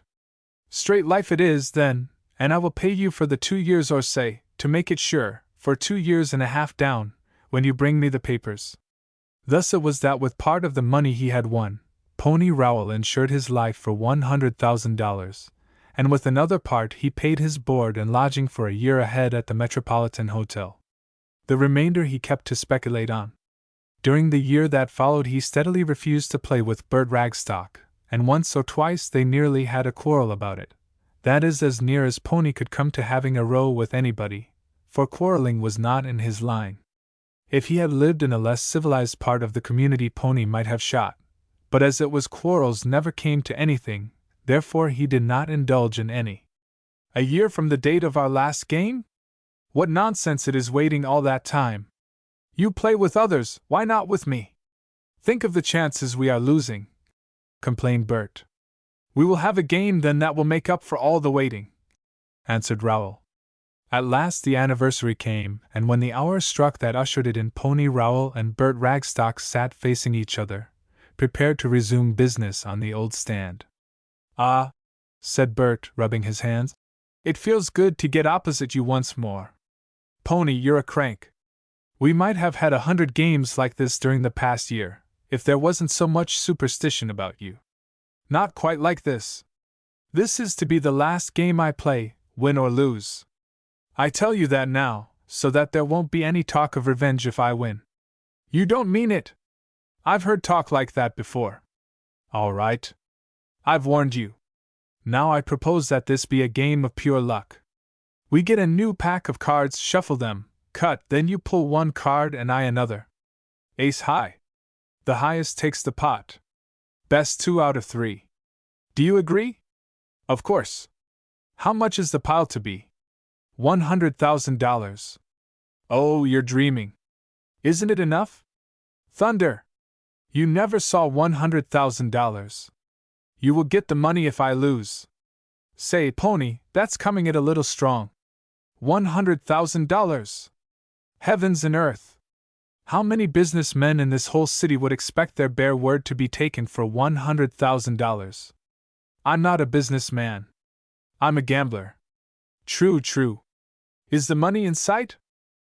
No, but you'll be paid. Your money is not in sight. I trust you. Can't you trust me? It isn't quite the same thing, Pony. I'll trust you for 3 times the money you have in sight. But when you talk about $100,000, you are talking of a lot of cash. If I can convince Mellish here that you will get your money, will you play? You can convince me just as easily as you can Mellish. What's the use of dragging him in? I could convince you in a minute, but you might still refuse to play. Now I'm bound to play this game and I can't take any risks. If my word and Mellish's isn't good enough for you, why, say so. All right, cried Bert. If you can convince Mellish that you will pay if you lose, I'll play you. Rowell and Mellish retired into an inner room and after a few minutes reappeared again. Mellish's face was red when he went in. He was now a trifle pale. I don't like this, Bert, Mellish said, and I think this game had better stop right here. Then you are not convinced that I am sure of my money? Yes, I am, but that's enough for me. Get out your new pack. You've given your word, Mellish, said Pony, seeing the keeper of the house was about to speak. Don't say any more. For such a sum 2 out of 3 is too sudden. Make it 5 out of 9. Put in Bert. I'm willing. The new pack of cards was brought, and the wrappings torn off. You shuffle first, I'll cut, said Rowell. His lips seemed parched and he moistened them now and then, which was unusual for so cool a gambler. Mellish fidgeted around with lowered brow. Bert shuffled the cards as nonchalantly as if he had merely a $5 bill on the result. When each had taken a card, Bert held an ace and Pony a king. Pony shuffled and the turn-up was a spot in Pony's hand and queen in that of his opponent. Bert smiled and drops began to show on Pony's forehead in spite of his efforts at self-control. No word was spoken by either players or onlookers. After the next deal, Pony again lost. His imperturbability seemed to be leaving him. He swept the cards from the table with an oath. Bring another pack, he said hoarsely. Bert smiled at him across the table. He thought, of course, that they were playing for even stakes. Mellish couldn't stand it any longer. He retired to one of the inner rooms. The first deal with the new pack turned in Pony's favor and he seemed to feel that his luck had changed, but the next deal went against him and also the one following. It's your shuffle, said Rowell, pushing the cards towards his opponent. Bert did not touch the cards, but smiled across at the gambler. What's the matter with you? Why don't you shuffle? I don't have to, said Bert quietly. I've won 5. Rowell drew his hand across his perspiring brow and stared at the man across the table. Then he seemed to pull himself together. So you have, he said. I hadn't noticed it. Excuse me. I guess I'll go now. Sit where you are and let us have a game for something more modest.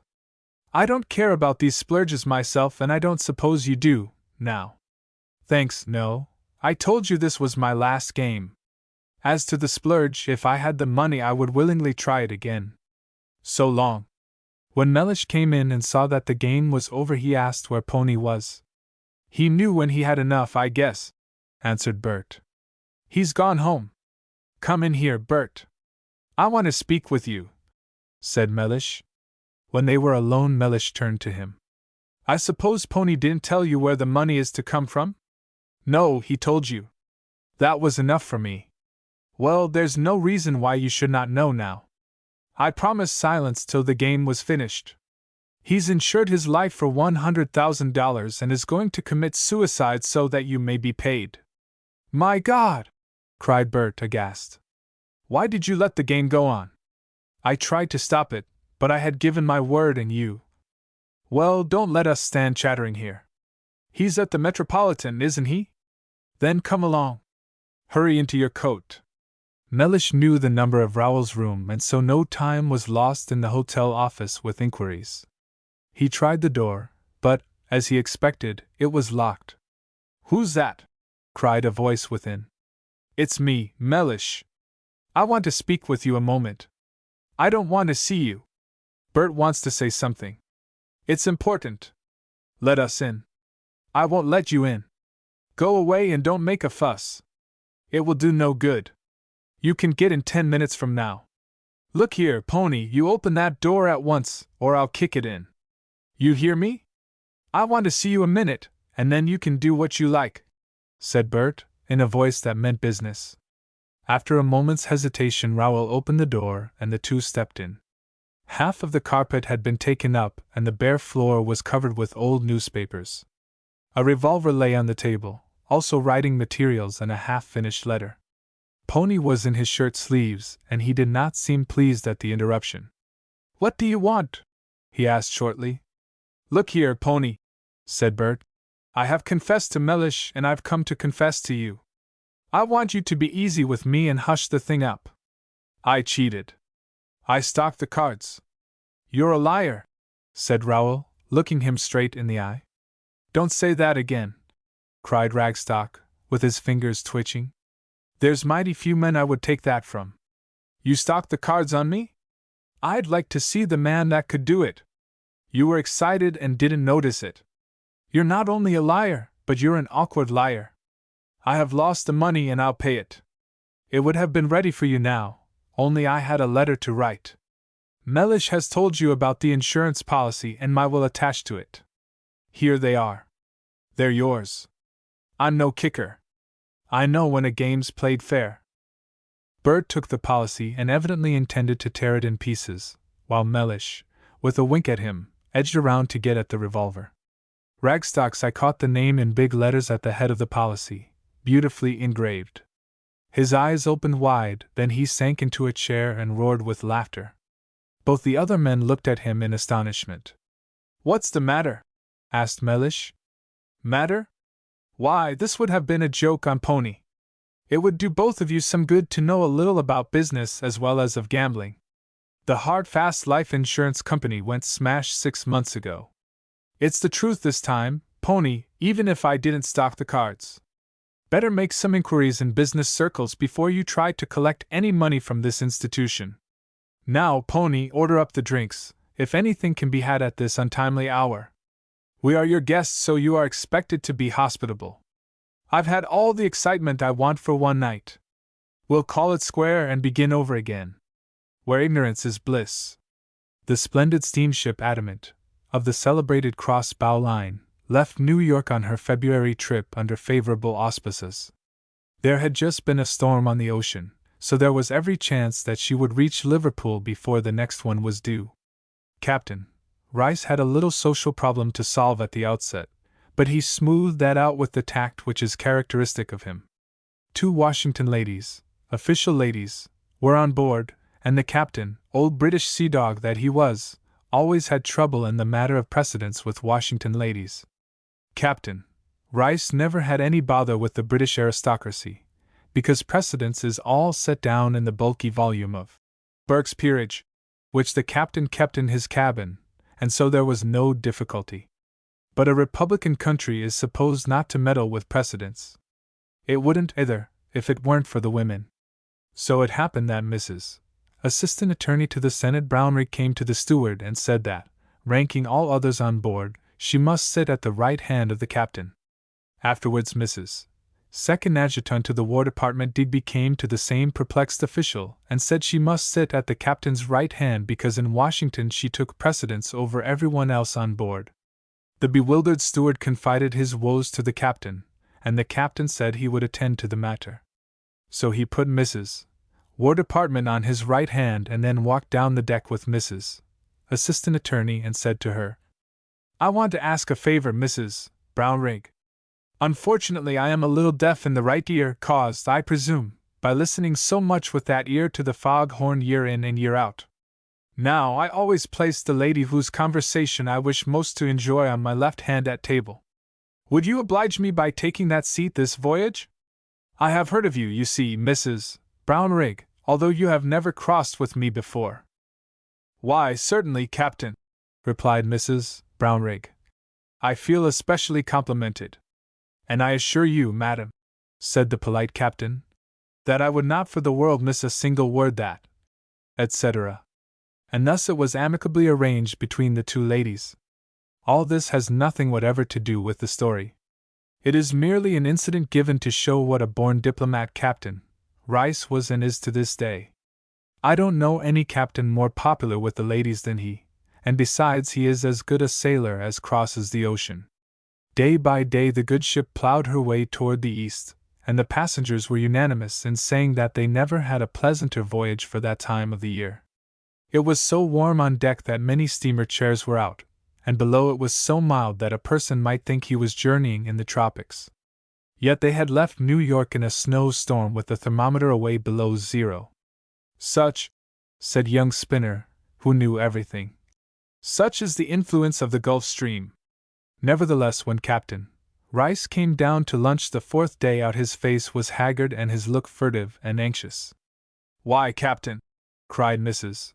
Assistant Attorney, "you look as if you hadn't slept a wink last night." "I slept very well, thank you, madam," replied the captain. "I always do." "Well, I hope your room was more comfortable than mine. It seemed to me too hot for anything. Didn't you find it so, Mrs. Digby?"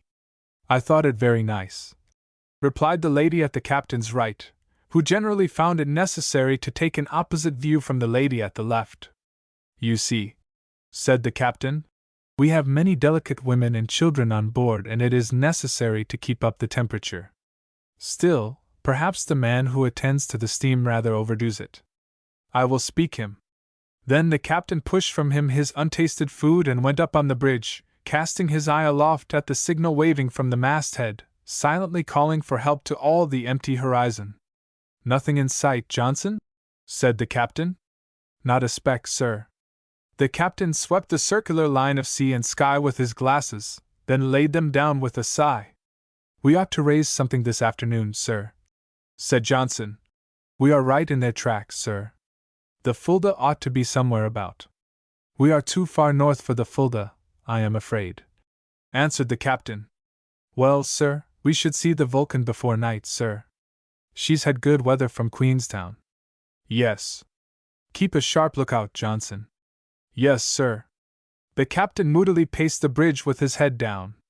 "I ought to have turned back to New York," he said to himself. Then he went down to his own room, avoiding the passengers as much as he could, and had the steward bring him some beef tea. Even a captain cannot live on anxiety. "Steamer off the port bow, sir," rang out the voice of the lookout at the prow. The man had sharp eyes, for a landsman could have seen nothing. "Run and tell the captain," cried Johnson to the sailor at his elbow, but as the sailor turned the captain's head appeared up the stairway. He seized the glass and looked long at a single point in the horizon. "It must be the Vulcan," he said at last. "I think so, sir. Turn your wheel a few points to port and bear down on her." Johnson gave the necessary order, and the great ship veered around. "Hello!" cried Spinner on deck. "Here's a steamer. I found her. She's mine." Then there was a rush to the side of the ship. "A steamer in sight!" was the cry, and all books and magazines at once lost interest. Even the placid, dignified Englishman who was so uncommunicative rose from his chair and sent his servant for his binocular. Children were held up and told to be careful, while they tried to see the dim line of smoke so far ahead. "Talk about laying roots at sea!" cried young Spinner, the knowing. "Bosh, I say. See! We're going directly for her. Think what it might be in a fog! Laying roots! Pure luck, I call it."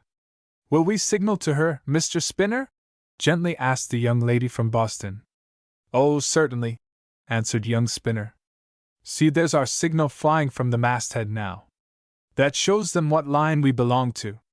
"Dear me, how interesting," said the young lady. "You have crossed many times, I suppose, Mr. Spinner?" "Oh, I know my way about," answered the modest Spinner. The captain kept the glasses glued to his eyes. Suddenly he almost let them drop. "My God! Johnson!" he cried. "What is it, sir?" "She's flying a signal of distress, too."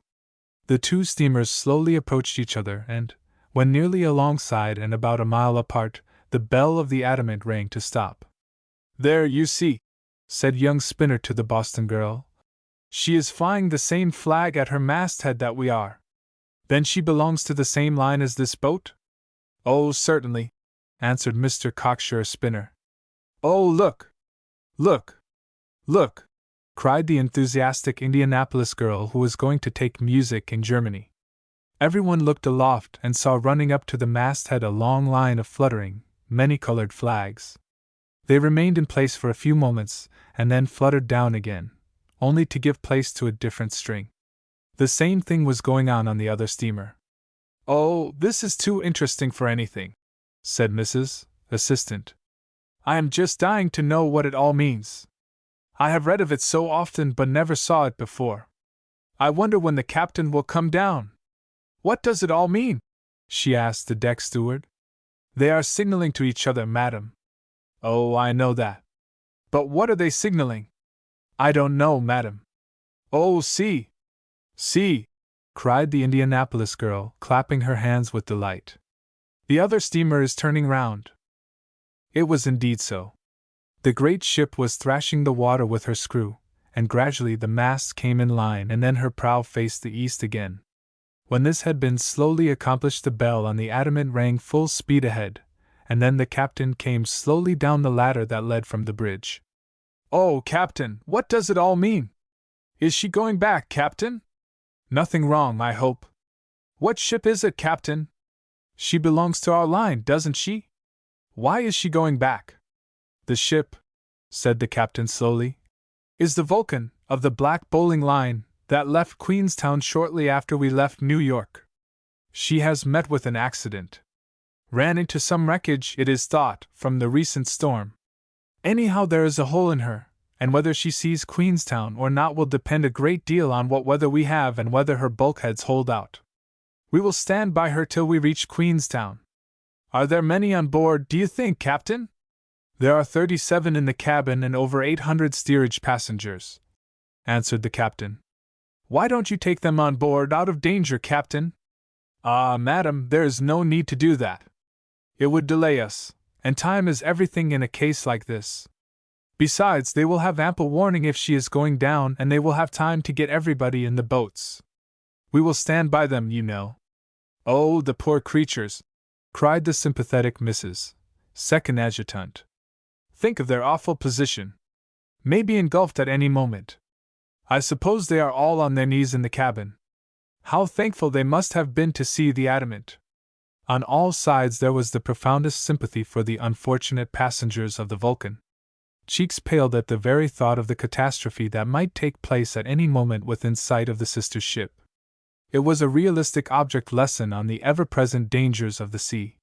While those on deck looked with new interest at the steamship plunging along within a mile of them, the captain slipped away to his room. As he sat there was a tap at his door. "Come in!" shouted the captain. The silent Englishman slowly entered. "What's wrong, Captain?" he asked. "Oh, the Vulcan has had a whole stove in her and I signaled." "Yes, I know all that, of course, but what's wrong with us?" "With us?" echoed the captain blankly. "Yes, with the Adamant? What has been amiss for the last 2 or 3 days? I'm not a talker, nor am I afraid any more than you are, but I want to know." "Certainly," said the captain. "Please shut the door, Sir John." Meanwhile there was a lively row on board the Vulcan. In the saloon, Captain Flint was standing at bay with his knuckles on the table. "Now what the devil's the meaning of all this?" cried Adam K. Vincent, member of Congress. A crowd of frightened women were standing around, many on the verge of hysterics. Children clung, with pale faces, to their mothers' skirts, fearing they knew not what. Men were grouped with anxious faces, and the bluff old captain fronted them all. "The meaning of all what, sir?" "You know very well." "What is the meaning of our turning round?" "It means, sir, that the Adamant has 85 saloon passengers and nearly 500 intermediate and steerage passengers who are in the most deadly danger. The cotton in the hold is on fire, and they have been fighting it night and day. A conflagration may break out at any moment. It means then, sir, that the Vulcan is going to stand by the Adamant." A wail of anguish burst from the frightened women at the awful fate that might be in store for so many human beings so near to them, and they clung closer to their children and thanked God that no such danger threatened them and those dear to them. "And damn it, sir," cried the congressman, "do you mean to tell us that we have to go against our will, without even being consulted, back to Queenstown?" "I mean to tell you so, sir." "Well, by the gods, that's an outrage, and I won't stand it, sir. I must be in New York by the 27th. I won't stand it, sir. I am very sorry, sir, that anybody should be delayed." "Delayed? Hang it all, why don't you take the people on board and take 'em to New York?" "I protest against this. I'll bring a lawsuit against the company, sir." "Mr. Vincent," said the captain sternly, "permit me to remind you that I am captain of this ship." "Good afternoon, sir." The congressman departed from the saloon exceeding wroth, breathing dire threats of legal proceedings against the line and the captain personally, but most of the passengers agreed that it would be an inhuman thing to leave the Adamant alone in mid-ocean in such terrible straits. "Why didn't they turn back, Captain Flint?" asked Mrs. General Weller. "Because, madam, every moment is of value in such a case, and we are nearer Queenstown than New York." And so the two steamships, side by side, worried their way toward the east, always within sight of each other by day, and with the rows of lights in each visible at night to the sympathetic souls on the other. The sweltering men poured water into the hold of the one, and the pounding pumps poured water out of the hold of the other, and thus they reached Queenstown. On board the tender that took the passengers ashore at Queenstown from both steamers, two astonished women met each other. "Why, Mrs. General Weller! You don't mean to say you were on board that unfortunate Vulcan? For the land's sake, Mrs. Assistant Brownrigg! Is that really you? Will wonders never cease? Unfortunate, did you say? Mightily fortunate for you, I think. Why? Weren't you just frightened to death?" "I was, but I had no idea anyone I knew was on board." "Well, you were on board yourself. That would have been enough to have killed me." "On board myself? Why, what do you mean?" "I wasn't on board the Vulcan." "Did you get any sleep at all after you knew you might go down at any moment?" "My sakes, Jane, what are you talking about? Down at any moment? It was you that might have gone down at any moment, or, worse still, have been burned to death if the fire had got ahead. You don't mean to say you didn't know the Adamant was on fire most of the way across? Mrs. General Weller! There's some horrible mistake. It was the Vulcan. Everything depended on her bulkheads, the captain said. There was a hole as big as a barn door in the Vulcan. The pumps were going night and day." Mrs. General looked at Mrs. Assistant as the light began to dawn on both of them. "Then it wasn't the engines but the pumps," she said. "And it wasn't the steam but the fire," screamed Mrs. Assistant. "Oh dear, how that captain lied, and I thought him such a nice man, too. Oh, I shall go into hysterics, I know I shall." "I wouldn't if I were you," said the sensible Mrs. General, who was a strong-minded woman. "Besides, it is too late. We're all safe now. I think both captains were pretty sensible men. Evidently married, both of them." Which was quite true. The departure of Cub McLean. Of course, no one will believe me when I say that Mellish was in every respect, except one, an exemplary citizen and a good-hearted man. He was generous to a fault, and he gave many a young fellow a start in life where a little money or a few encouraging words were needed. He drank, of course, but he was a connoisseur in liquors, and a connoisseur never goes in for excess. Few could tell a humorous story as well as Mellish, and he seldom dealt in chestnuts. No man can be wholly bad who never inflicts an old story on his friends, locating it on some acquaintance of his, and alleging that it occurred the day before. If I wished to write a heart-rending article on the evils of gambling, Mellish would be the man I would go to for my facts and for the moral of the tale. He spent his life persuading people not to gamble. He never gambled himself, he said. But if no attention was paid to his advice, why then he furnished gamblers with the most secluded and luxurious gambling rooms in the city. It was supposed that Mellish stood in with the police, which was, of course, a libel. The idea of the guardians of the city standing in with a gambler or a gambling house. The statement was absurd on the face of it. If you asked any policeman in the city where Mellish's gambling rooms were, you would speedily learn that not one of them had ever even heard of the place. All this goes to show how scandalously people will talk, and if Mellish's rooms were free from raids, it was merely Mellish's good luck, that was all. Anyhow, in Mellish's rooms you could have a quiet, gentlemanly game for stakes about as high as you cared to go, and you were reasonably sure there would be no fuss and that your name would not appear in the papers next morning. One night as Mellish cast his eye around his well-filled main room he noticed a stranger sitting at the roulette table. Mellish had a keen eye for strangers and in an unobtrusive way generally managed to find out something about them. A stranger in a gambling room brings in with him a certain sense of danger to the habitués. "Who is that boy?" whispered Mellish to his bartender, generally known as Sadi, an ex-prize fighter and a dangerous man to handle if it came to trouble. It rarely came to trouble there, but Sadi was, in a measure, the silent symbol of physical force, backing the well-known mild morality of Mellish. "I don't know him," answered Sadi. "Whom did he come in with?" "I didn't see him come in. Hadn't noticed him till now." Mellish looked at the boy for a few minutes. He had the fresh, healthy, smooth face of a lad from the country, and he seemed strangely out of place in the heated atmosphere of that room, under the glare of the gas. Mellish sighed as he looked at him, then he turned to Sadi and said, "Just get him away quietly and bring him to the small poker room. I want to have a few words with him." Sadi, who had the utmost contempt for the humanitarian feelings of his boss, said nothing, but a look of disdain swept over his florid features as he went on his mission. If he had his way, he would not throw even a sprat out of the net. Many a time he had known Mellish to persuade a youngster with more money than brains to go home, giving orders at the double doors that he was not to be admitted again. The young man rose with a look of something like consternation on his face and followed Sadi. The thing was done quietly, and all those around the tables were too much absorbed in the game to pay much attention. "Look here, my boy," said Mellish, when they were alone. "Who brought you to this place?" "I guess," said the lad, with an expression of resentment. "I'm old enough to go where I like without being brought." "Oh, certainly, certainly," said Mellish, diplomatically, knowing how much very young men dislike being accused of youth. "But I like to know all visitors here. You couldn't get in unless you came with someone known at the door. Who vouched for you?" "See here, Mr. Mellish," said the youth angrily. "What are you driving at? If your doorkeepers don't know their own business, why don't you speak to them about it? Are you going to have me turn out?" "Nothing of the sort," said Mellish, soothingly, putting his hand in a fatherly manner on the young fellow's shoulder. "Don't mistake my meaning.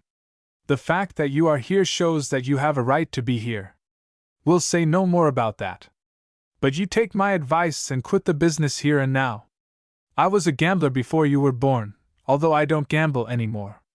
Take the advice of a man who knows. It doesn't pay. It seems to have paid you reasonably well." "Oh, I don't complain. It has its ups and downs like all businesses. Still, it doesn't pay me nearly as well as perhaps you think, and you can take my word that in the long run it won't pay you at all. How much money have you got?" "Enough to pay if I lose," said the boy impudently. Then, seeing the look of pain that passed over Mellish's face, he added more civilly, "I have $300 or $400. Well, take my advice and go home. You'll be just that much better off in the morning." "What? Don't you play a square game here?" "Of course we play a square game here," answered Mellish with indignation. "Do you think I am a card sharper? You seem so cocksure I'll lose my money that I was just wondering. Now I can afford to lose all the money I've got and not feel it. Are you going to allow me to play, or are you going to chuck me out?" "Oh, you can play if you want to. But don't come whining to me when you lose. I've warned you." "I'm not a winner," said the young fellow. "I take my medicine like a man." "Right you are," said Mellish with a sigh. He realized that this fellow, young as he looked, was probably deeper in vice than his appearance indicated, and he knew the uselessness of counsel in such a case. They went into the main room together, and the boy, abandoning roulette, began to play at one of the card tables for ever-increasing stakes. Mellish kept an eye on him for a time. The boy was having the luck of most beginners. He played a reckless game and won hand over fist. As one man had enough and rose from the table, another eagerly took his place. But there was no break in the boy's winnings. Pony Rowell was always late in arriving at the gambling rooms. On this occasion he entered, irreproachably dressed, and with the quiet, gentlemanly demeanor habitual with him. The professional gambler was never known to lose his temper. When displeased he became quieter, if possible, than before. The only sign of inward anger was a mark like an old scar which extended from his right temple, beginning over the eye and disappearing in his closely cropped hair behind the ear. This line became an angry red that stood out against the general pallor of his face when things were going in a way that did not please him. He spoke in a low tone to Mellish. "What's the excitement down at the other end of the room? Every one seems congregated there." "Oh," answered Mellish. "It's a boy, a stranger, who is having the devil's own luck at the start. It will be the ruin of him." "Is he playing high?" "High? I should say so. He's perfectly reckless. He'll be brought up with a sharp turn and will borrow money from me to get out of town. I've seen a flutter like that before." "In that case," said Pony tranquilly, "I must have a go at him. I like to tackle a youngster in the first flush of success, especially if he is plunging." "You will soon have a chance," answered Mellish. "For even Ragstock knows when he has enough. He will get up in a moment. I know the signs." With the air of a gentleman of leisure, somewhat tired of the frivolities of this world, Rowell made his way slowly to the group. As he looked over their shoulders at the boy, a curious glitter came into his piercing eyes, and his lips, usually so well under control, tightened. The red mark began to come out as his face paled. It was evident that he did not intend to speak and that he was about to move away again, but the magnetism of his keen glance seemed to disturb the player, who suddenly looked up over the head of his opponent and met the stern gaze of Rowell. The boy did three things. He placed his cards face downward on the table, put his right hand over the pile of money, and moved his chair back. "What do you mean by that?" cried Ragstock.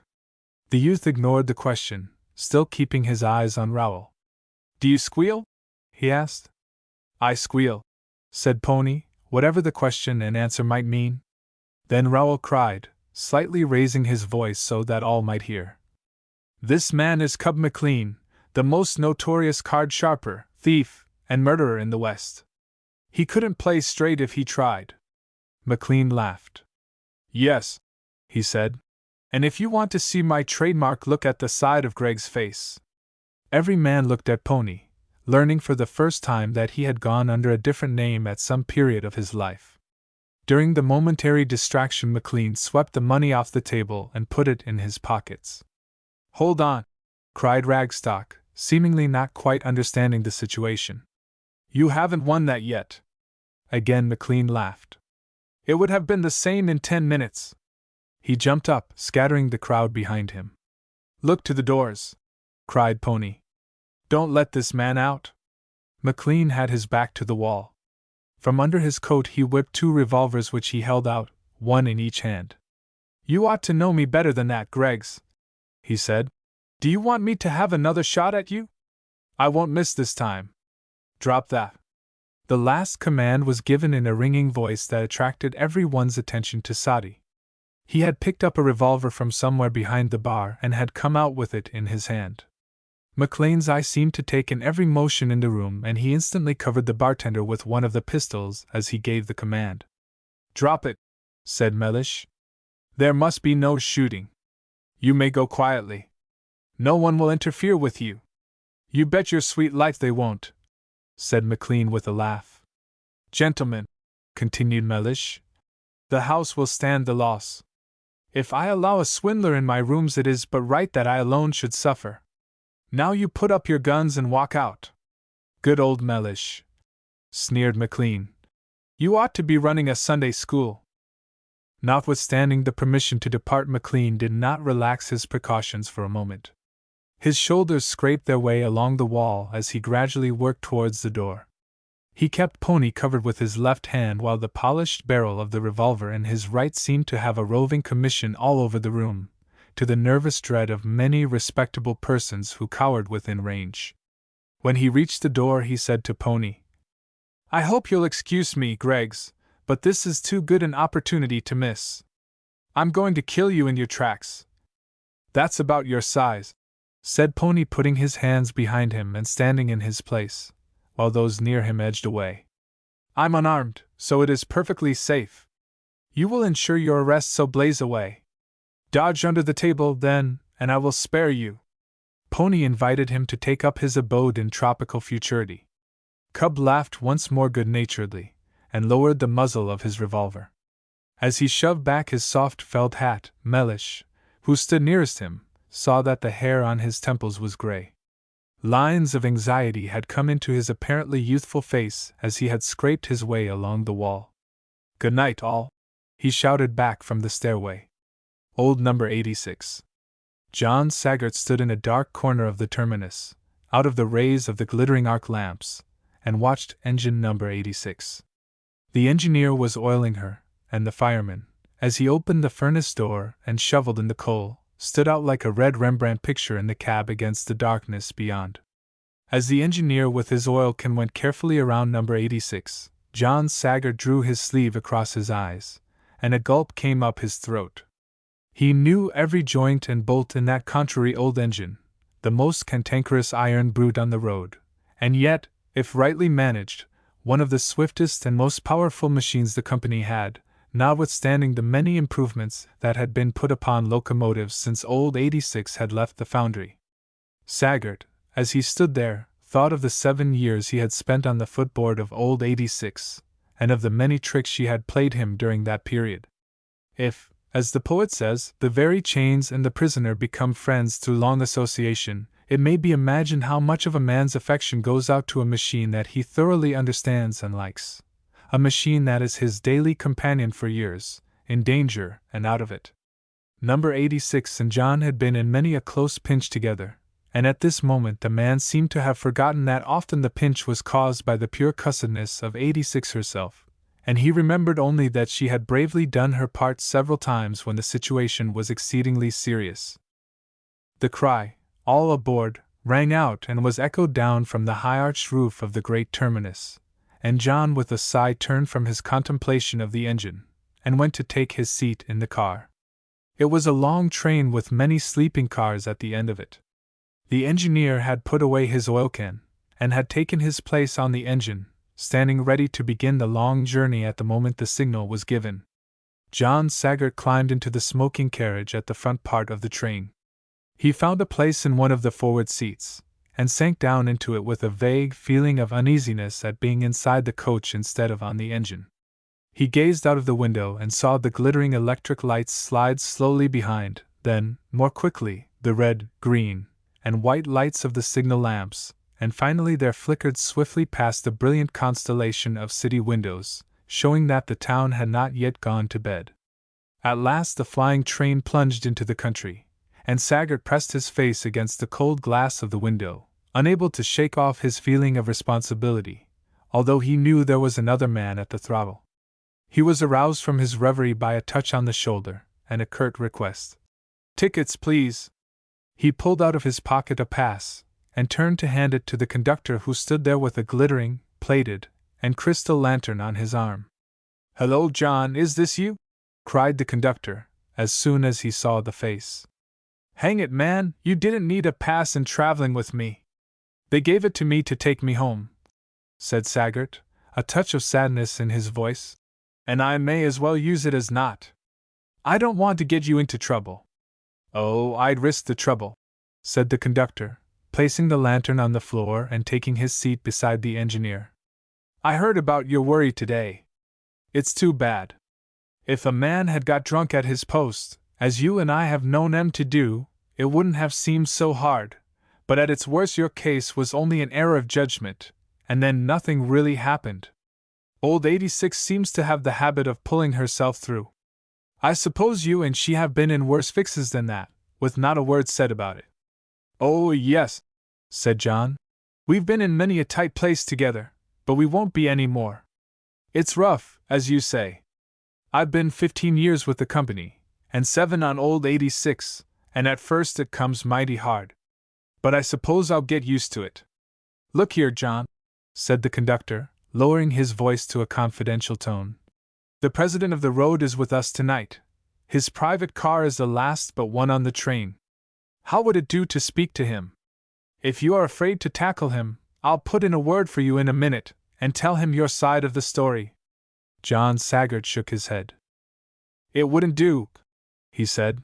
He wouldn't overrule what one of his subordinates had done, unless there was serious injustice in the case.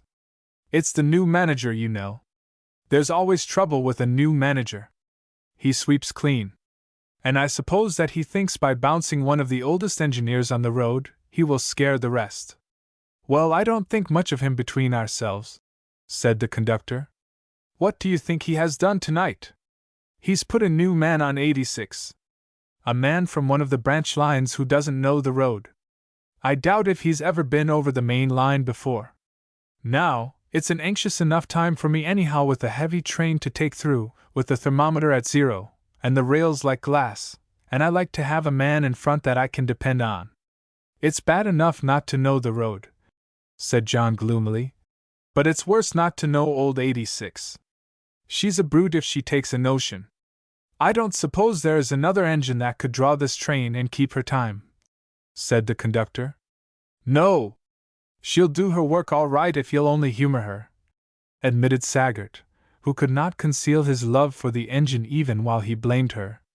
Well, said the conductor, rising and picking up his lantern, the man in front may be all right, but I would feel safer if you were further ahead than the smoker. I'm sorry I can't offer you a berth tonight, John, but we're full clear through to the rear lights. There isn't even a vacant upper on the train. Oh, it doesn't matter, said Saggart. I couldn't sleep, anyhow. I'd rather sit here and look out of the window. Well, so long, said the conductor. I'll drop in and see you as the night passes on. Saggart lit his pipe and gazed out into darkness. He knew every inch of the road, all the upgrades and the downgrades and the levels. He knew it even better in the murkiest night than in the clearest day. Now and then the black bulk of a barn or a clump of trees showed for one moment against the sky, and Saggart would say to himself, now he should shut off an inch of steam.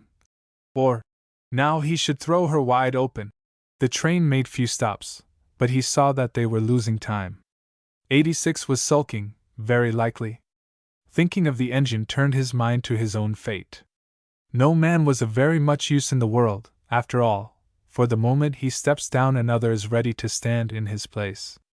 The wise men in the city who had listened to his defense knew so well that an engine was merely a combination of iron and steel and brass, and that a given number of pounds of steam would get it over a given number of miles in a given number of hours, and they had smiled incredulously when he told them that an engine had her tantrums, and informed them that sometimes she had to be coddled up like any other female.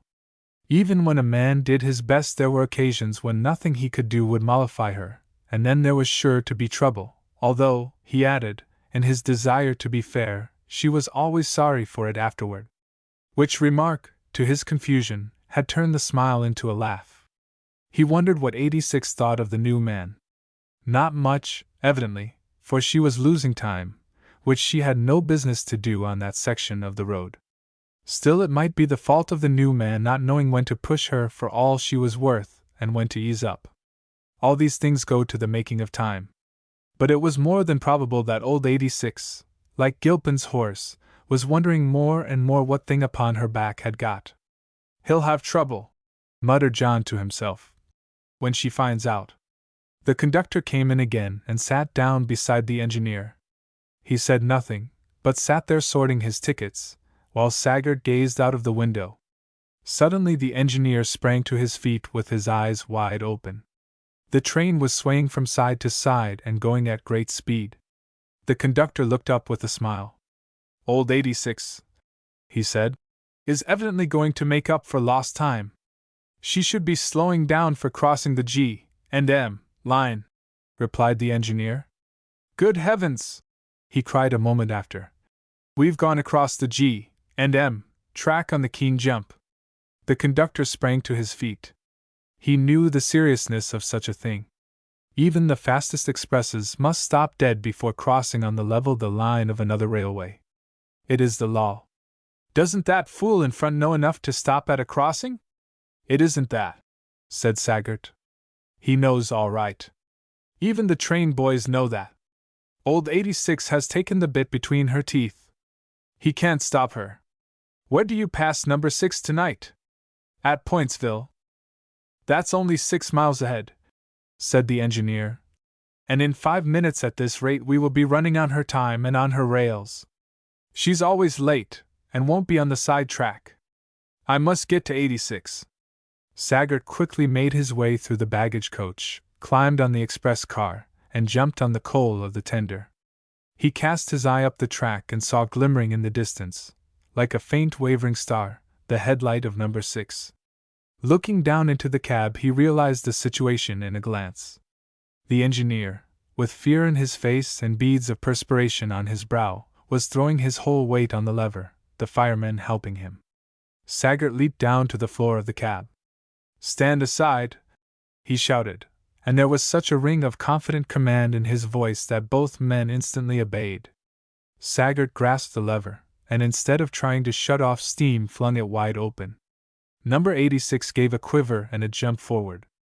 "You old fiend!" muttered John between his teeth. Then he pushed the lever home, and it slid into place as if there had never been any impediment. The steam was shut off, but the lights of Pointsville flashed past them with the empty side track on the left, and they were now flying along the single line of rails with the headlight of number 6 growing brighter and brighter in front of them. "Reverse her! Reverse her!" cried the other engineer, with fear in his voice. "Reverse nothing," said Saggart. "She'll slide 10 miles if you do. Jump if you're afraid." The man from the branch line promptly jumped. "Save yourself," said Saggart to the stoker. "There's bound to be a smash." "I'll stick by you, Mr. Saggart," said the fireman, who knew him. But his hand trembled. The air brake was grinding the long train and sending a shiver of fear through every timber, but the rails were slippery with frost, and the speed of the train seemed as great as ever. At the right moment Saggart reversed the engine, and the sparks flew up from her great drivers like Catherine wheels. "Brace yourself," cried Saggart. "Number 6 is backing up, thank God!" Next instant the crash came. 2 headlights and 2 cowcatchers went to flinders, and the 2 trains stood there with horns locked, but no great damage done, except a shaking up for a lot of panic-stricken passengers. The burly engineer of number 6 jumped down and came forward, his mouth full of oaths. "What the h.I. do you mean by running in on our time like this? Hello, is that you, Saggart? I thought there was a new man on tonight. I didn't expect this from you." "It's all right, Billy. It wasn't the new man's fault. He's back in the ditch with a broken leg, I should say, from the way he jumped. Old 86 is to blame. She got on the rampage. Took advantage of the greenhorn." The conductor came running up. "How is it?" he cried. "It's all right. Number 86 got her nose broke, and served her right, that's all. Tell the passengers there's no danger, and get 'em on board. We're going to back up to Pointsville. Better send the brakes men to pick up the other engineer. The ground's hard tonight, and he may be hurt. I'm going back to talk to the president," said the conductor emphatically. "He's in a condition of mind to listen to reason, judging from the glimpse I got of his face at the door of his car a moment ago. Either he reinstates you or I go gathering tickets on a streetcar. This kind of thing is too exciting for my nerves." The conductor's interview with the president of the road was apparently satisfactory, for old number 86 is trying to lead a better life under the guidance of John Saggart. Playing with marked cards. "I'm bothered about that young fellow," said Mellish early one morning to the professional gambler, Pony Rowell. "Why? He comes here night after night, and he loses more than he can afford, I imagine. He has no income, so far as I can find out, except what he gets as salary, and it takes a mighty sight bigger salary than his to stand the strain he's putting on it. What is his business? He is cashier in the 9th National Bank, I don't know how much he gets, but it can't be enough to permit this sort of thing to go on. Pony Rowell shrugged his shoulders. I don't think I would let it trouble me, if I were you, Mellish. Nevertheless it does. I have advised him to quit, but it is no use. If I tell the doorkeeper not to let him in here, he will merely go somewhere else where they are not so particular. I must confess I don't quite understand you, Mellish, long as I have known you. In your place, now, I would either give up keeping a gambling saloon or I would give up the moral reformation line of business. I wouldn't try to ride two horses of such different tempers at the same time. I've never tried to reform you, Pony, said Mellish, with reproach in his voice. No, I will give you credit for that much sense. It's all right with old stagers like you and me, Pony, but with a boy just beginning life, it is different. Now it struck me that you might be able to help me in this. Yes, I thought that was what you were leading up to, said Rowell, thrusting his hands deep in his trousers pockets. I'm no missionary, remember. What did you want me to do? I wanted you to give him a sharp lesson. Couldn't you mark a pack of cards and get him to play high? Then, when you have taken all his ready money and landed him in debt to you so that he can't move, give him back his cash if he promises not to gamble again. Rowell looked across at the subject of their conversation. I don't think I would flatter him so much as to even stock the cards on him. I'll clean him out if you like. But it won't do any good, Mellish.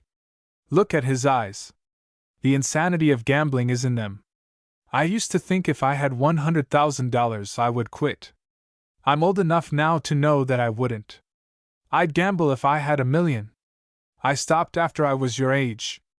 Oh yes, Mellish, you are the virtuous exception that proves the rule. You quit gambling the way the old woman kept tavern. And Rowell cast a glance over the busy room. Mellish smiled somewhat grimly, then he sighed. I wish I was out of it, he said. But anyhow, you think over what I've been talking about, and if you can see your way to giving him a sharp lesson I wish you would. All right, I will, but merely to ease your tender conscience, Mellish. It's no use, I tell you. When the snake has bitten, the victim is doomed. Gambling isn't a simple thing like the opium habit. Reggie for me, the bank cashier, rose at last from the roulette table. He was flushed with success, for there was a considerable addition to the sum he had in his pockets when he sat down. He flattered himself that the result was due to the system he had elaborately studied out. Nothing lures a man to destruction quicker than a system that can be mathematically demonstrated. It gives an air of business to gambling which is soothing to the conscience of a person brought up on statistics. The system generally works beautifully at first, then a cog slips and you are mangled in the machinery before you know where you are. As young Fermi left the table he felt a hand on his shoulder, and looking around, met the impassive gaze of Pony Rowell. You're young at the business, I see, remarked the professional quietly. Why do you think that? Asked the youngster, coloring, for one likes to be taken for a veteran, especially when one is an amateur. Because you fool away your time at roulette. That is a game for boys and women. Have you nerve enough to play a real game? What do you call a real game? A game with cards in a private room for something bigger than $half points. How big? Depends on what capital you have. How much capital can you command? The cashier hesitated for a moment, and his eyes fell from the steady light of Rowell's, which seemed to have an uncomfortable habit of looking into one's inmost soul. I can bring $1,000 here on Saturday night. All right. That will do as a starter. Is it an appointment then? Yes, if you like. What time? I generally get here pretty late, but I can make an exception in your case. What do you say to 10 o'clock? That will suit me. Very well then. Don't fool away any of your money or nerve until I come. You will need all you have of both. The professional gambler and the amateur began their series of games a few minutes after 10 in a little private room. The young man became more and more excited as the play went on. As for Pony, he was cool under any circumstances. Before an hour had passed, the $1,000 was transferred from the possession of Fermi into the pockets of the professional, and by midnight the younger man was another $1,000 in Rowell's debt. It isn't my practice, said Rowell slowly, to play with a man unless he has the money in sight. I've made an exception in your case, as luck was against you, but I think this has gone far enough. You may bring me the $1,000 you owe any day next week. No particular hurry, you know." The young fellow appeared to be dazed. He drew his hand across his brow and then said mechanically, as if he had just heard his opponent's remark, "No hurry? All right. Next week." "Certainly. I guess I'll go home now." For me went out, leaving Rowell idly shuffling the cards at the small table. The moment the young man had disappeared, all Rowell's indolence vanished. He sprang up and put on his overcoat, then slipped out by the rear exit into the alley. He had made up his mind what for me would do. Mentally he tracked him from the gambling rooms to the river, and he even went so far as to believe he would take certain streets on his way thither. A gambler is nothing if not superstitious, and so Rowell was not in the least surprised when he saw the young man emerge from the dark stairway, hesitate for a moment between the two directions open to him, and finally choose the one that the gambler expected him to take.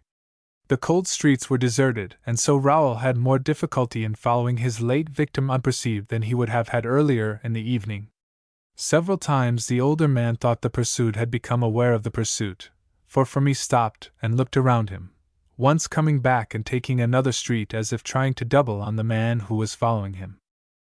Rowell began to realize the difficulty of the task he had set for himself, and as he had never had any faith in it anyhow, he began to feel uncomfortable and to curse the tender heart of Mellish. If the youngster got the idea into his head that he was followed, he might succeed in giving his pursuer the slip, and then Rowell would find himself with the fool's death on his conscience, and what was to him infinitely worse, with $1,000 in his pocket that had been unfairly won. This thought made him curse Mellish afresh. It had been entirely against his own will that he had played with marked cards, but Mellish had insisted that they should take no chances, and the veteran knew too well the uncertainties of playing a fair game where a great object lesson was to be taught.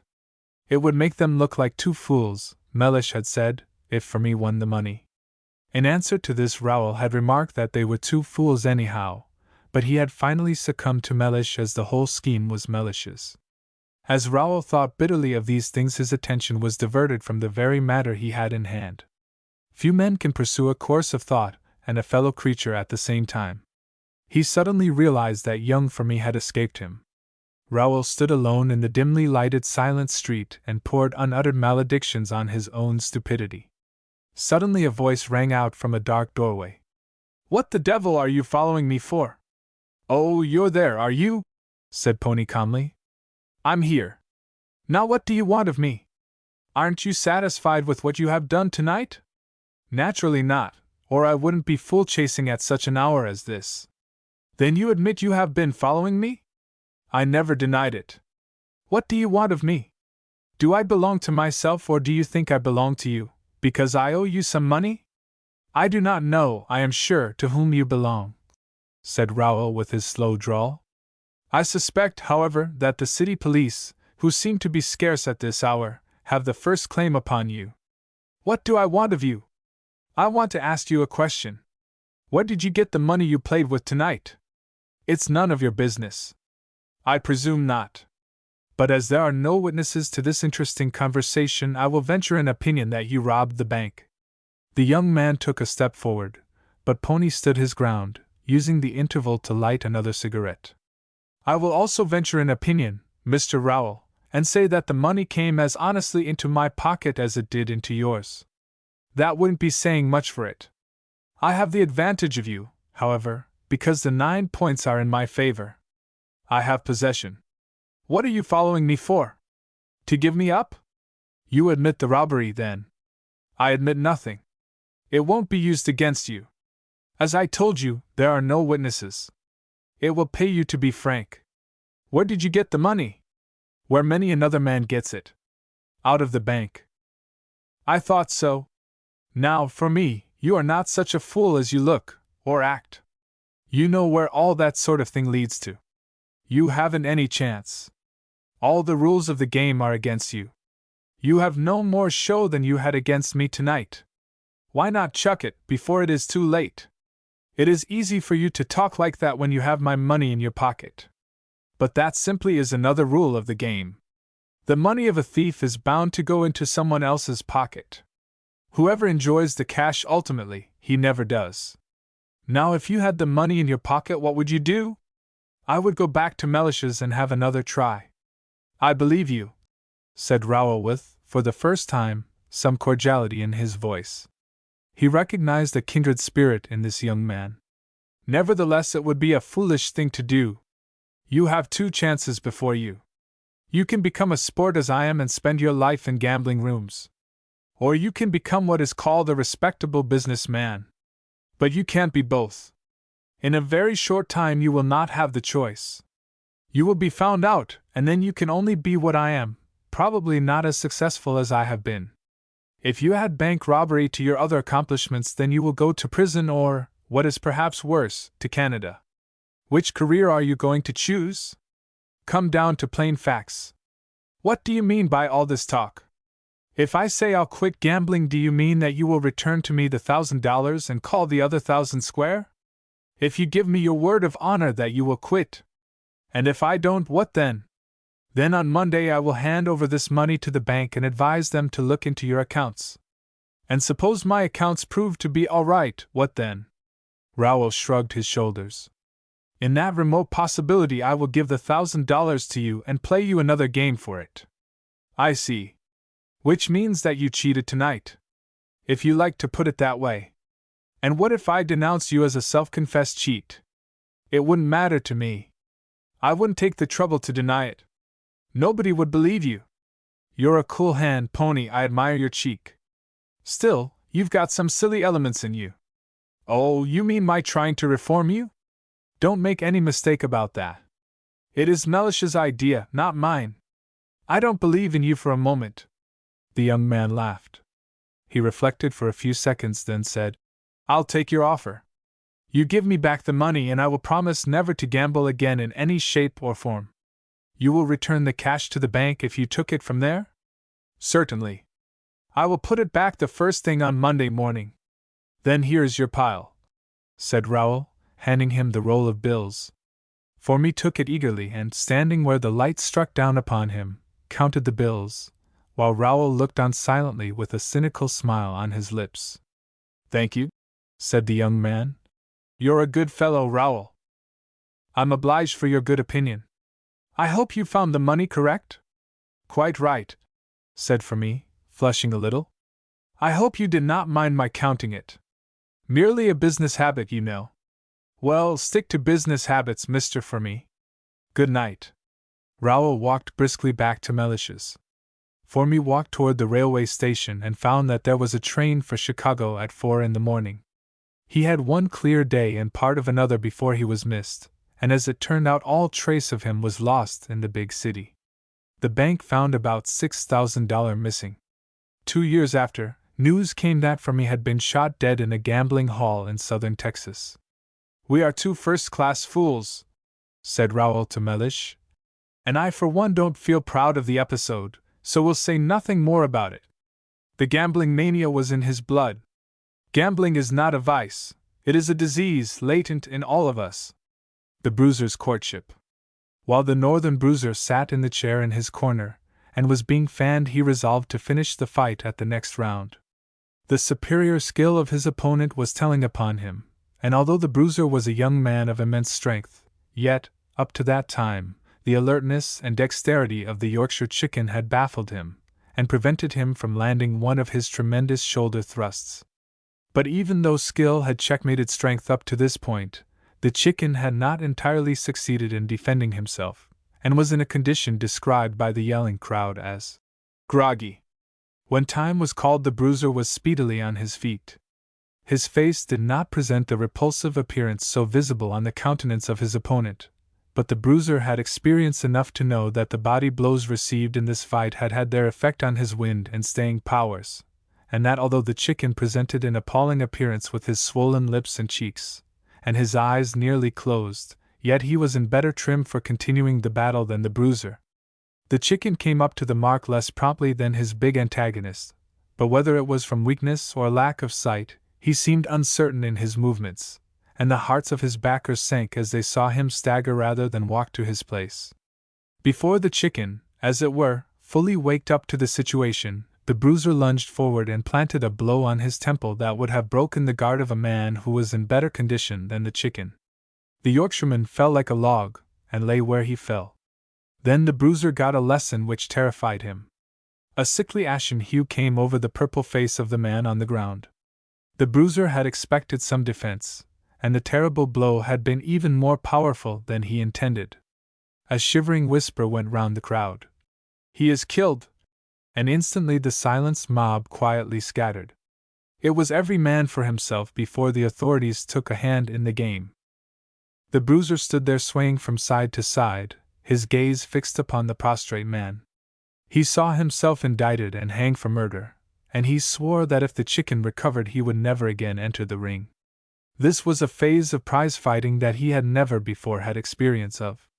On different occasions he had, it is true, knocked out his various opponents, and once or twice he had been knocked out himself, but the chicken had fought so pluckily up to the last round that the bruiser had put forth more of his tremendous strength than he had bargained for, and now the man's life hung on a thread. The unconscious pugilist was carried to an adjoining room.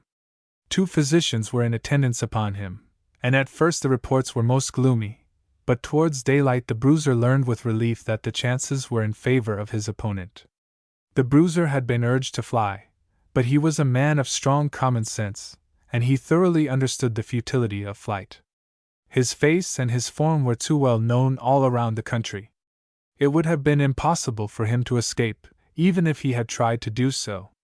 When the Yorkshire chicken recovered, the bruiser's friends laughed at his resolve to quit the ring, but they could not shake it. The money he had won in his last fight, together with what he had accumulated before, for he was a frugal man, was enough to keep him for the rest of his days, and he resolved to return to the border town where he was born, and where doubtless his fame had preceded him. He buckled his guineas in a belt around him, and with a stout stick in his hand he left London for the north. He was a strong and healthy young man, and had not given way to dissipation, as so many prize-fighters had done before, and will again. He had a horror of a cramped and confined seat in a stage-coach. He loved the free air of the heights and the quiet stillness of the valleys. It was in the days of highwaymen, and traveling by coach was not considered any too safe. The bruiser was afraid of no man that lived, if he met him in the open with a stick in his hand, or with nature's weapons, but he feared the muzzle of a pistol held at his head in the dark by a man with a mask over his face. So he buckled his belt around him with all his worldly gear in gold, took his own almost forgotten name, Abel Trenchon, set his back to the sun and his face to the north wind, and journeyed on foot along the King's Highway. He stopped at night in the wayside inns, taking up his quarters before the sun had set, and leaving them when it was broad daylight in the morning. He disputed his reckonings like a man who must needs count the pennies, and no one suspected the sturdy wayfarer of carrying a fortune around his body. As his face turned toward the north his thought went to the border town where he had spent his childhood. His father and mother were dead, and he doubted now if anyone there remembered him, or would have a welcome for him. Nevertheless, no other spot on earth was so dear to him, and it had always been his intention, when he settled down and took a wife, to retire to the quiet little town. The weather, at least, gave him a surly welcome. On the last day's tramp the wind howled and the rain beat in gusts against him, but he was a man who cared little for the tempest, and he bent his body to the blast, trudging sturdily on. It was evening when he began to recognize familiar objects by the wayside, and he was surprised to see how little change there had been in all the years he was away. He stopped at an inn for supper, and having refreshed himself, resolved to break the rule he had made for himself throughout the journey. He would push on through the night, and sleep in his native village. The storm became more pitiless as he proceeded, and he found himself sympathizing with those poor creatures who were compelled to be out in it, but he never gave a thought to himself. It was nearly midnight when he saw the square church tower standing blackly out against the dark sky, and when he began to descend the valley, on the other side of which the town stood, a thrill of fear came over him, as he remembered what he had so long forgotten, that the valley was haunted, and was a particularly dangerous place about the hour of midnight. To divert his thoughts, he then began to wonder who the woman was he would marry. She was doubtless now sleeping calmly in the village on the hill, quite unconscious of the approach of her lover and her husband. He could not conceal from himself the fact that he would be reckoned a good match when his wealth was known, for, excepting the squire, he would probably be the richest man in the place. However, he resolved to be silent about his riches, so that the girl he married would little dream of the good fortune that awaited her. He laughed aloud as he thought of the pleasure he would have in telling his wife of her luck, but the laugh died on his lips as he saw, or thought he saw, something moving stealthily along the hedge. He was now in the depth of the valley in a most lonesome and eerie spot. The huge trees on each side formed an arch over the roadway and partially sheltered it from the rain.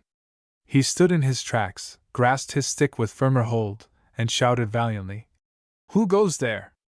There was no answer, but in the silence which followed he thought he heard a woman's sob. "Come out into the road," he cried, "or I shall fire." His own fear of pistols was so great that he expected everyone else to be terrorized by the threat of using them, and yet he had never possessed nor carried a pistol in his life. "Please, please don't fire," cried a trembling voice from out the darkness. "I will do as you tell me." And so saying, the figure moved out upon the road. Trenchon peered at her through the darkness, but whether she was old or young he could not tell. Her voice seemed to indicate that she was young. "Why, lass," said Trenchon kindly, "what dost thou here at such an hour and in such a night?" "Alas!" she cried, weeping. "My father turned me out, as he has often done before, but tonight is a bitter night, and I had nowhere to go, so I came here to be sheltered from the rain. He will be asleep ere long, and he sleeps soundly. I may perhaps steal in by a window, although sometimes he fastens them down." "God's truth!" cried Trenchon angrily. "Who is thy brute of a father?" The girl hesitated, and then spoke as if to excuse him, but again Trenchon demanded his name. "He is the blacksmith of the village, and Cameron is his name." "I remember him," said Trenchon. "Is thy mother then dead?" "Yes," answered the girl, weeping afresh. "She has been dead these 5 years. I knew her when I was a boy," said Trenchon. "Thy father also, and many a grudge I owe him, although I had forgotten about them.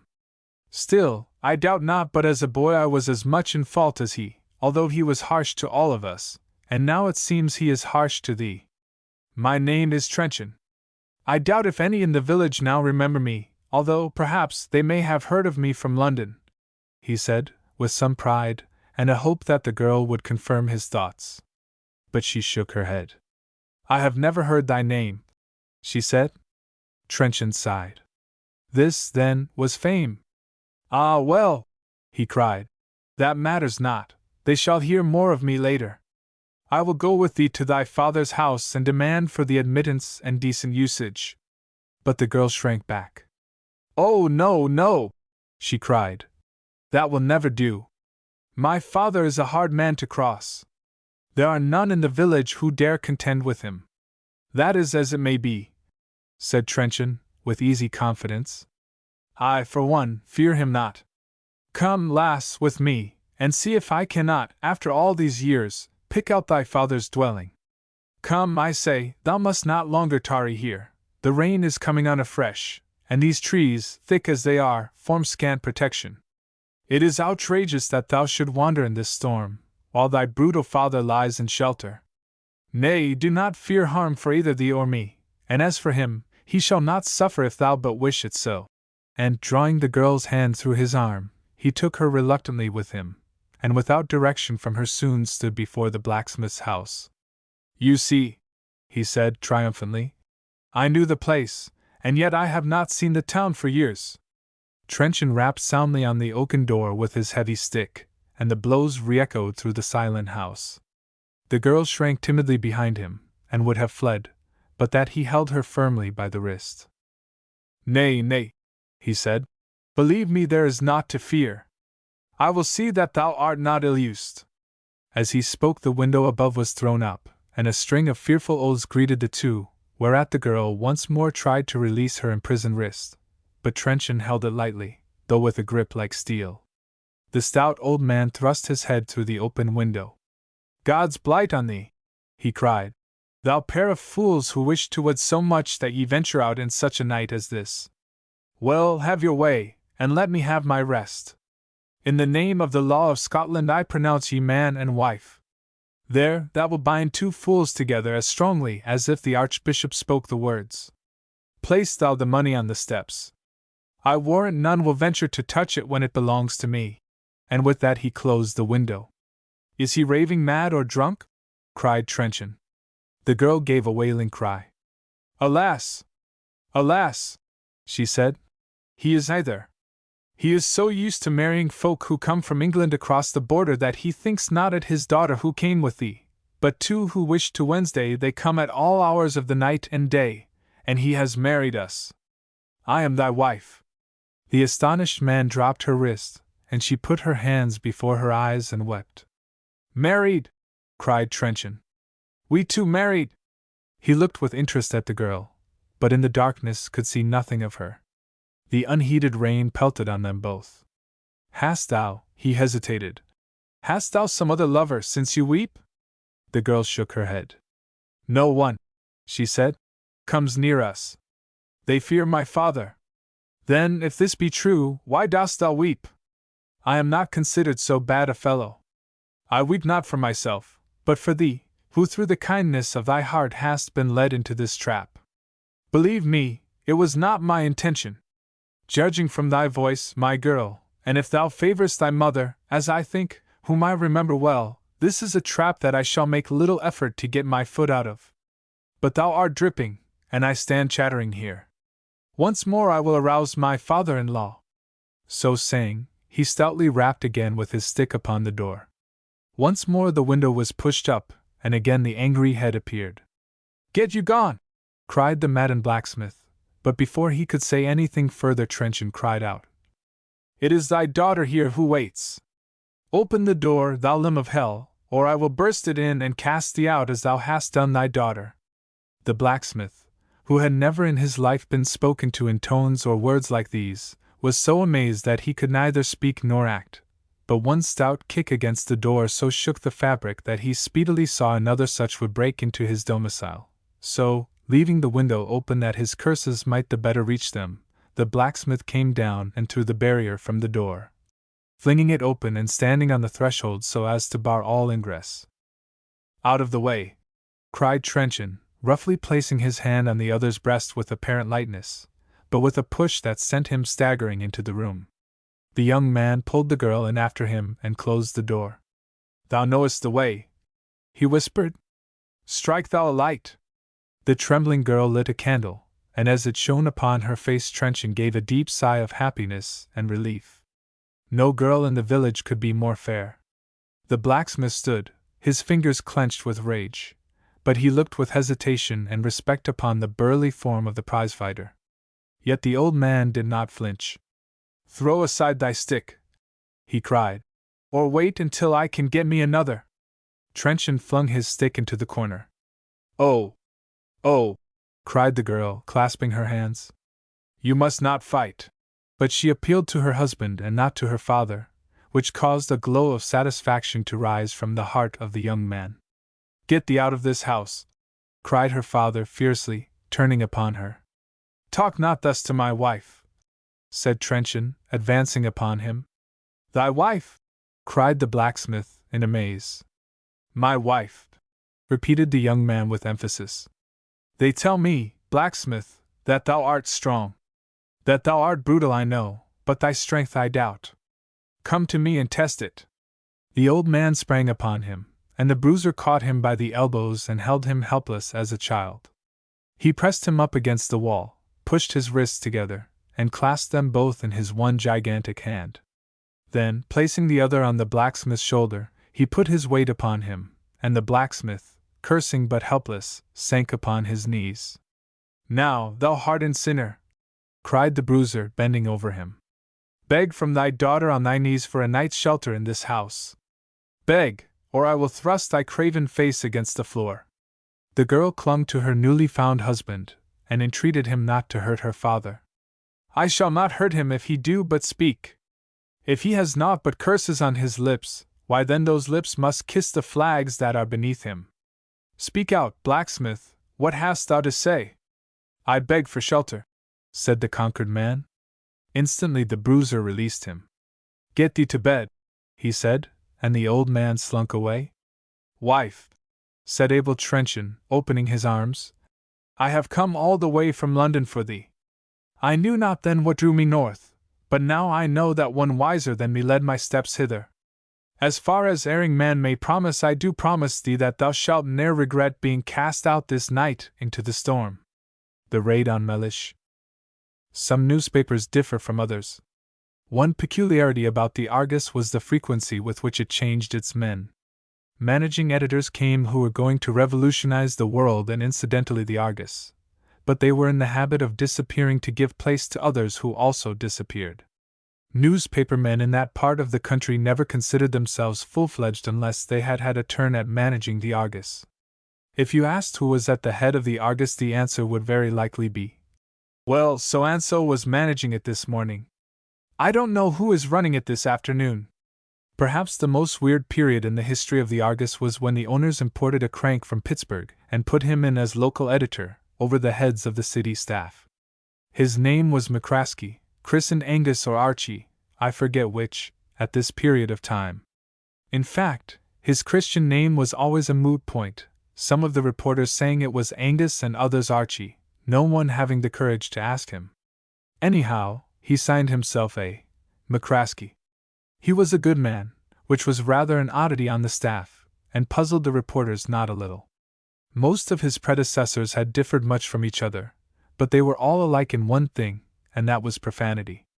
They expressed disapproval in language that made the hardened printer's towel in the composing room shrink. McCraskey's great point was that the local pages of the papers should have a strong moral influence on the community. He knocked the sporting editor speechless by telling him that they would have no more reports of prize fights. Poor Murrin went back to the local room, sat down at his table and buried his head in his hands. Every man on a local staff naturally thinks the paper is published mainly to give his department a show, and Murrin considered a fight to a finish as being of more real importance to the world than a presidential election. The rest of the boys tried to cheer him up. A fine state of things, said Murrin bitterly. Think of the scrap next week between the California Duffer and Pigeon Billy and no report of it in the Argus. Imagine the walkover for the other papers. What in thunder does he think people want to read? But there was another surprise in store for the boys. McCraskey assembled them all in his room and held forth to them. He suddenly sprung a question on the criminal reporter, so suddenly that Thompson, taken unawares, almost spoke the truth. Do you know of any gambling houses in the city? Thompson caught his breath and glanced quickly at Murrin. No, he said at last. I don't, but perhaps the religious editor does. Better ask him. The religious editor smiled and removed his corncob pipe. There aren't any, he said. Didn't you know it was against the law to keep a gambling house in this state?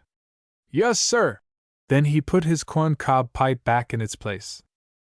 McCraskey was pleased to see that his young men knew so little of the wickedness of a great city. Nevertheless, he was there to give them some information, so he said quietly, Certainly it is against the law, but many things that are against the law flourish in a city like this. Now I want you to find out before the week is past how many gambling houses there are and where they are located. When you are sure of your facts, we will organize a raid, and the news will very likely be exclusive, for it will be late at night, and the other papers may not hear of it. Suppose, said the religious editor, with a twinkle in his eye, as he again removed his corncob, that, assuming such places to exist, you found some representatives of the other papers there? They are a bad lot, the fellows on the other papers. If they are there, said the local editor, they will go to prison. They won't mind that, if they can write something about it, said Murrin gloomily. In his opinion, the Argus was going to the dogs. Now, Thompson, said McCraskey, you as criminal reporter must know a lot of men who can give you particulars for a first-rate article on the evils of gambling. Get it ready for Saturday's paper, a column and a half, with scare heads.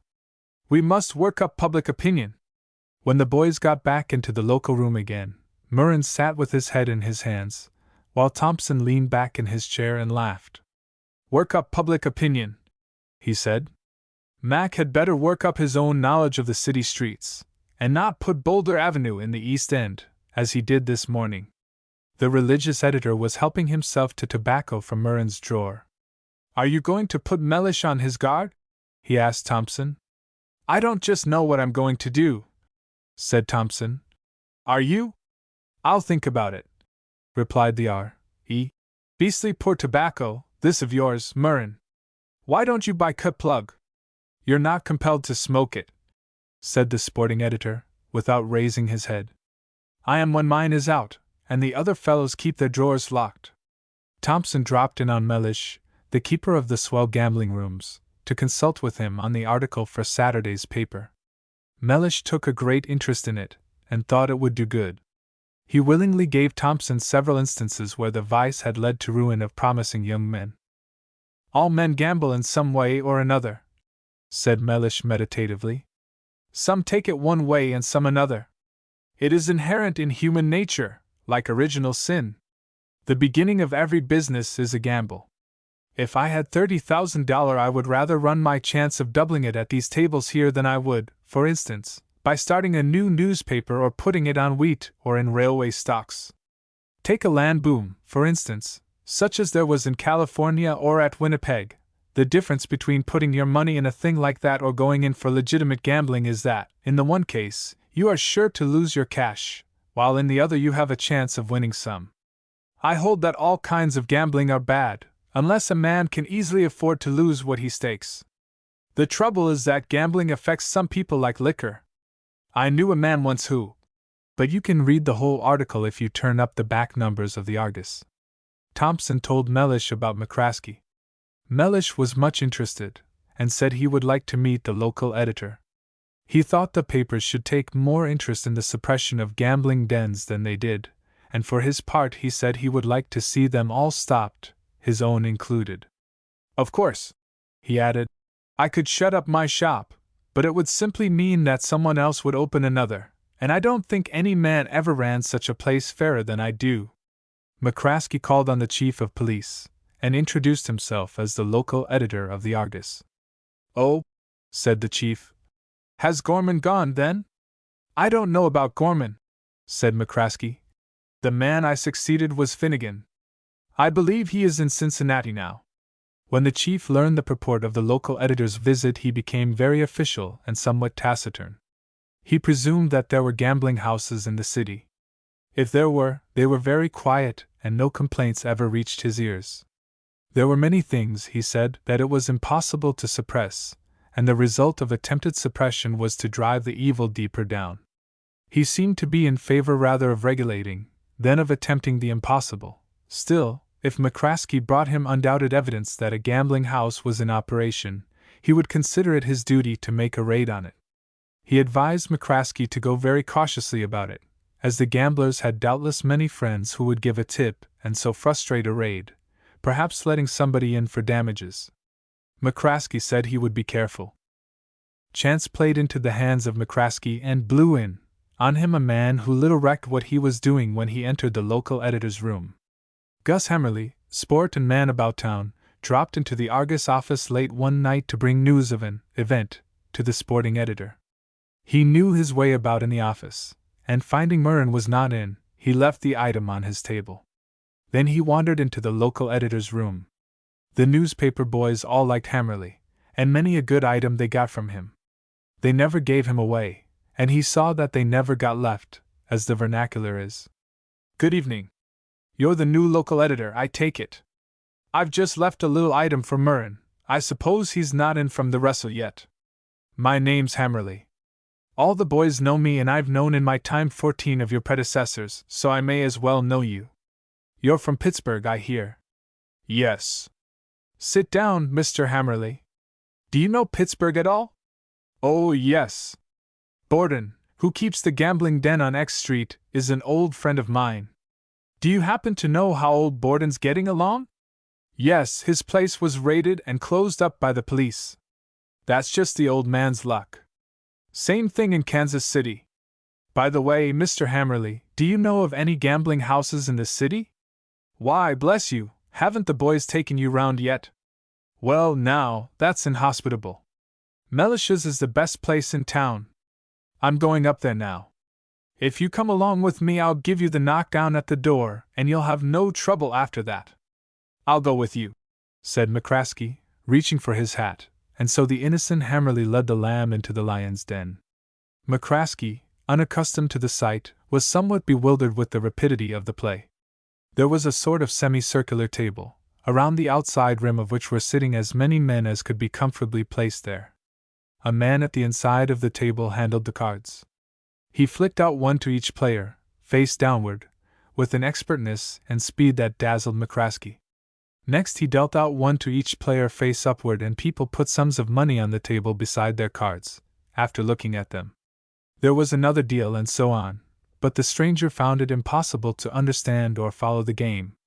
He saw money being raked in and paid out rapidly, and over the whole affair was a solemn decorum that he had not been prepared for. He had expected fierce oaths and the drawing of revolvers. Here, Mellish, said the innocent Hammerly, let me introduce you to the new local editor of the Argus. I didn't catch your name, he said in a whisper. My name's McCraskey. Mr. McCraskey, Mr. Mellish. Mellish is proprietor here, and you'll find him a first-rate fellow. I am pleased to meet you, said Mellish quietly. Any friend of Hammerly's is welcome. Make yourself at home. Edging away from the two, Mellish said in a quick whisper to Soddy, the bartender, go and tell the doorkeeper to warn Thompson, or any of the rest of the Argus boys, that their boss is in here. At 12 o'clock that night the local editor sat in his room. Is that you, Thompson? He shouted, as he heard a step. Yes, sir, answered Thompson, coming into the presence. Shut the door, Thompson. Now I have a big thing on for tonight, but it must be done quietly. I've unearthed a gambling den in full blast. It will be raided tonight at 2 o'clock. I want you to be on the ground with Murrin. Will you need anybody else? Depends on how much you wish to make of it. I want to make it the feature of tomorrow's paper.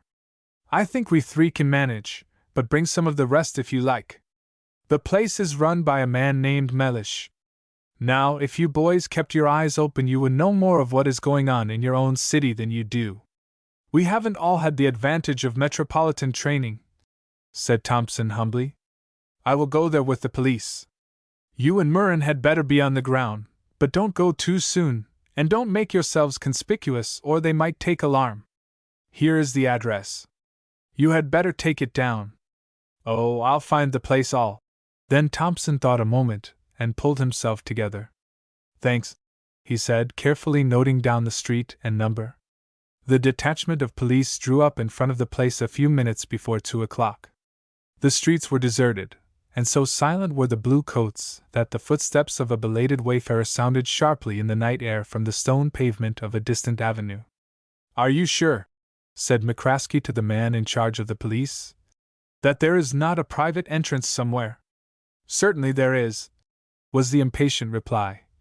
Sergeant McCollum and 4 men are stationed in the alley behind. We know our business, sir. McCraskey thought this was a snub, and he was right. He looked around in the darkness for his reporters. He found them standing together in a doorway on the opposite side of the street. Been here long? He whispered. Murrin was gloomy and did not answer. The religious editor removed his corncob and said briefly, About 10 minutes, sir. Thompson was gazing with interest at the dark building across the way. You've seen nobody come out? Nobody. On the contrary, about half a dozen have gone up that stairway. Is that the place, sir? Asked Thompson with the lamb-like innocence of the criminal reporter. Yes, upstairs there. What did I tell you? Said the religious editor. Thompson insisted it was next door. Come along, said McCraskey. The police are moving at last. A big bell in the neighborhood solemnly struck 2 slow strokes, and all over the city the hour sounded in various degrees of tone and speed. A whistle rang out and was distantly answered. The police moved quickly and quietly up the stairway. Have you tickets, gentlemen? Asked the man at the door politely. This is a private assembly. The police, said the sergeant shortly. Stand aside. If the police were astonished at the sight which met their gaze, their faces did not show it. But McCraskey had not such control over his features, and he looked dumbfounded. The room was the same, undoubtedly, but there was not the vestige of a card to be seen. There were no tables, and even the bar had disappeared. The chairs were nicely arranged, and most of them were occupied. At the further end of the room Pony Rowell stood on a platform or on a box or some elevation, and his pale, earnest face was lighted up with the enthusiasm of the public speaker. He was saying, "On the purity of the ballot, gentlemen, depends the very life of the Republic. That every man should be permitted, without interference or intimidation, to cast his vote, and that every vote so cast should be honestly counted is, I take it, the desire of all who now listen to my words." Great applause, during which Pony took a sip from a glass that may have contained water. The police had come in so quietly that no one, apparently, had noticed their entrance, except that good man Mellish, who hurried forward to welcome the intruders. "Will you take a seat?" he asked. "We are having a little political talk from Mr. Rowell, Sergeant." "Rather an unusual hour, Mr. Mellish," said the sergeant grimly. "It is a little late," admitted Mellish, as if the idea had not occurred to him before. The police who had come in by the back entrance appeared at the other end of the room, and it was evident that Rowell's oration had come to an untimely end. Pony looked grieved and hurt, but said nothing. "We will have to search the premises, Mr. Mellish," said the sergeant. Mellish gave them every assistance, but nothing was found. As the four men walked back together to the Argus office, McCraskey was very indignant. "We will expose the police tomorrow," he said. "They evidently gave Mellish the tip." "I don't think so," said Thompson. "We will say nothing about it." "You forget yourself, Mr. Thompson. It rests with me to say what shall go on the local page." "Not with you." "I don't forget myself," answered Thompson sadly. "I've just remembered myself. The directors of the Argus appointed me local editor yesterday. Didn't they tell you about it? That's just like them. They forgot to mention the fact to Corbin that he had been superseded, and the manager went off fishing after appointing Johnsy local editor, so that for a week we had two local editors, each one countermanding the orders of the other. It was an awful week. You remember it, Murrin?" Murrin's groan seemed to indicate that his recollection of the exciting time was not a pleasant memory. "In case of doubt," murmured the religious editor, this time without removing his corncob. "Obey the orders of the new man where the Argus is concerned. Thompson, old man, I'm with you. When did the blow fall?" "Yesterday afternoon," said Thompson, almost with a sob. "I'll be dismissed within a month, so I am rather sorry. I liked working on the Argus, as a reporter. I never looked for such a luck as promotion. But we all have our troubles, haven't we, Mac?" McCraskey did not answer. "He is now connected with some paper in Texas." Striking back. George Streeter was in Paris, because he hoped and expected to meet Alfred Davison there. He knew that Davison was going to be in Paris for at least a fortnight, and he had a particular reason for wishing to come across him in the streets of that city rather than in the streets of London. Streeter was a young author who had published several books, and who was getting along as well as could be expected, until suddenly he met a check. The check was only a check as far as his own self-esteem was concerned, for it did not in the least retard the sale of his latest book, but rather appeared to increase it. The check was unexpected, for where he had looked for a caress, he received a blow. The blow was so well placed, and so vigorous, that at first it stunned him. Then he became unreasonably angry. He resolved to strike back. The review of his book in the Argus was vigorously severe, and perhaps what maddened him more than anything else was the fact that, in spite of his self-esteem, he realized the truth of the criticism. If his books had been less successful, or if he had been newer as an author, he might possibly have set himself out to profit by the keen thrusts given him by the Argus. He might have remembered that although Tennyson struck back at Christopher North, calling him rusty, crusty, and musty, yet the poet eliminated from later editions all blemishes which musty Christopher had pointed out. Streeter resolved to strike back with something more tangible than a sarcastic verse. He quite admitted, even to himself, that a critic had every right to criticize. That was what he was for. But he claimed that a man who pretended to be an author's friend and who praised his books to his face had no right to go behind his back and pen a criticism so scathing as that which appeared in the Argus. For Streeter knew that Alfred Davison had written the criticism in the Argus, and Davison had posed as his friend, and had pretended as well that he had a great admiration for Streeter's books. As Streeter walked down the Boulevard des Italiens, he saw, seated in front of a café, the man whom he hoped to meet, and furthermore, he was pleased to see that the man had a friend with him. The recognition of author and critic was mutual. "Hello, Streeter," cried Davison. "When did you come over?"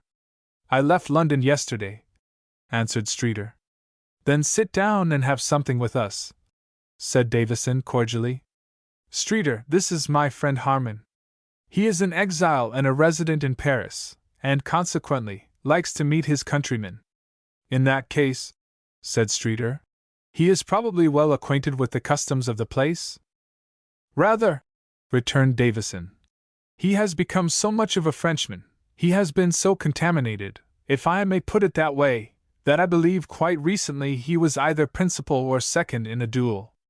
"By the way, which was it, Harmon?" "Merely a second," answered the other. "I don't believe in dueling myself," continued Davison. "It seems to me an idiotic custom, and so futile." "I don't agree with you," replied Streeter curtly. "There is no reason why a duel should be futile, and there seem to be many reasons why a duel might be fought. There are many things, worse than crimes, which exist in all countries, and for which there is no remedy except calling a man out, misdemeanors, if I may so term them, that the law takes no cognizance of. Treachery, for instance, a person pretending to be a man's friend, and then the first chance he gets, stabbing him in the back." Harmon nodded his approval of these sentiments, while Davison said jauntily, "Oh, I don't know about that. It seems to me these things, which I suppose undoubtedly exist, should not be made important by taking much notice of them. What will you have to drink, Streeter?"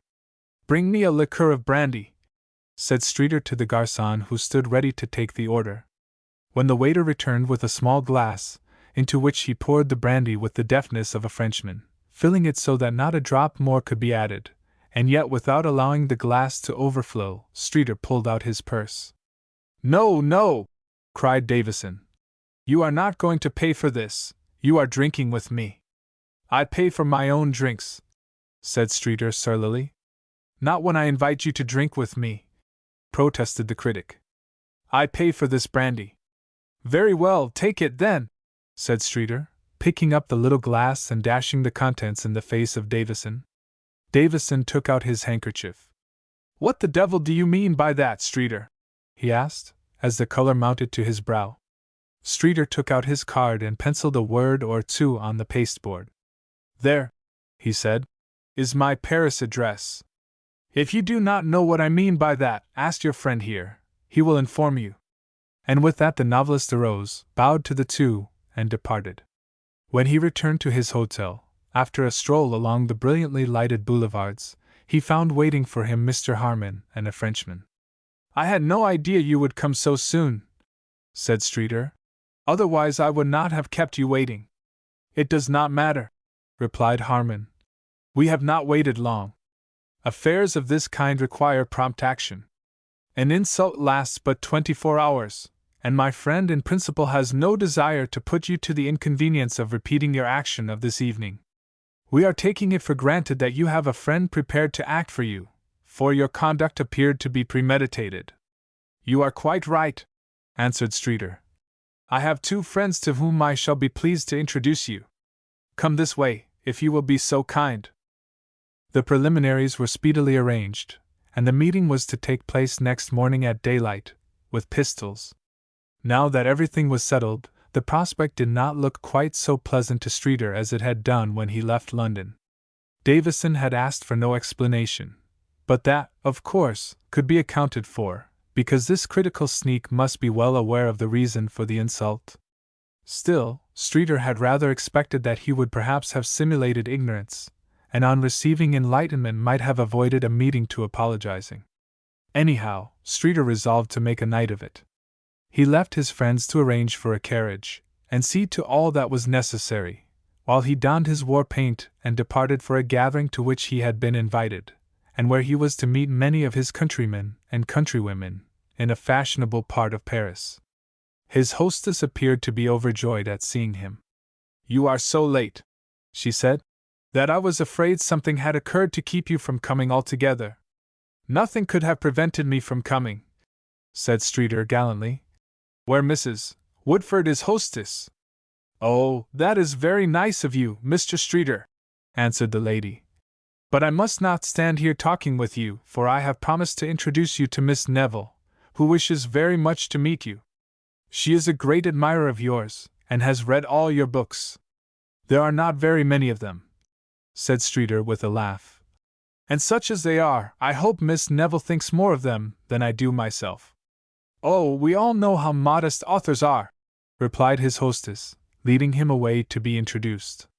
Miss Neville was young and pretty, and she was evidently pleased to meet the rising young author. "I have long wanted to see you," she said, "to have a talk with you about your books." "You are very kind," said Streeter, "but perhaps we might choose something more profitable to talk about." "I am not so sure of that. Doubtless you have been accustomed to hear only the nice things people say about you. That is the misfortune of many authors." "It is a misfortune," answered Streeter. "What a writer needs is somebody to tell him the truth." "Ah," said Miss Neville, "that is another thing I am not so sure about. Mrs. Woodford has told you, I suppose, that I have read all your books? Did she add that I detested them?" Even Streeter was not able to conceal the fact that this remark caused him some surprise. He laughed uneasily and said, "On the contrary, Mrs. Woodford led me to believe that you had liked them." The girl leaned back in her chair and looked at him with half-closed eyes. "Of course," she said, "Mrs. Woodford does not know.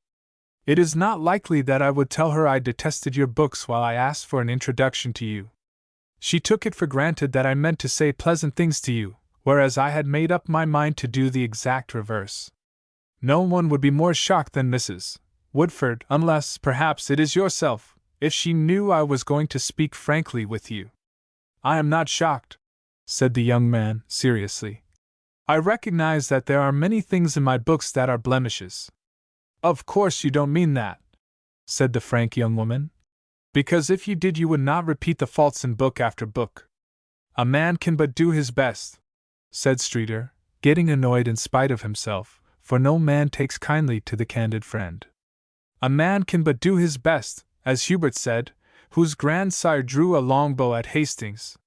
"Yes," returned Miss Neville, "a man can but do his best, although we should remember that the man who said that said it just before he was defeated. What I feel is that you are not doing your best, and that you will not do your best until some objectionable person like myself has a good serious talk with you." "Begin the serious talk," said Streeter. "I am ready and eager to listen. Did you read the review of your latest book which appeared in the Argus?" "Did I?"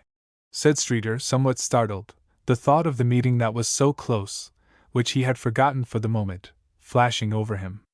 "Yes, I did, and I had the pleasure of meeting the person who wrote it this evening." Miss Neville almost jumped in her chair. "Oh, I did not intend you to know that," she said. "Who told you? How did you find out that I wrote reviews for the Argus?" "You!" cried Streeter, astonished in his turn. "Do you mean to say that you wrote that review?"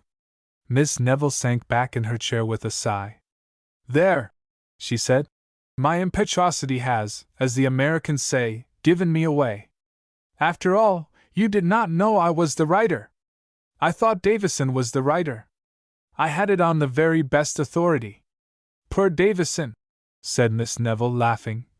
"Why, he is one of the best and staunchest friends you have, and so am I, for that matter. Indeed, I am even more your friend than Mr. Davison, for I think you can do good work, while Mr. Davison is foolish enough to believe you are doing it." At this point in the conversation, Streeter looked hurriedly at his watch. "Ah, I see," said Miss Neville. "This conversation is not to your taste. You are going to plead an appointment, As if anyone could have an appointment at this hour in the morning. Nevertheless, said Streeter, I have, and I must bid you goodbye.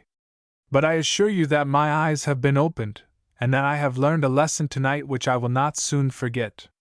I hope I may have the pleasure of meeting you again, and continuing this conversation. Perhaps sometime I may tell you why I have to leave. Streeter found his friends waiting for him. He knew it was no use trying to see Davison before the meeting. There was a long drive ahead of them, and it was gray daylight when they reached the ground, where they found the other party waiting. Each man took his place and the pistol that was handed to him. When the word, "Fire!" was given, Streeter dropped his hand to his side.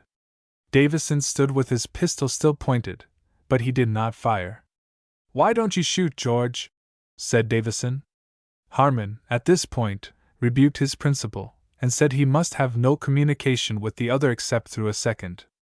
"Oh," said Davison, impatiently, "I don't pretend to know the rules of this idiotic game." Streeter stepped forward. "I merely wished to give you the opportunity of firing at me if you cared to do so," he said. "And now I desire to apologize for my action at the cafe. I may say that what I did was done under a misapprehension. Anything that I can do to make reparation I am willing to do." "Oh, that's all right," said Davison. "Nothing more need be said. I am perfectly satisfied. Let us get back to the city. I find it somewhat chilly out here. And yet," said Harmon with a sigh, "Englishmen have the cheek to talk of the futility of French duels." Crandall's choice. John Crandall sat at his office desk and thought the situation over. Everybody had gone and he was in the office alone. Crandall was rather tired and a little sleepy, so he was inclined to take a gloomy view of things. Not that there was anything wrong with his business. In fact, it was in a first-rate condition so far as it went, but it did not go far enough. That was what John thought as he brooded over his affairs. He was making money, of course, but the trouble was that he was not making it fast enough. As he thought of these things, John gradually and imperceptibly went to sleep, and while he slept he dreamt a dream. It would be quite easy to pretend that the two persons who came to him in the vision actually entered the office and that he thought them regular customers or something of that sort, while at the end of the story, when everybody was bewildered, the whole matter might be explained by announcing the fact that it was all a dream, but this account being a true and honest one, no such artifice will be used, and at the very beginning the admission is made that John was the victim of a vision. In this dream two very beautiful ladies approached him. One was richly dressed and wore the most dazzling jewelry. The other was clad in plain attire. At first, the dreaming Mr. Crandall thought, or dreamt he thought, that the richly dressed one was the prettier. She was certainly very attractive, but, as she came closer, John imagined that much of her beauty was artificial. He said to himself that she painted artistically perhaps, but at any rate she laid it on rather thick. About the other there was no question. She was a beauty, and what loveliness she possessed was due to the bounties of Providence, and not to the assistance of the chemist. She was the first to speak.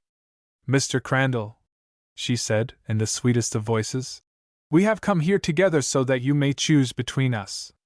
Which one will you have?" "Bless me," said Crandall, so much surprised at the unblushing proposal that he nearly awoke himself. "Bless me, don't you know that I am married?" "Oh, that doesn't matter," answered the fair young lady, with the divinest of smiles. "Doesn't it?" said Mr. Crandall. "If you had the pleasure of meeting Mrs. Crandall, I think you would find that it did, very much indeed. But we are not mortals, we are spirits." "Oh, are you? Well, of course that makes a difference," replied Mr. Crandall, much relieved, for he began to fear from the turn the conversation had taken that he was in the presence of two writers of modern novels. "This lady," continued the first speaker, "is the spirit of wealth. If you choose her you will be a very rich man before you die." "Oh ho!" cried Crandall. "Are you sure of that?" "Quite certain." "Well, then I won't be long making my choice. I choose her, of course. But you don't know who I am. Perhaps when you know, you may wish to reverse your decision. I suppose you are the spirit of power or of fame or something of that sort." I am not an ambitious person. Money is good enough for me. No, I am the spirit of health. Think well before you make your choice. Many have rejected me, and afterwards have offered all their possessions fruitlessly, hoping to lure me to them. Ah, said Mr. Crandall, with some hesitation. You are a very pleasant young person to have around the house. But why cannot I have both of you? How does that strike you? I am very sorry, but I am not permitted to give you the choice of both. Why is that? Many people are allowed to choose both. I know that, still we must follow our instructions. Well, if that is the case, without wishing to offend you in the least, I think I will stand by my first choice. I choose wealth. As he said this, the other lady advanced toward him and smiled somewhat triumphantly as she held out her hand. Crandall grasped it, and the first spirit sighed. Just as the spirit of wealth seemed about to speak, there was a shake at the office door, and Mr. John Crandall saw the spirits fade away. He rubbed his eyes and said to himself, "By George! I have been asleep. What a remarkably vivid dream that was!" As he yawned and stretched his arms above his head, the impatient rattle at the door told him that at least was not a part of the dream. He arose and unlocked the door. "Hello, Mr. Bullion," he said, as that solid man came in. "You're late, aren't you? Why, for that matter, so are you. You must have been absorbed in your accounts, or you would have heard me sooner. I thought I would have to shake the place down. Well, you know, the policeman sometimes tries the door, and I thought at first it was he. Won't you sit down? Thanks. Don't care if I do. Busy tonight? Just got through. Well, how are things going? Oh, slowly as usual. Slowly because we have not facilities enough, but we've got all the work we can do. Does it pay you for what work you do? Certainly. I'm not in this business as a philanthropist, you know. No, I didn't suppose you were. Now, see here, Crandall, I think you have a good thing of it here and one of the enterprises that if extended would develop into a big business. I know it. But what am I to do? I've practically no capital to enlarge the business, and I don't care to mortgage what I have and pay a high rate of interest when, just at the critical moment, we might have a commercial crisis and I would then lose everything. Quite right, and a safe principle. Well, that's what I came to see you about. I have had my eye on you and this factory for some time. Now, if you want capital, I will furnish it on the condition that an accountant of mine examines the books and finds everything promising a fair return for enlarging the business. Of course, I take your word for the state of affairs all right enough, but business is business, you know, and besides, I want to get an expert opinion on how much enlargement it will stand. I suppose you could manage a manufactory 10 or 20 times larger as easily as you do this one. Quite, said Mr. Crandall. Then what do you say to my coming round tomorrow at 9 with my man? That would suit me all right. Mr. John Crandall walked home a very much elated man that night. Well, doctor, said the patient in a very weak voice, what is the verdict? It is just as I said before. You will have to take a rest. You know I predicted this breakdown. Can't you give me something that will fix me up temporarily? It is almost imperative that I should stay on just now. Of course it is. It has been so for the last 5 years. You forget that in that time you have been fixed up temporarily on several occasions. Now I will get you round so that you can travel in a few days, and then I insist on a sea voyage or a quiet time somewhere on the continent. You will have to throw off business cares entirely. There are no ifs or buts about it. Look here, doctor. I don't see how I am to leave at this time. I have been as bad as this a dozen times before. You know that. I'm just a little fagged out, and when I go back to the office I can take things easier. You see, we have a big South American contract on hand that I am very anxious about. New business, you know. I suppose you could draw your check for a pretty large amount, Mr. Crandall. Yes, I can. If money can bridge the thing over, I will arrange it. Well, money can't. What I wanted to say was that if, instead of having a large sum in the bank, you had overdrawn your account about as much as the bank would stand, would you be surprised if your check were not honored? No, I wouldn't. Well, that is your state physically. You've overdrawn your vitality account. You've got to make a deposit. You must take a vacation. Any other time, doctor. I'll go sure, as soon as this contract is off. Upon my word I will. You needn't shake your head. A vacation just now would only aggravate the difficulty. I wouldn't have a moment's peace knowing this South American business might be bungled. I'd worry myself to death. The funeral of Mr. Crandall was certainly one of the most splendid spectacles the city had seen for many a day. The papers all spoke highly of the qualities of the dead manufacturer, whose growth had been typical of the growth of the city. The eloquent minister spoke of the inscrutable ways of Providence in cutting off a man in his prime, and in the very height of his usefulness. The failure of Bradley. "If I only had the courage," said Bradley, as he looked over the stone parapet of the embankment at the dark waters of the Thames as they flashed for a moment under the glitter of the gaslight, and then disappeared in the black night to flash again farther down. "Very likely I would struggle to get out again the moment I went over," he muttered to himself. "But if no help came it would all be done with, in a minute. 2 minutes perhaps. I'll warrant those 2 minutes would seem an eternity. I would see 100 ways of making a living, if I could only get out again. Why can't I see one now while I am out?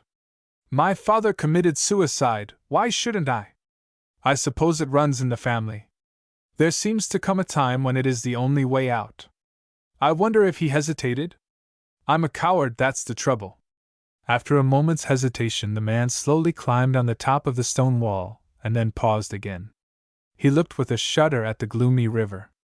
"I'll do it," he cried aloud, and was about to slide down, when a hand grasped his arm and a voice said, "What will you do?" In the light of the gas lamp, Bradley saw a man whose face seemed familiar, and although he thought rapidly, "Where have I seen that man before?" he could not place him. "Nothing," answered Bradley sullenly. "That's right," was the answer. "I'd do nothing of that kind if I were you." "Of course you wouldn't. You have everything that I haven't: food, clothes, shelter." "Certainly you wouldn't. Why should you? Why should you, if it comes to that?" "Because 10 shillings stands between me and a job. That's why, if you want to know. There's 8 shillings railway fare, a shilling for something to eat tonight, and a shilling for something in the morning. But I haven't the 10 shillings. So that's why. If I give you the 10 shillings, what assurance have I that you will not go and get drunk on it? None at all. I have not asked you for 10 shillings, nor for one. I have simply answered your question. That is true. I will give you £1 if you will take it, and so if unfortunately you spend half of it in cheering yourself, you will still have enough left to get that job." "What is the job?" "I am a carpenter." "You are welcome to the £1. I will take it gladly. But mind you, I am not a beggar. I will take it if you give me your address, so that I may send it back to you when I earn it." By this time Bradley had come down on the pavement. The other man laughed quietly. "I cannot agree to that. You are welcome to the money. More if you like. I merely doubled the sum you mentioned to provide for anything unseen. Unless you let me return it, I will not take the money. I have perfect confidence in your honesty. If I had not, I would not offer the money. I cannot give you my address, or rather, I will not. If you will pay the £1 to some charity, or will give it to someone who is in need, I am more than satisfied. If you give it to the right man and tell him to do the same, the £1 will do more good than ever it will in my pocket or in my usual way of spending it. But how are you to know I will do that? I am considered rather a good judge of men. I am certain you will do what you say. I'll take the money. I doubt if there is anyone in London tonight who needs it much worse than I do." Bradley looked after the disappearing figure of the man who had befriended him. "I have seen that man somewhere before," he said to himself. But in that he was wrong. He hadn't. Wealth is most unevenly and most unfairly divided. All of us admit that, but few of us agree about the remedy. Some of the best minds of the century have wrestled with this question in vain. "The poor ye have always with you" is as true today as it was 1800 years ago. Where so many are in doubt, it is perhaps a comfort to meet men who have no uncertainty as to the cause and the remedy. Such a body of men met in a back room off Soho Square. "We are waiting for you, Bradley," said the chairman, as the carpenter took his place and the doors were locked.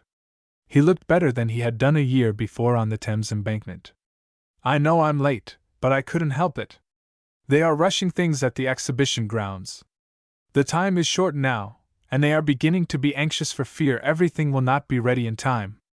"That's it," said one of the small group.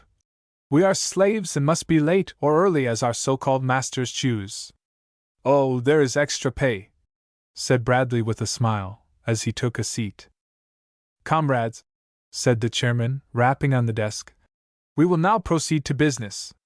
The secret committee has met and made a resolution. After the lots are drawn, it will be my task to inform the man chosen what the job is. It is desirable that as few as possible, even among ourselves, should know who the man is, who has drawn the marked paper. Perhaps it may be my own good fortune to be the chosen man. One of the papers is marked with a cross. Whoever draws that paper is to communicate with me at my room within 2 days. He is to come alone. It is commanded by the committee that no man is to look at his paper until he leaves this room and then to examine it in secret. He is bound by his oath to tell no one at any time whether or not he is the chosen man." The papers were put into a hat, and each man in the room drew one. The chairman put his in his pocket, as did the others. The doors were unlocked and each man went to his home, if he had one. Next evening Bradley called at the room of the chairman and said, "There is the marked paper I drew last night." The exhibition building was gay with bunting and was sonorous with the sounds of a band of music. The machinery that would not stop for 6 months was still motionless, for it was to be started in an hour's time by His Highness. His Highness and suite had not yet arrived, but the building was crowded by a well-dressed throng of invited guests, the best in the land as far as fame, title, or money was concerned. Underneath the grandstand where His Highness and the distinguished guests were to make speeches and where the finger of nobility was to press the electric button, Bradley walked anxiously about, with the same haggard look on his face that was there the night he thought of slipping into the Thames. The place underneath was a wilderness of beams and braces. Bradley's wooden tool chest stood on the ground against one of the timbers. The foreman came through and struck a beam or a brace here and there. "Everything is all right," he said to Bradley. "There will be no trouble, even if it was put up in a hurry, and in spite of the strain that will be on it today." Bradley was not so sure of that, but he said nothing. When the foreman left him alone, he cautiously opened the lid of his tool chest and removed the carpenter's apron which covered something in the bottom. This something was a small box with a clockwork arrangement, and a miniature uplifted hammer that hung like the sword of Damocles over a little copper cap. He threw the apron over it again, closed the lid of the chest, leaned against one of the timbers, folded his arms and waited. Presently there was a tremendous cheer and the band struck up. "He is coming," said Bradley to himself, closing his lips tighter. "Carpenter!" cried the policeman, putting in his head through the little wooden door at the foot of the stage. "Come here, quick! You can get a splendid sight of His Highness as he comes up the passage." Bradley walked to the opening and gazed at the distinguished procession coming toward him. Suddenly he grasped the arm of the policeman like a vice. "Who is that man in the robes, at the head of the procession? Don't you know? That is His Highness." Bradley gasped for breath. He recognized His Highness as the man he had met on the embankment. "Thank you," he said to the policeman, who looked at him curiously. Then he went under the grandstand among the beams and braces and leaned against one of the timbers with knitted brows. After a few moments he stepped to his chest, pulled off the apron and carefully lifted out the machine. With a quick jerk he wrenched off the little hammer and flung it from him. The machinery inside whirred for a moment with a soft purr like a clock running down. He opened the box and shook out into his apron a substance like damp sawdust. He seemed puzzled for a moment what to do with it. Finally he took it out and scattered it along the grass-grown slope of a railway cutting. Then he returned to his tool chest, took out a chisel and grimly felt its edge with his thumb. It was admitted on all hands that His Highness never made a better speech in his life than on the occasion of the opening of that exhibition. He touched lightly on the country's unexampled prosperity, of which the marvelous collection within those walls was an indication. He alluded to the general contentment that reigned among the classes to whose handiwork was due the splendid examples of human skill there exhibited. His Highness was thankful that peace and contentment reigned over the happy land, and he hoped they would long continue so to reign. Then there were a good many light touches of humor in the discourse, touches that are so pleasing when they come from people in high places. In fact, the chairman said at the club afterwards, confidentially of course, that the man who wrote His Highness's speeches had in that case quite outdone himself. The papers had very full accounts of the opening of the exhibition next morning, and perhaps because these graphic articles occupied so much space, there was so little room for the announcement about the man who committed suicide. The papers did not say where the body was found, except that it was near the exhibition buildings, and His Highness never knew that he made that excellent speech directly over the body of a dead man. Ringamee's convert. Mr. Johnson Ringamee, the author, sat in his library gazing idly out of the window. The view was very pleasant, and the early morning sun brought out in strong relief the fresh greenness of the trees that now had on their early spring suits of foliage. Mr. Ringamee had been a busy man, but now, if he cared to take life easy, he might do so, for few books had had the tremendous success of his latest work. Mr. Ringamee was thinking about this, when the door opened, and a tall, intellectual-looking young man entered from the study that communicated with the library. He placed on the table the bunch of letters he had in his hand, and drawing up a chair, opened a blank notebook that had, between the leaves, a lead pencil sharpened at both ends. "Good morning, Mr. Scriver," said the author, also hitching up his chair towards the table. He sighed as he did so, for the fair spring prospect from the library window was much more attractive than the task of answering an extensive correspondence. "Is there a large mail this morning, Scriver?" "A good-sized one, sir. Many of them, however, are notes asking for your autograph." "Enclose stamps, do they?" "Most of them, sir. Those that did not, I threw in the waste-basket." "Quite right. And as to the autographs, you might write them this afternoon, if you have time." "I have already done so, sir. I flatter myself that even your most intimate friend could not tell my version of your autograph from your own." As he said this, the young man shoved towards the author a letter which he had written, and Mr. Ringamee looked at it critically. "Very good, Scriver, very good indeed. In fact, if I were put in the witness box, I am not sure that I would be able to swear that this was not my signature. What's this you have said in the body of the letter about sentiment? Not making me write anything sentimental, I hope. Be careful, my boy. I don't want the newspapers to get hold of anything that they could turn into ridicule. They are too apt to do that sort of thing if they get half a chance." "Oh, I think you will find that all right," said the young man. "Still, I thought it best to submit it to you before sending it off. You see, the lady who writes has been getting up a Ringamee Club in Kalamazoo, and she asked you to give her an autographic sentiment which they will cherish as the motto of the club. So I wrote the sentence, 'All classes of labor should have equal compensation.' If that won't do, I can easily change it." "Oh, that will do first rate, first rate.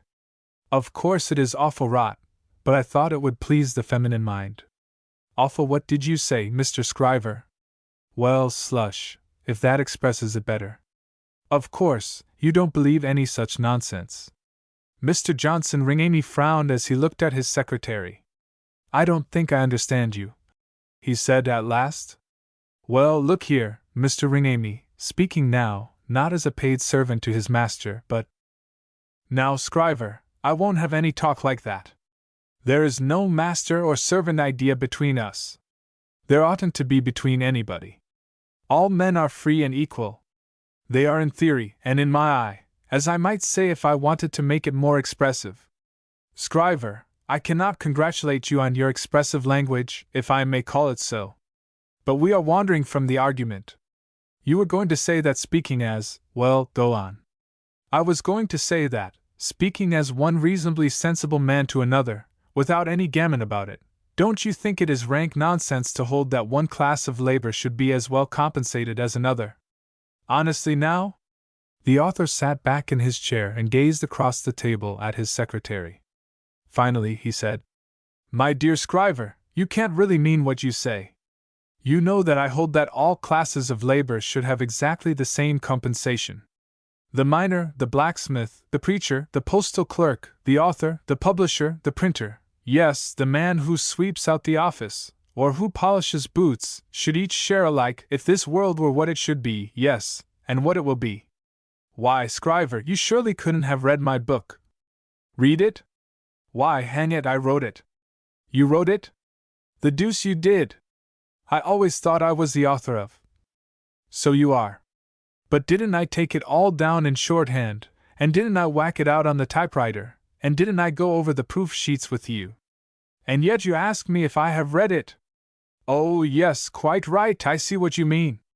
Well, if you paid as much attention to the arguments as you did to the mechanical production of the book, I should think you would not ask if I really meant what I said. Oh, I suppose you meant it all right enough, in a way, in theory perhaps, but… My dear sir, allow me to say that a theory which is not practical is simply no theory at all. The great success of Gazing Upward has been due to the fact that it is an eminently practical work.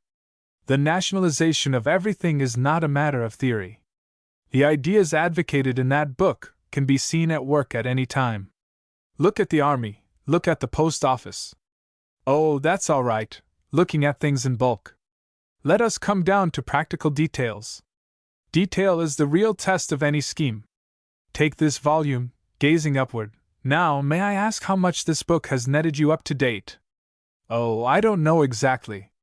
Somewhere in the neighborhood of £20,000. Very well then. Now let us look for a moment at the method by which that book was produced. You walked up and down this room with your hands behind your back, and dictated chapter after chapter, and I sat at this table taking it all down in shorthand. Then you went out and took the air while I industriously whacked it out on the typewriter. I wish you wouldn't say whacked, Scriver. That's twice you've used it. All right, typographical error, for whacked read manipulated. Then you looked over the typewritten pages, and I erased and wrote in and finally got out a perfect copy.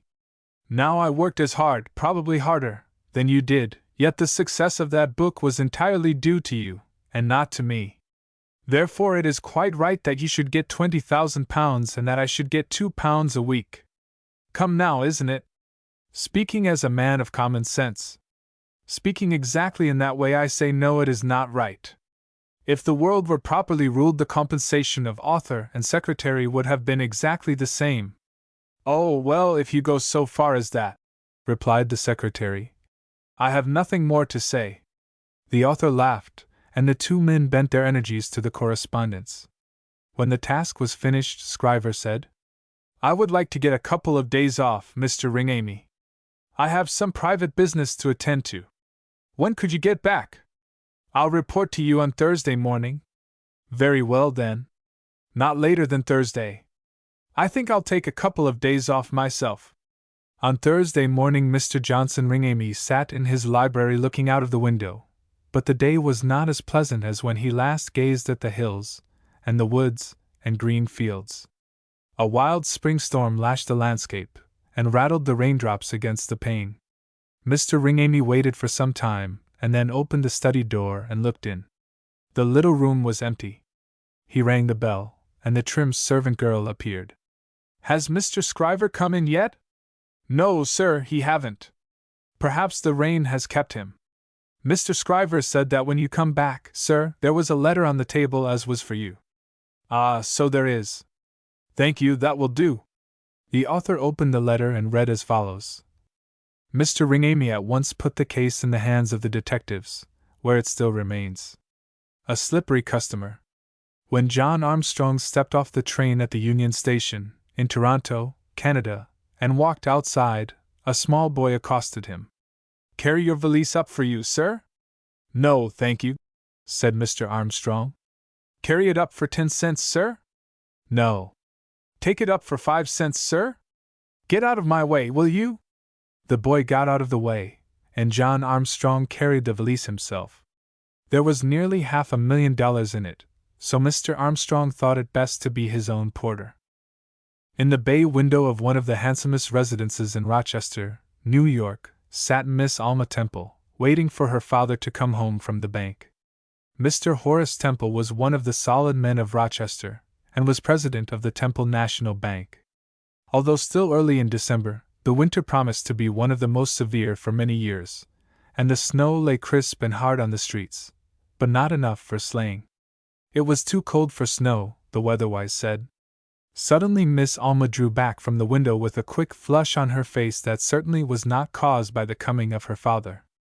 A dapper young man sprang lightly up the steps, and pressed the electric button at the door. When the young man entered the room a moment later, Miss Alma was sitting demurely by the open fire. He advanced quickly toward her, and took both her outstretched hands in his. Then, furtively looking around the room, he greeted her still more affectionately, in a manner that the chronicler of these incidents is not bound to particularize. However, the fact may be mentioned that whatever resistance the young woman thought fit to offer was of the faintest and most futile kind, and so it will be understood, at the beginning, that these two young persons had a very good understanding with each other. "You seem surprised to see me," he began.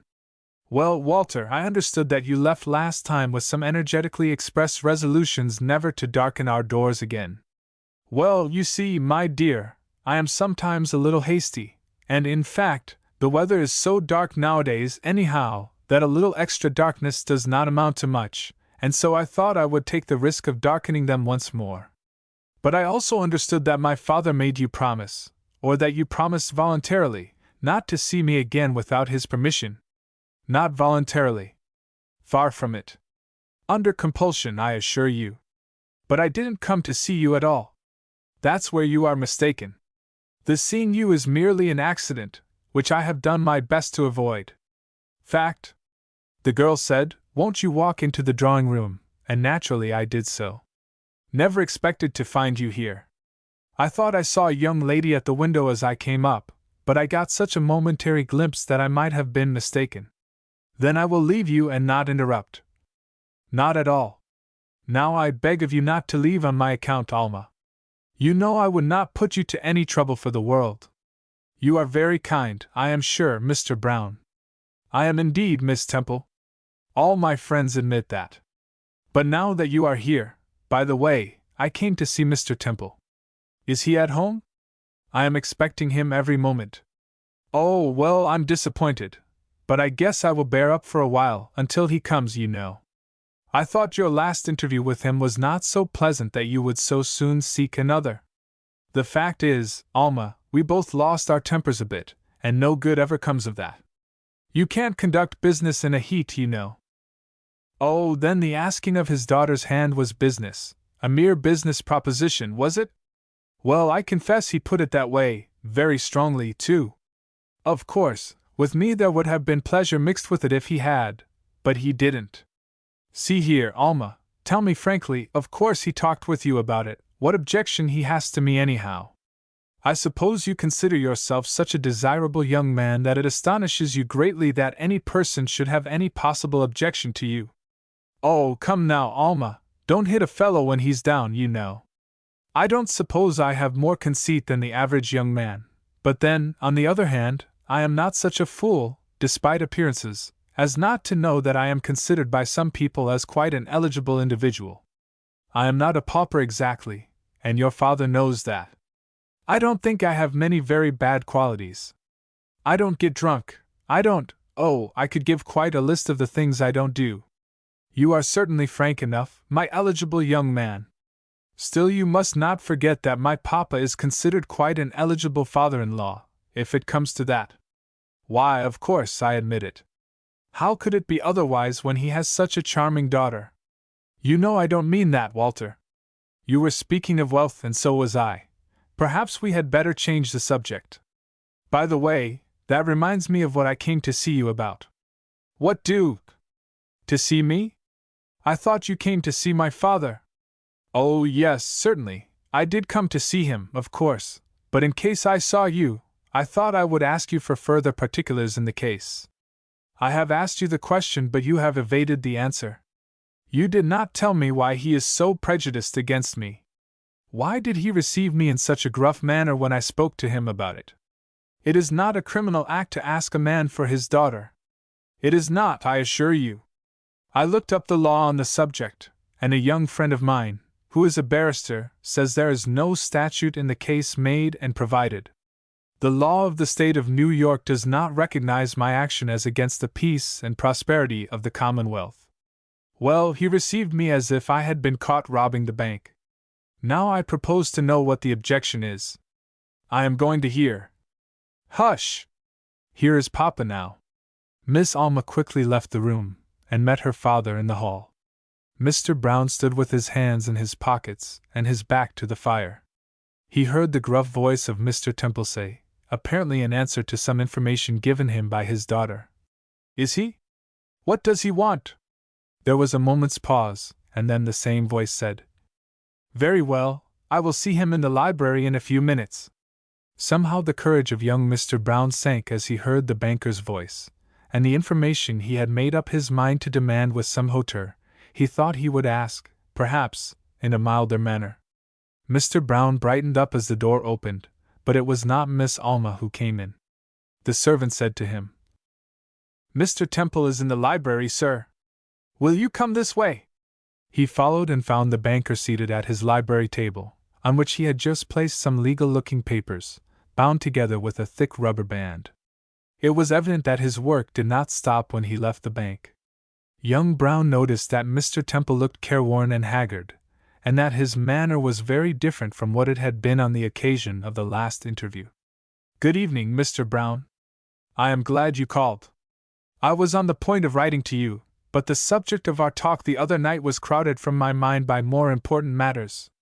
Young Mr. Brown thought bitterly that there ought not to be matters more important to a father than his daughter's happiness, but he had the good sense not to say so.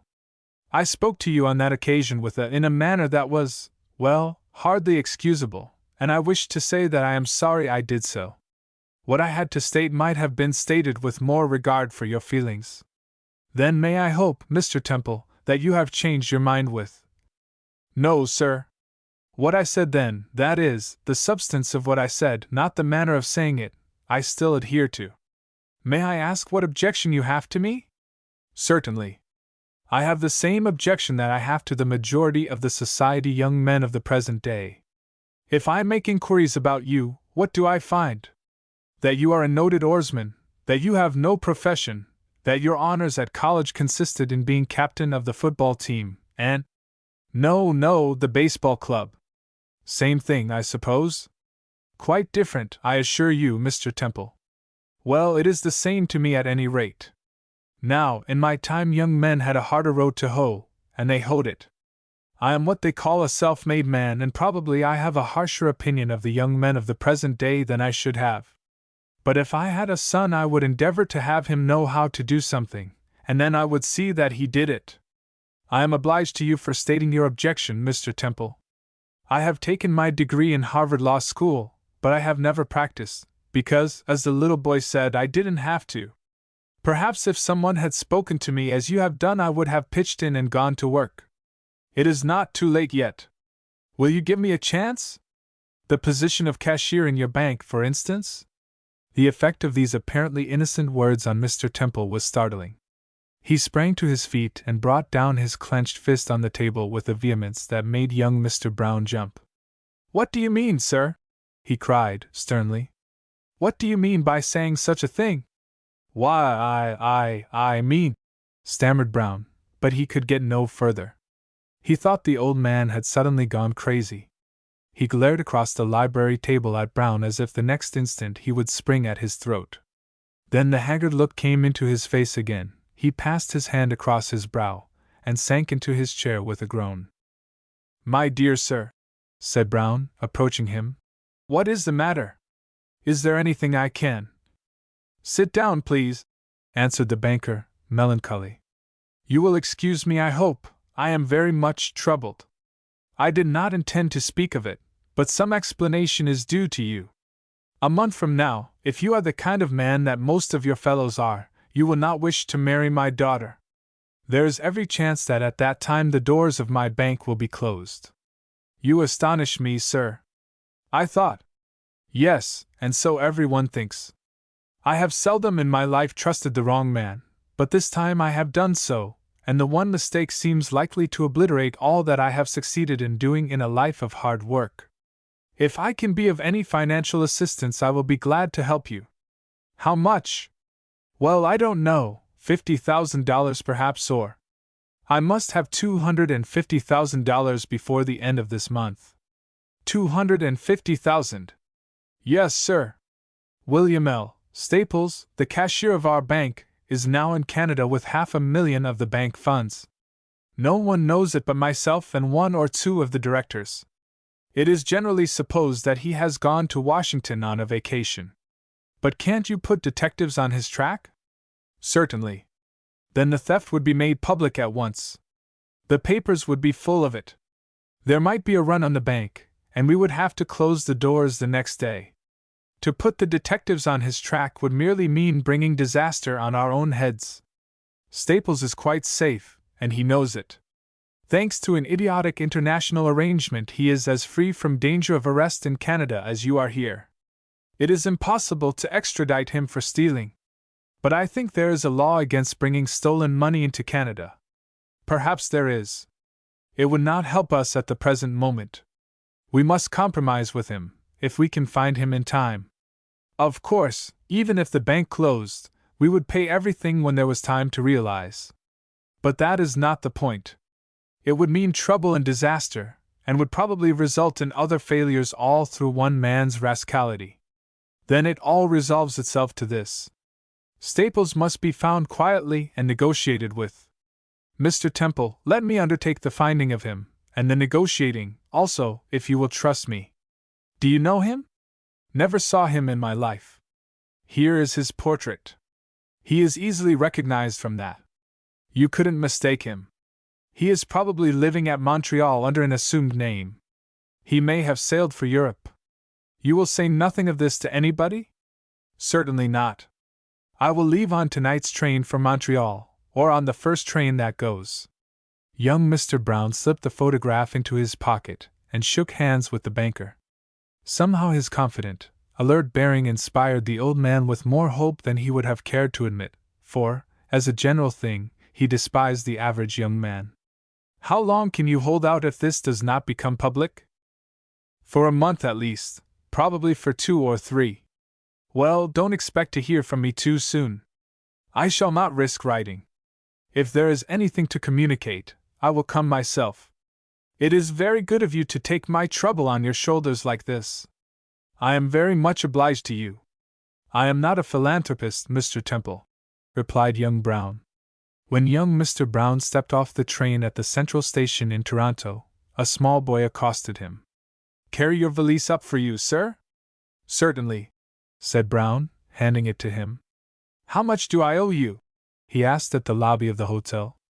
25 cents, said the boy promptly, and he got it. Brown registered on the books of the hotel as John A. Walker, of Montreal. Mr. Walter Brown, of Rochester, was never more discouraged in his life than at the moment he wrote on the register the words, John A. Walker, Montreal. He had searched Montreal from one end to the other, but had found no trace of the man for whom he was looking. Yet, strange to say, when he raised his eyes from the register they met the face of William L. Staples, ex-cashier. It was lucky for Brown that Staples was looking at the words he had written, and not at himself, or he would have noticed Brown's involuntary start of surprise and flush of pleasure. It was also rather curious that Mr. Brown had a dozen schemes in his mind for getting acquainted with Staples when he met him, and yet that the first advance should be made by Staples himself. You are from Montreal, said Mr. Staples, alias John Armstrong. That's my town, said Mr. Brown. What sort of a place is it in winter? Pretty lively? Oh, yes. Good deal of a winter city, Montreal is. How do you mean, business or sport? Well, both. Generally, where there's lots of business, there's lots of fun. Yes, that's so, assented Brown. He did not wish to prolong the conversation. He had some plans to make, so he followed his luggage up to his room. It was evident that he would have to act quickly. Staples was getting tired of Toronto. 2 days after Brown had his plans completed, he met Staples one evening in the smoking room of the hotel. Think of going to Montreal? asked Brown. I did think of it. I don't know, though. Are you in business there? Yes. If you go, I could give you some letters of introduction to a lot of fellows who would show you some sport, that is, if you care for snowshoeing, tobogganing, and the like of that. I never went in much for athletics, said Staples. I don't care much for exertion myself, answered Brown. I come up here every winter for some ice yachting. That's my idea of sport. I own one of the fastest ice boats on the bay. Ever been out? No, I haven't. I've seen them at it a good deal. Pretty cold work such weather as we've been having, isn't it? I don't think so. Better come out with me tomorrow? Well, I don't care if I do. The next day and the next day spun around the bay on the iceboat. Even Staples, who seemed to be tired of almost everything, liked the swiftness and exhilaration of the iceboat. One afternoon, Brown walked into the bar of the hotel, where he found Staples standing. See here, Armstrong, he cried, slapping that gentleman on the shoulder. Are you in for a bit of sport? It's a nice moonlight night, and I'm going to take a spin down to Hamilton to meet some chaps, and we can come back on the iceboat, or if you think it too late, you can stay over and come back on the train. Hamilton? That's up the lake, isn't it? Yes, just a nice run from here. Come along, I counted on you. An hour later they were skimming along the frozen surface of the lake. Make yourself warm and snug, said Brown. That's what the buffalo robes are for. I must steer, so I have to keep in the open. If I were you, I'd wrap up in those robes and go to sleep. I'll wake you when we're there. All right, answered Staples. That's not a bad idea. General George Washington, said young Brown to himself. This is too soft to snap altogether. I'm going to run him across the lake like a lamb. Before he opens his eyes, we'll have skimmed across the frozen lake, and he'll find himself in the States again when he wakes up. The only thing now to avoid are the air holes and ice hills, and I'm all right. He had been over the course before and knew pretty well what was ahead of him. The wind was blowing stiffly straight up the lake, and the boat silently, and swifter than the fastest express, was flying from Canada and lessening the distance to the American shore. How are you getting along, Walker? Cried Staples, rousing himself up. First rate, answered Brown. We'll soon be there, Staples. That unfortunate slip of the tongue almost cost young Mr. Brown his life. He had been thinking of the man under his own name, and the name had come out unconsciously. He did not even notice it himself in time to prepare, and the next instant the thief flung himself upon him and jammed his head against the iron rod that guided the rudder, with such a force that the rudder stayed in its place and the boat flew along the ice without a swerve. You scoundrel! Roared the bank robber. That's your game, is it? By the gods, I'll teach you a lesson in the detective business. Athlete as young Brown was, the suddenness of the attack, and the fact that Staples clutched both hands round his neck and had his knee on his breast, left him as powerless as an infant. Even then he did not realize what had caused the robber to guess his position. For God's sake, let me up! Gasped Brown. We'll be into an air hole and drowned in a moment. I'll risk it, you dog. Till I've choked the breath out of your body. Brown wriggled his head away from the rudder iron, hoping that the boat would slew around, but it kept its course. He realized that if he was to save his life he would have to act promptly. He seemed to feel his tongue swell in his parched mouth. His strength was gone and his throat was in an iron vice. He struck out wildly with his feet, and one fortunate kick sent the rudder almost at right angles. Instantly the boat flashed around into the wind. Even if a man is prepared for such a thing, it takes all his nerve and strength to keep him on an iceboat. Staples was not prepared. He launched head first into space and slid for a long distance on the rough ice. Brown was also flung on the ice and lay for a moment gasping for breath. Then he gathered himself together, and slipping his hand under his coat, pulled out his revolver. He thought at first that Staples was shamming, but a closer examination of him showed that the fall on the ice had knocked him senseless. There was only one thing that young Mr. Brown was very anxious to know. He wanted to know where the money was. He had played the part of private detective well in Toronto, after the very best French style, and had searched the room of Staples in his absence, but he knew the money was not there nor in his valise. He knew equally well that the funds were in some safe deposit establishment in the city, but where he could not find out. He had intended to work on Staples' fears of imprisonment when once he had him safe on the other side of the line. But now that the man was insensible, he argued that it was a good time to find whether or not he had a record of the place of deposit in his pocketbook. He found no such book in his pockets. In searching, however, he heard the rustling of paper apparently in the lining of his coat. Then he noticed how thickly it was padded. The next moment he had it ripped open, and a glance showed him that it was lined with bonds. Both coat and vest were padded in this way, the vest being filled with Bank of England notes, so the chances were that Staples had meditated at touring Europe. The robber evidently put no trust in safe deposits nor banks. Brown flung the thief over on his face, after having unbuttoned coat and vest, doubled back his arms and pulled off these garments. His own, Brown next discarded, and with some difficulty got them on the fallen man and then put on the clothes of Mammon. "This is what I call rolling in wealth," said Brown to himself. He admitted that he felt decidedly better after the change of clothing, cold as it was. Buttoning his own garments on the prostrate man, Brown put a flask of liquor to his lips and speedily revived him. Staples sat on the ice in a dazed manner, and passed his hand across his brow.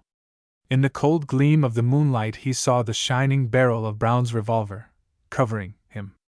"It's all up, Mr. Staples. Get on board the iceboat." "Where are you going to take me to?" "I'll let you go when we come to the coast if you tell me where the money is."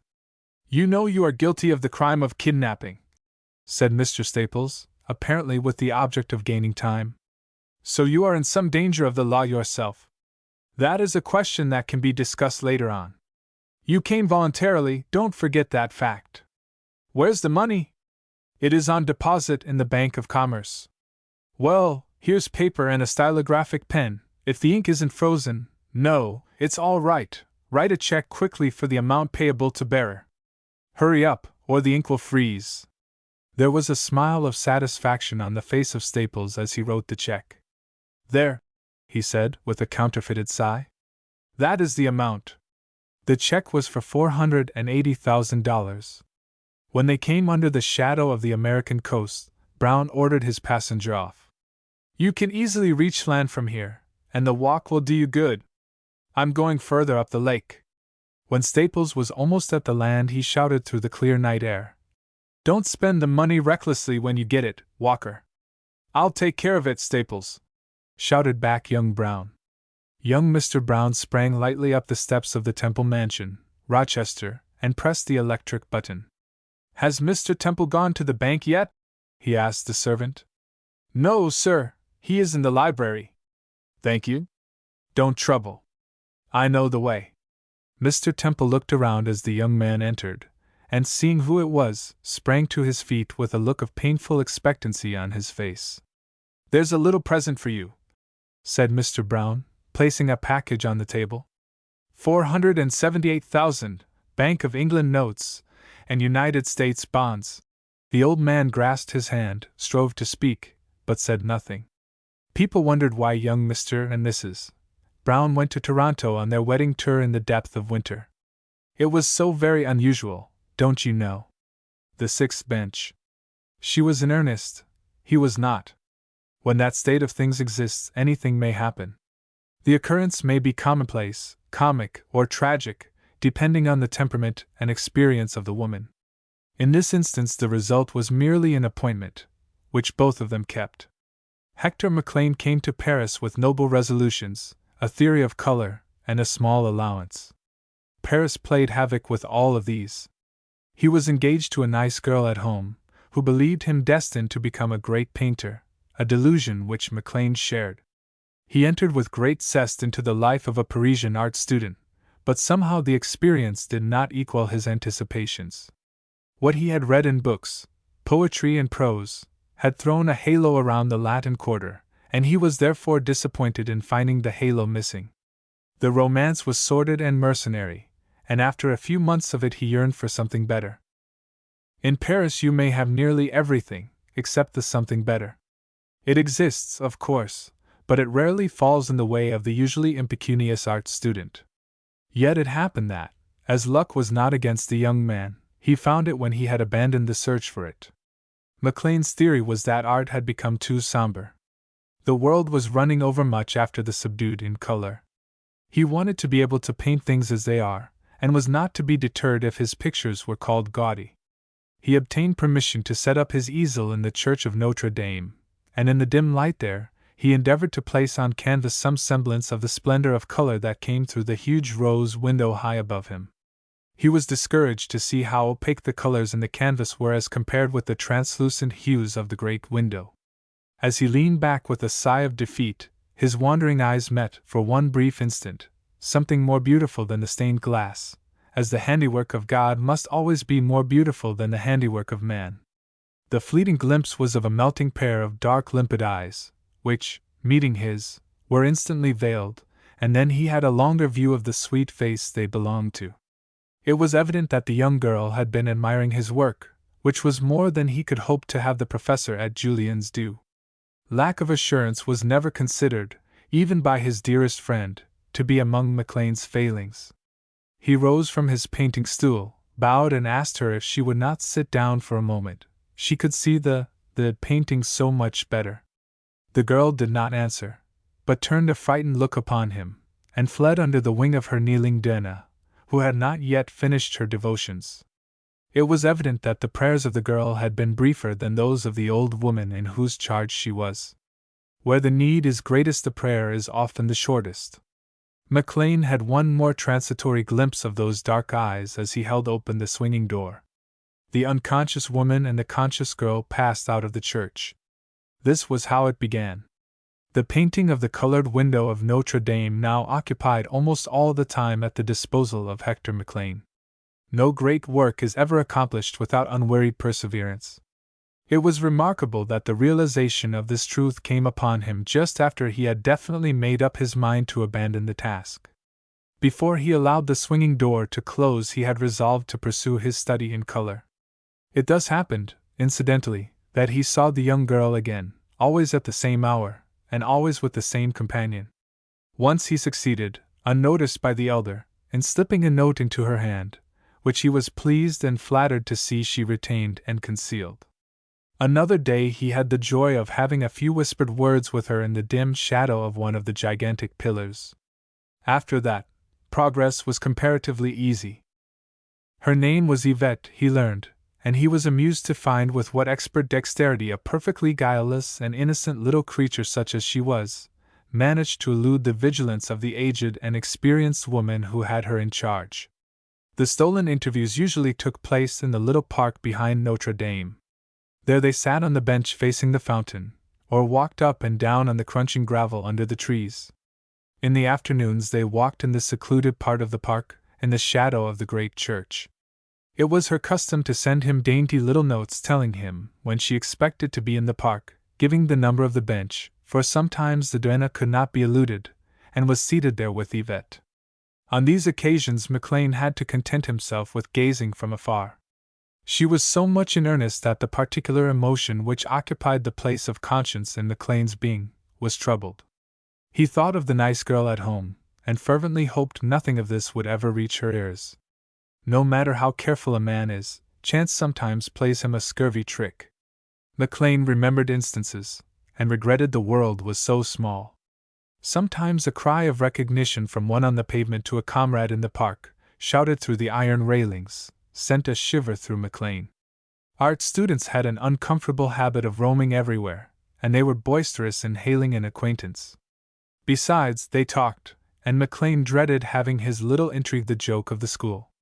At any moment an objectionable art student might drop into the park to sketch the fountain, or the nurses and children, or the back of the cathedral at one end of the park, or even the low, gloomy, unimposing front of the morgue at the other.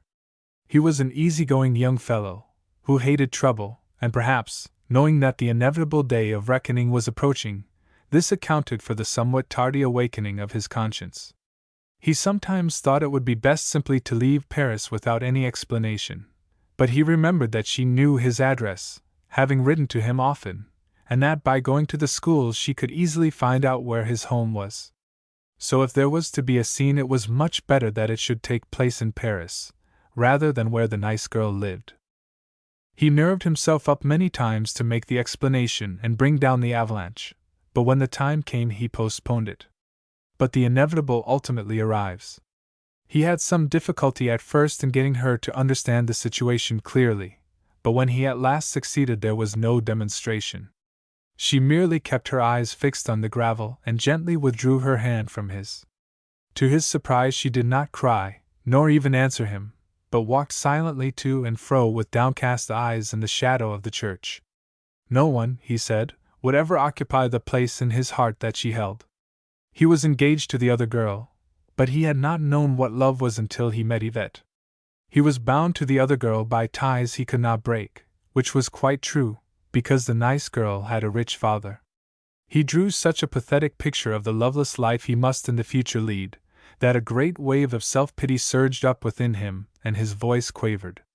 He felt almost resentful that she should take the separation in such an unemotional manner. When a man gets what he most desires, he is still unsatisfied. This was exactly the way he had hoped she would take it. All things come to an end, even explanations. "Well, goodbye, Yvette," he said, reaching out his hand. She hesitated an instant, then without looking up, placed her small palm in his. They stood thus for a moment under the trees, while the fountain beside them plashed and trickled musically. The shadow of the church was slowly creeping towards them over the gravel. The park was deserted, except by themselves. She tried gently to withdraw her hand, which he retained. "Have you nothing to say to me, Yvette?" he asked, with a touch of reproach in his voice. She did not answer. He held her fingers, which were slipping from his grasp, and the shadow touched her feet. "Yvette, you will at least kiss me goodbye?" She quickly withdrew her hand from his, shook her head and turned away. He watched her until she was out of sight, and then walked slowly towards his rooms on the Boulevard St. Germain. His thoughts were not comfortable. He was disappointed in Yvette. She was so clever, so witty, that he had at least expected she would have said something cutting, which he felt he thoroughly deserved. He had no idea she could be so heartless. Then his thoughts turned to the nice girl at home. She, too, had elements in her character that were somewhat bewildering to an honest young man. Her letters for a long time had been infrequent and unsatisfactory. It couldn't be possible that she had heard anything. Still, there is nothing so easy as point-blank denial, and he would see to that when he reached home. An explanation awaited him at his rooms on the boulevard. There was a foreign stamp on the envelope, and it was from the nice girl. There had been a mistake, she wrote, but happily she had discovered it before it was too late.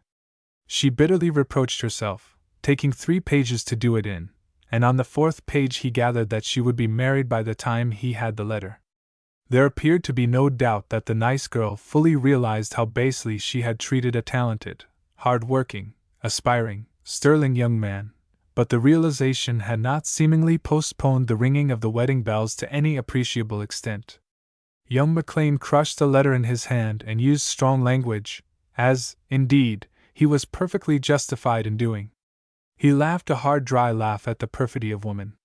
Then his thoughts turned towards Yvette. What a pity it was she was not rich! Like so many other noble, talented men, he realized he could not marry a poor woman. Suddenly it occurred to him that Yvette might not be poor. The more he pondered over the matter, the more astonished he was that he had ever taken her poverty for granted. She dressed richly, and that cost money in Paris. He remembered that she wore a watch which flashed with jewels on the one occasion when he had seen it for a moment. He wished he had postponed his explanation for one more day. Still, that was something easily remedied. He would tell her he had thrown over the other girl for her sake. Like a pang there came to him the remembrance that he did not know her address, nor even her family name. Still, she would be sure to visit the little park, and he would haunt it until she came. The haunting would give additional point to his story of consuming love. Anyhow, nothing could be done that night. In the morning he was overjoyed to receive a letter from Yvette, and he was more than pleased when he read its contents. It asked for one more meeting behind the church. McLean was overjoyed at his good luck. He felt that he hardly merited it. He was early at the spot, and sat down on the last bench of the row facing the fountain. Yvette had not yet arrived, but it was still half an hour before the time. McLean read the morning paper and waited. At last the bells all around him chimed the hour of 12. She had not come. This was unusual, but always possible. She might not have succeeded in getting away. The quarter and then the half-hour passed before McLean began to suspect that he had been made the victim of a practical joke. He dismissed the thought, such a thing was so unlike her. He walked around the little park, hoping he had mistaken the row of benches. She was not there. He read the letter again. It was plain enough, the 6th bench. He counted the benches beginning at the church. 1, 2, 3, 4, 5. There were only 5 benches in the row. As he gazed stupidly at the 5th bench, a man beside him said, "That is the bench, sir." "What do you mean?" cried McLean, turning toward him, astonished at the remark. "It was there that the young girl was found dead this morning, poisoned, they say." McLean stared at him, and then he said huskily, "Who was she?" "Nobody knows that, yet. We will soon know, for everybody, as you see, is going into the morgue. She's the only one on the bench today. Better go before the crowd gets greater. I have been twice." McLean sank on the seat and drew his hand across his forehead. He knew she was waiting for him on the 6th bench, the furthest from the church,